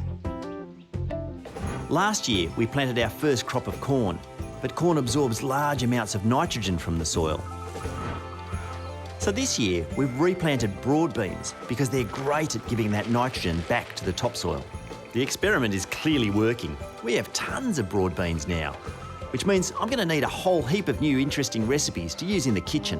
So I've invited one of our neighbours in to show me a cherished family bean recipe. We're going to head up the broad bean patches up here. Sadie Farah has run our local supermarket in Cygnet for over 30 years, so she's a bit of a local legend in our town. She emigrated from rural Lebanon to Tassie in 1981, and if there is one dish that helped her with her homesickness, it was a traditional Lebanese broad bean salad she learned from her mother, Foul Akhtar Bazait. How many are we going to need? Does it keep? How much you want to eat? Besides broad beans, the other key fresh ingredient for what we're making is lashings of baby garlic from the garden, ground up in the mortar and pestle, stalks and all.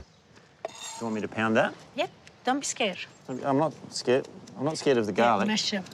So am I trying to make a paste or am I trying to just bruise it? Just to make it bruise it, yes. Just to bruise it. What do you reckon? Is that done? Yes. Yep, good. That's that. Broad beans, or fava beans, have been part of Middle Eastern diets since at least the 4th century BC. Wherever you can get them.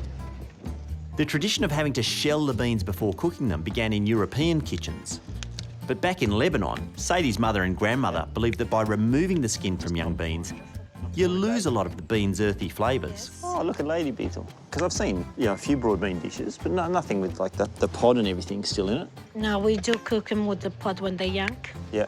And when they tough, just eat it, just the pod. That's that. Yeah. That's what I and just bite it. straight Just out. like that. I can't do that. Easy. This kind of dish is going to be a perfect fit for Fat Pig Kitchen because its simplicity lets the freshness and flavour of the beans speak for themselves. I've never just boiled the whole thing. That's the best thing about it. Yeah, just boil it.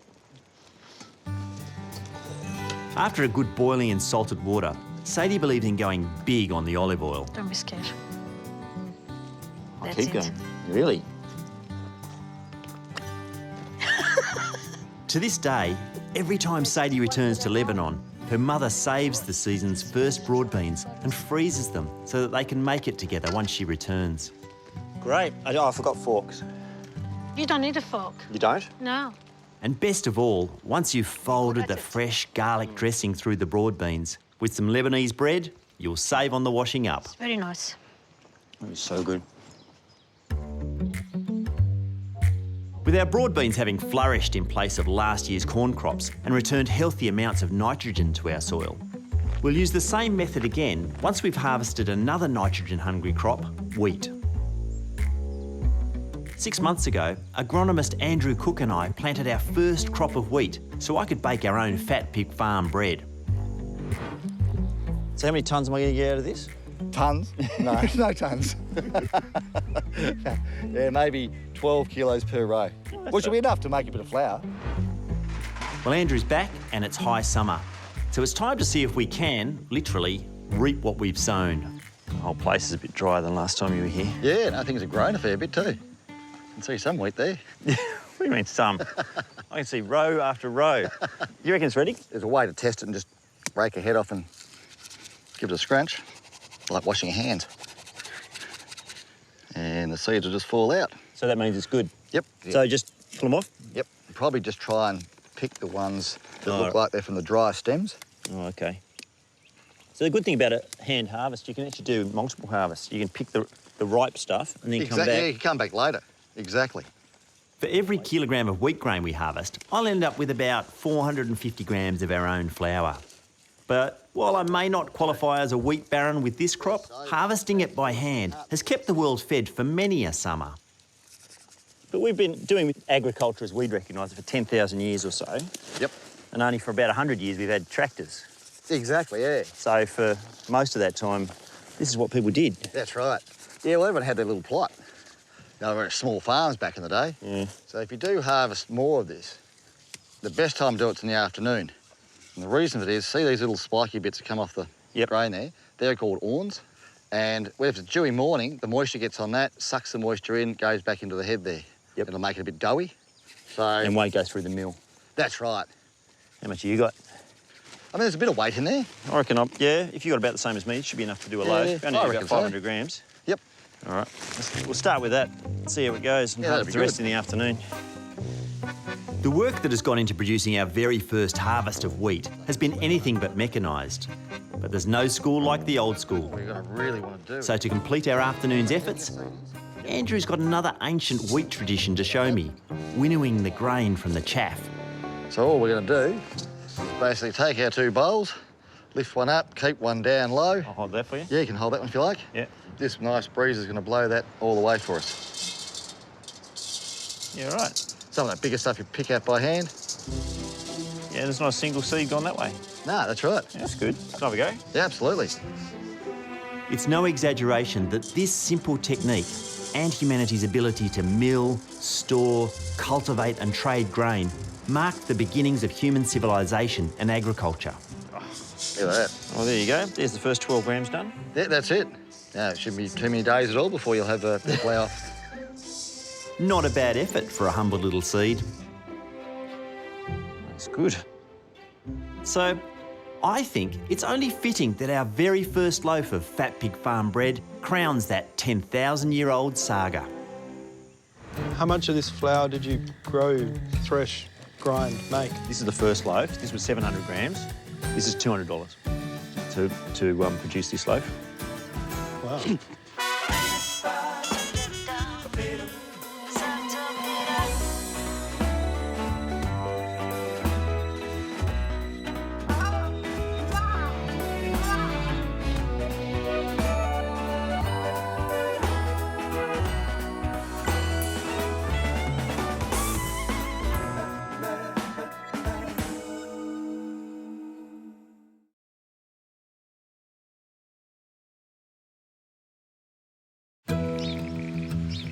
With the vivid blooms of autumn now faded from Fat Pig Farm, winter has set in as Tassie becomes a land of single-digit temperatures, triple-digit rainfalls and chilled-out misty mornings.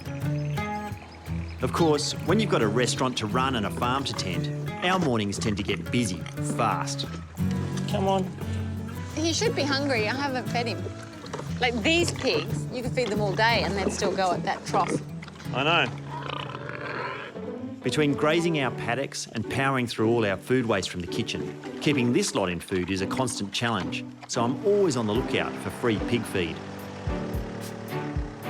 And it just so happens that in winter, the giant English oak at the local school drops something that's supposed to produce incredible tasting pork.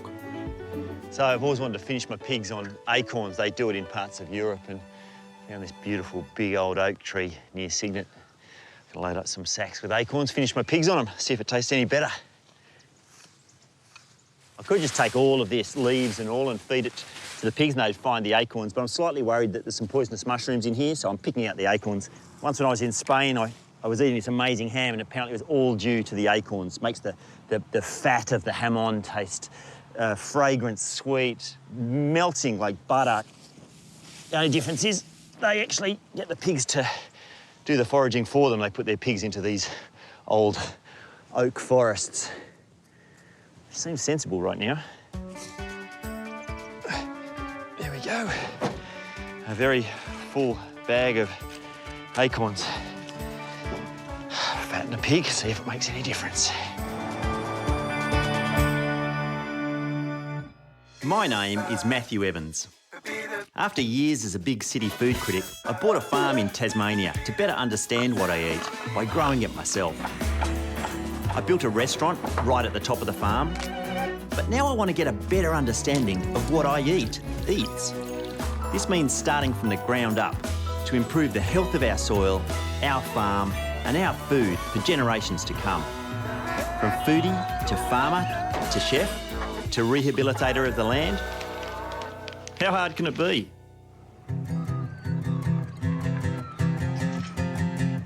I think the true beauty of living in Tassie and farming this land to provide for our restaurant is that we get to share the fruits of our labours with other people every single week.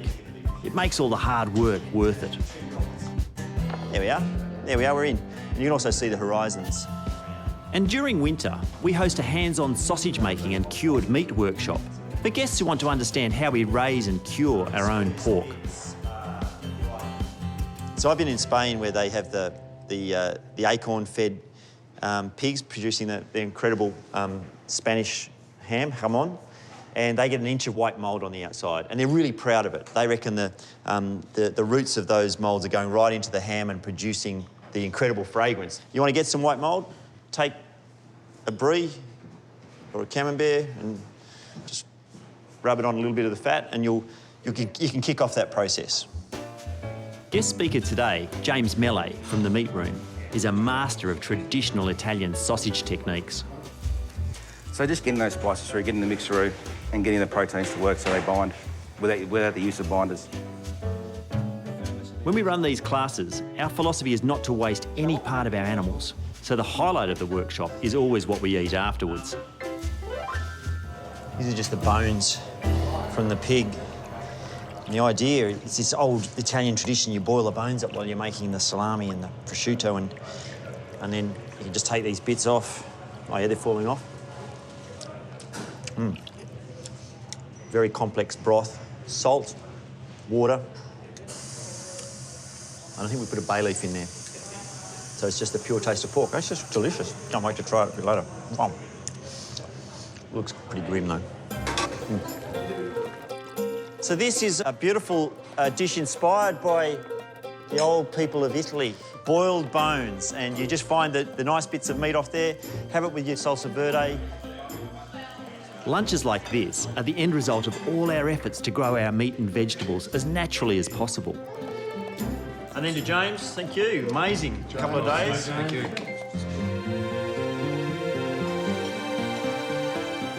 But nothing would get from our paddocks to these plates without good soil.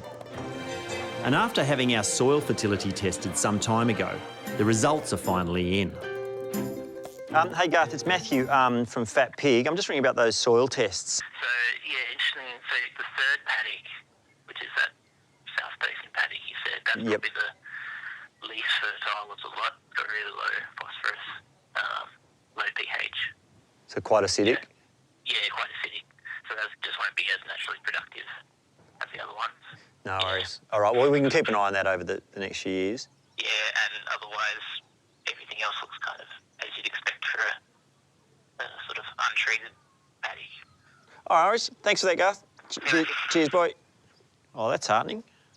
Gardens, you know, what you'd expect a garden to be doing, heaps of organic matter, doing really well, a little bit high in sodium, and which maybe comes from the water. But the thing that we didn't know about, we've never tested before, are the paddocks, and finding out that they actually are, like we'd expect. The one he said was low fertility is the one that doesn't really grow a lot of grass. The other ones are doing pretty well.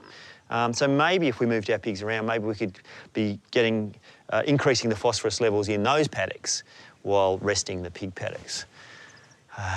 Project for another day, maybe. In general, we've kept our mob of Wessex saddleback pigs in the same few paddocks through the year, and they have a pretty good life. But the reality is, we raise them to be enjoyed at the table. And because of the restaurant, we send about 5 pigs a month to the abattoir. The one thing we're never short of is fresh pork. So Sunday night is always rib night for the family. Yeah, I've got the fire lit. When it's hot, I actually want to cook some ribs long and slow. We end up with a lot of pork ribs. We have a lot of bacon, we have a lot of ham, but out of the bacon you always end up with these ribs, so I've got a freezer full of them and I want to try out a recipe. Anyway, so really, really easy. First thing I want to do is grate a little bit of garlic. So crushed garlic's what I'm after. So I find that rather than peel the garlic and then crush it, if you just grate it, you can put it through a fine side of a grater. Skin ends up on one side, the garlic on the other. So I find with pork ribs, pork generally, you don't want to be shy with the garlic, so use as many cloves as you like and then add 2. This is our tomato passata. You can just use pureed tinned tomatoes or buy passata. You can buy passata in pretty much every supermarket in Australia, I reckon now. About that much. A bit of mustard. You can just use a French-style mustard. This is one we've made ourselves. And then this is probably the thing that's really going to lift it is a little bit of homemade tomato sauce, and that's got about 3 years age, so it's actually getting really deep flavour. A couple of tablespoons, but should be enough. This is Grandad's vinegar. This is homemade vinegar, so it's quite strong. Just a splash. Rub the marinade all over the ribs. Taking the mustard, making sure the garlic and mustard go right through everything. You can marinate the ribs ahead of time if you like, but because they're cooking long and slow, you don't get a lot of advantage out of that. I reckon these are going to take at least a couple of hours in the oven. I'm going to put paper and foil over the top. The reason I use a baking paper is it helps the meat to steam a bit better.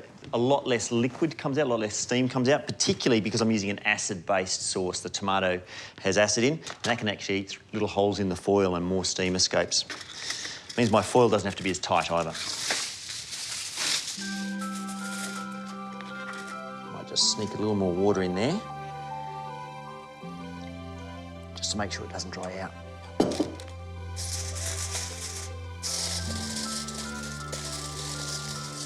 If you're marinating this, you can leave it like that for 2-3 days before you cook it, but I can cook this straight away as soon as the oven's ready.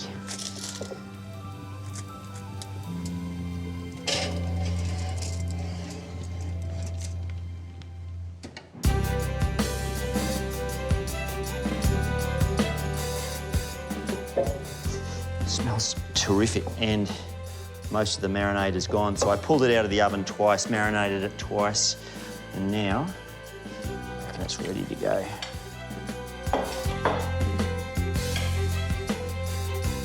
Okay. You ready for it? Oh, napkin. And some potatoes. Oh, you got. How much out of 10 would these go? And about 7. 7? Mum's ribs are a 10, Dad's ribs are a 7. Mm-hmm. All right.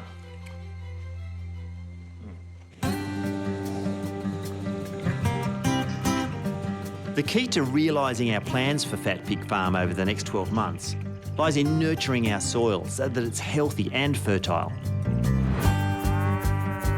But now that we've had our earth tested, I know that our pig paddocks are really low in minerals. So I've moved these guys into some lush new winter digs, giving the soil in their old paddocks 6 months of pig-free rehab. But to grow this mob big enough to supply the restaurant, we need large amounts of food for them. So I want to try them out on the acorns I gathered in town. I doubt they're going to share nicely, so I might put some in the tray and some on the ground. I know. Gonna eat these? Pretend you're Spanish. Hola. Hola, pigs. Well, they like them.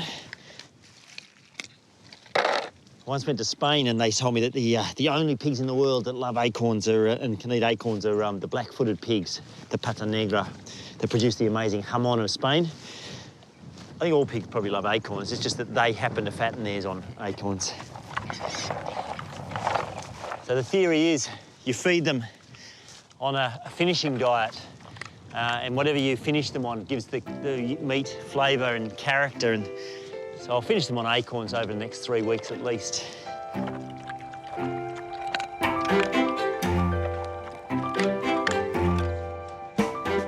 Now, with the soil in our pig paddocks testing low in minerals like phosphorus, I really need to think about some sustainable ways to reintroduce organic nutrients to our patches of depleted earth. And I think our chooks may have a big part to play, because chickens don't urinate, which makes their poo especially rich in phosphorus and the world's best animal manure. So I'm off on a little road trip about 3 hours north to meet Phil Glover, a Tassie chook farmer who's figured out an ingenious way to distribute that beautiful poo evenly around his farm. G'day, Matthew. How are you? Yeah, Phil, pleased to meet you. Nice to meet you. I'm in the right place then. Oh, you sure are. Oh, these are the mobile pens. Yeah, they are. They're basically a sled, pretty much. Yeah, we took on with a tractor and moved them to the next site. Yeah, right. So they're on wheels or are they just on a sled? No, they're on poles, pine poles in the shape of a sled, like a runner. Yep. Yeah, I got the idea off watching some nomads in Mongolia. They were dragging their houses around like it. Oh, right. So I was sitting there watching that. I thought, if you can drag a house, you should be yeah, able to why drag not a chook shed? house. Yeah. So when they're in one place for too long, they create dust baths. We had in our old farm, we'd have like furrows like that where they would scratch down. And now we're really focused on soil and keeping ground cover. And so how often do you have to move them around to keep it looking a bit like this? We generally shift into a new paddock once a month. Yep. But once we're in that paddock, we try and move the chooks about once a week. Yep. Each of these sheds are self-contained. They've all got water. Usually have enough feed for 4 or 5 days. Yeah. The chooks enter from the other side, lay their eggs on the astroturf. That's just brown astroturf? Yeah, it, like reduces your cracks, keeps the eggs clean, as you can see. Yeah, beautiful. Yeah. That's a real problem for us, is dirty eggs all the time. Phil fashioned these Mongolian-inspired chook sheds out of stuff he found lying around the farm. While they're a brilliant concept, they're probably a bit too big for what we need. But find a farmer who's come upon a clever idea and you're bound to see it reused in lots of different ways. Yeah, so these are just a daily move pen. We move these every day. They've got no floor in them. Right. Yeah, so we just grow birds out in these. And no laying boxes, no. No, So these are just for growing hens or meat hens? Yeah. So the whole thing just drags along? Yeah, we just got 2 short. They move pyramids with it. Yeah. So we you just just chuck those into there. Put them under there and then just roll it over until it comes out the other end.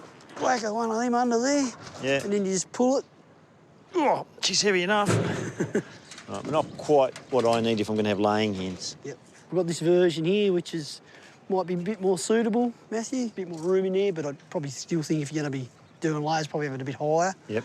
And what's the outside? That's just shade cloth and some greenhouse plastic underneath. Oh, so okay, so the plastic. We've got another couple others there that we've put that silver paper under it. Yep. Yeah. So I could probably build one of these in a short day. Yeah, right. Yeah, if you've got the materials there. Yeah. Oh, it'll only take me a week. I took me a while, the first one or two. You wouldn't generally think that a chook farm would be inspiring, but Phil's free-range sheds have really got me thinking. I've always wanted to see pastured poultry, whether it's eggs or meat birds, actually having them on fresh grass all the time. I love the elegance of the system. I just want to see if we can do something like that at our place.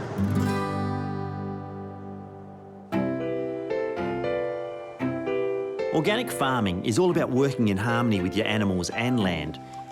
So the idea of using our chickens' poo to repair the soils our pigs have damaged is a good one. But raising those pigs for your own restaurant is another good example of how sustainable farming can work. The pigs eat all our food waste, and in return, there's lots of pork for our menus. Of course, it's what you do with that pork that keeps the restaurant and farm humming along. So while I'm still up north, I've heard about a family in the Sheffield area who've been raising pork for their own restaurant for 16 years. Hey, mate. G'day, Matthew. How are you? I'm good. I'm very good. Yeah. This is so beautiful. We've got 150 acres. Wow. So more than double our place. Alex Zhao and his family are renowned in northern Tasmania for running one of the state's best Chinese eateries. And while the beef and chicken they supply their restaurant in town with are very popular, the pork dumplings that Alex's mum serves up are the stuff of local legend. So I've dropped in to see if they could be a good addition to our menu back on the farm. What sort of dumplings are they? Like a Xinjiang style, or are they more like a... Oh, just a traditional Chinese style. Jiaozi? Boiled, yeah, jiaozi, yeah. I tried making them once. They were rubbish. Can you show me how to do it? Yeah. My mum, she's a master of dumplings. You reckon she'd be better than you? Oh, she's always better than me. I love her cooking. That's the right answer. All right, Yeah. Let's go. All right. Dumplings are a winter staple in most parts of northern China. And the recipe Alex's mother Sonia uses is a favourite in her native Xinjiang, which borders Mongolia. And so this is just flour? Just flour, yeah. So a good, fresh, but beautiful white flour? Yeah. And then just water, and what else? Just water, no, nothing else. No oil? No. No pork fat? No. No salt? No. So how much water to how much flour? Normally, and I put in the 3 cups flour. Yep. If we put in the water, just 1.5. Use your hand now. My hand? Yeah. Okay. Okay. And just mix it up? Mix it up. You should have made these benches a bit higher. If you like, put in here, it's a lot easier. Is it? Yeah. Just tip it out on the bench? Yeah. Yeah, easy way. Oh, it's coming together now. I can feel it. There we go. Yeah. Put in the 5 minutes, we're doing again. And then we'll do it again? Yeah. So how many times do we have to do that? 3 times is best. All right. Should we make the filling? Filling? Yeah. Make a filling now. With the dough resting, it's time for the filling. And Alex's dad, Victor, has ground up some of their own pork, along with some Australian prawns. Yeah. Diced up? And we put in this salt, Yeah. sugar, chicken powder. So chicken powder's like a chicken stock powder? Yeah. Yeah. Yeah. And 5 spice. Oh, yum. And soy sauce, See, these are all measured. oyster sauce, Do you want me to grab? I'll grab that out because you don't want to miss out on any of that yummy goodness. and oyster sauce. There we go. And that one as well. Yeah.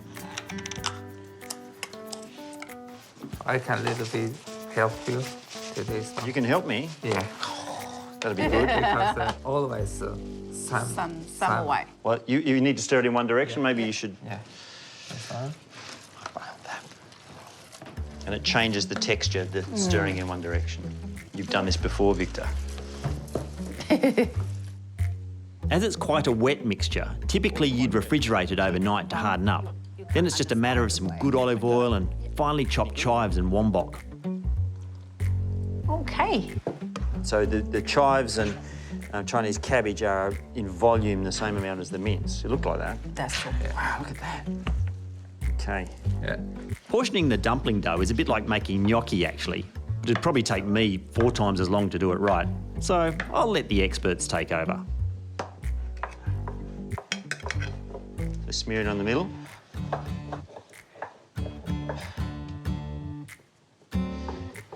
So that looks easy. But when it comes to the filling and rolling, I had to try my hand. What do you reckon? Out of 10? Looks like an army. Well, I take that as a compliment. With the dumplings in the pan, the idea is to first fry them in oil and then add water and cover them to steam for a few minutes until they've got a crispy bottom, soft top and juicy filling. So I've got more experience of, I guess, the fill pasta, like Italian style. But they're similar in that they take all afternoon to make and then people spend about 4 seconds eating. Yep. That's true.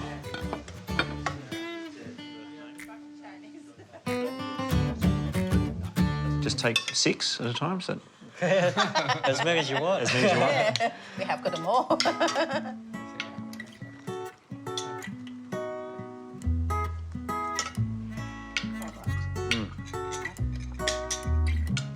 Oh, my God.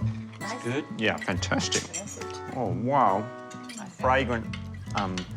The sweet pork. The vegetable. I looked at that and I was thinking it was going to be really cabbagey, but it's not at all. Yeah. Just sweet. Yeah, we like eating it. Yeah, really nice. Anyway, you won't need this one. I hate you, man. Oh, thank you so much.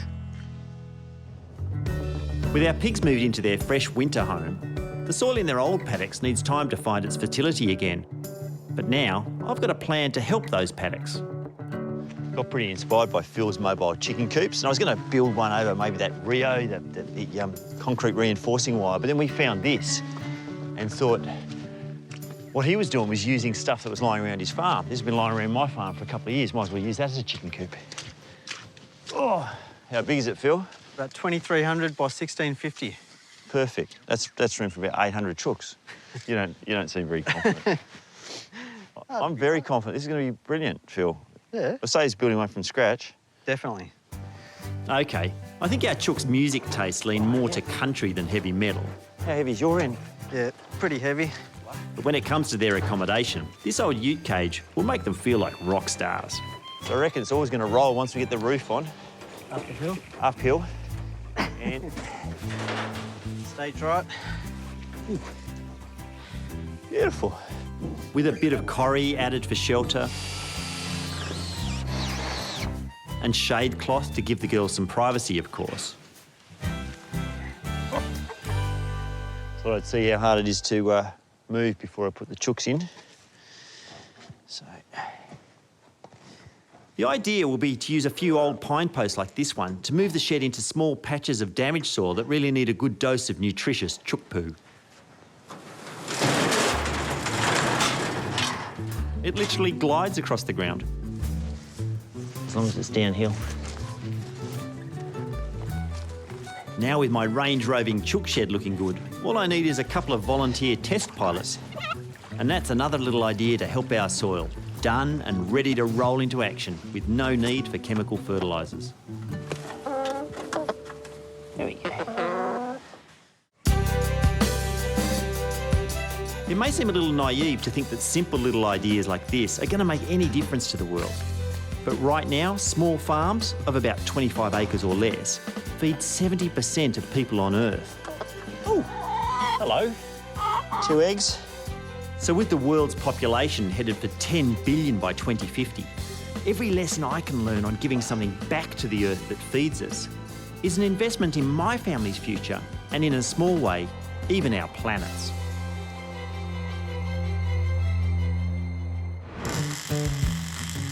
I'm an artist. My medium is steel.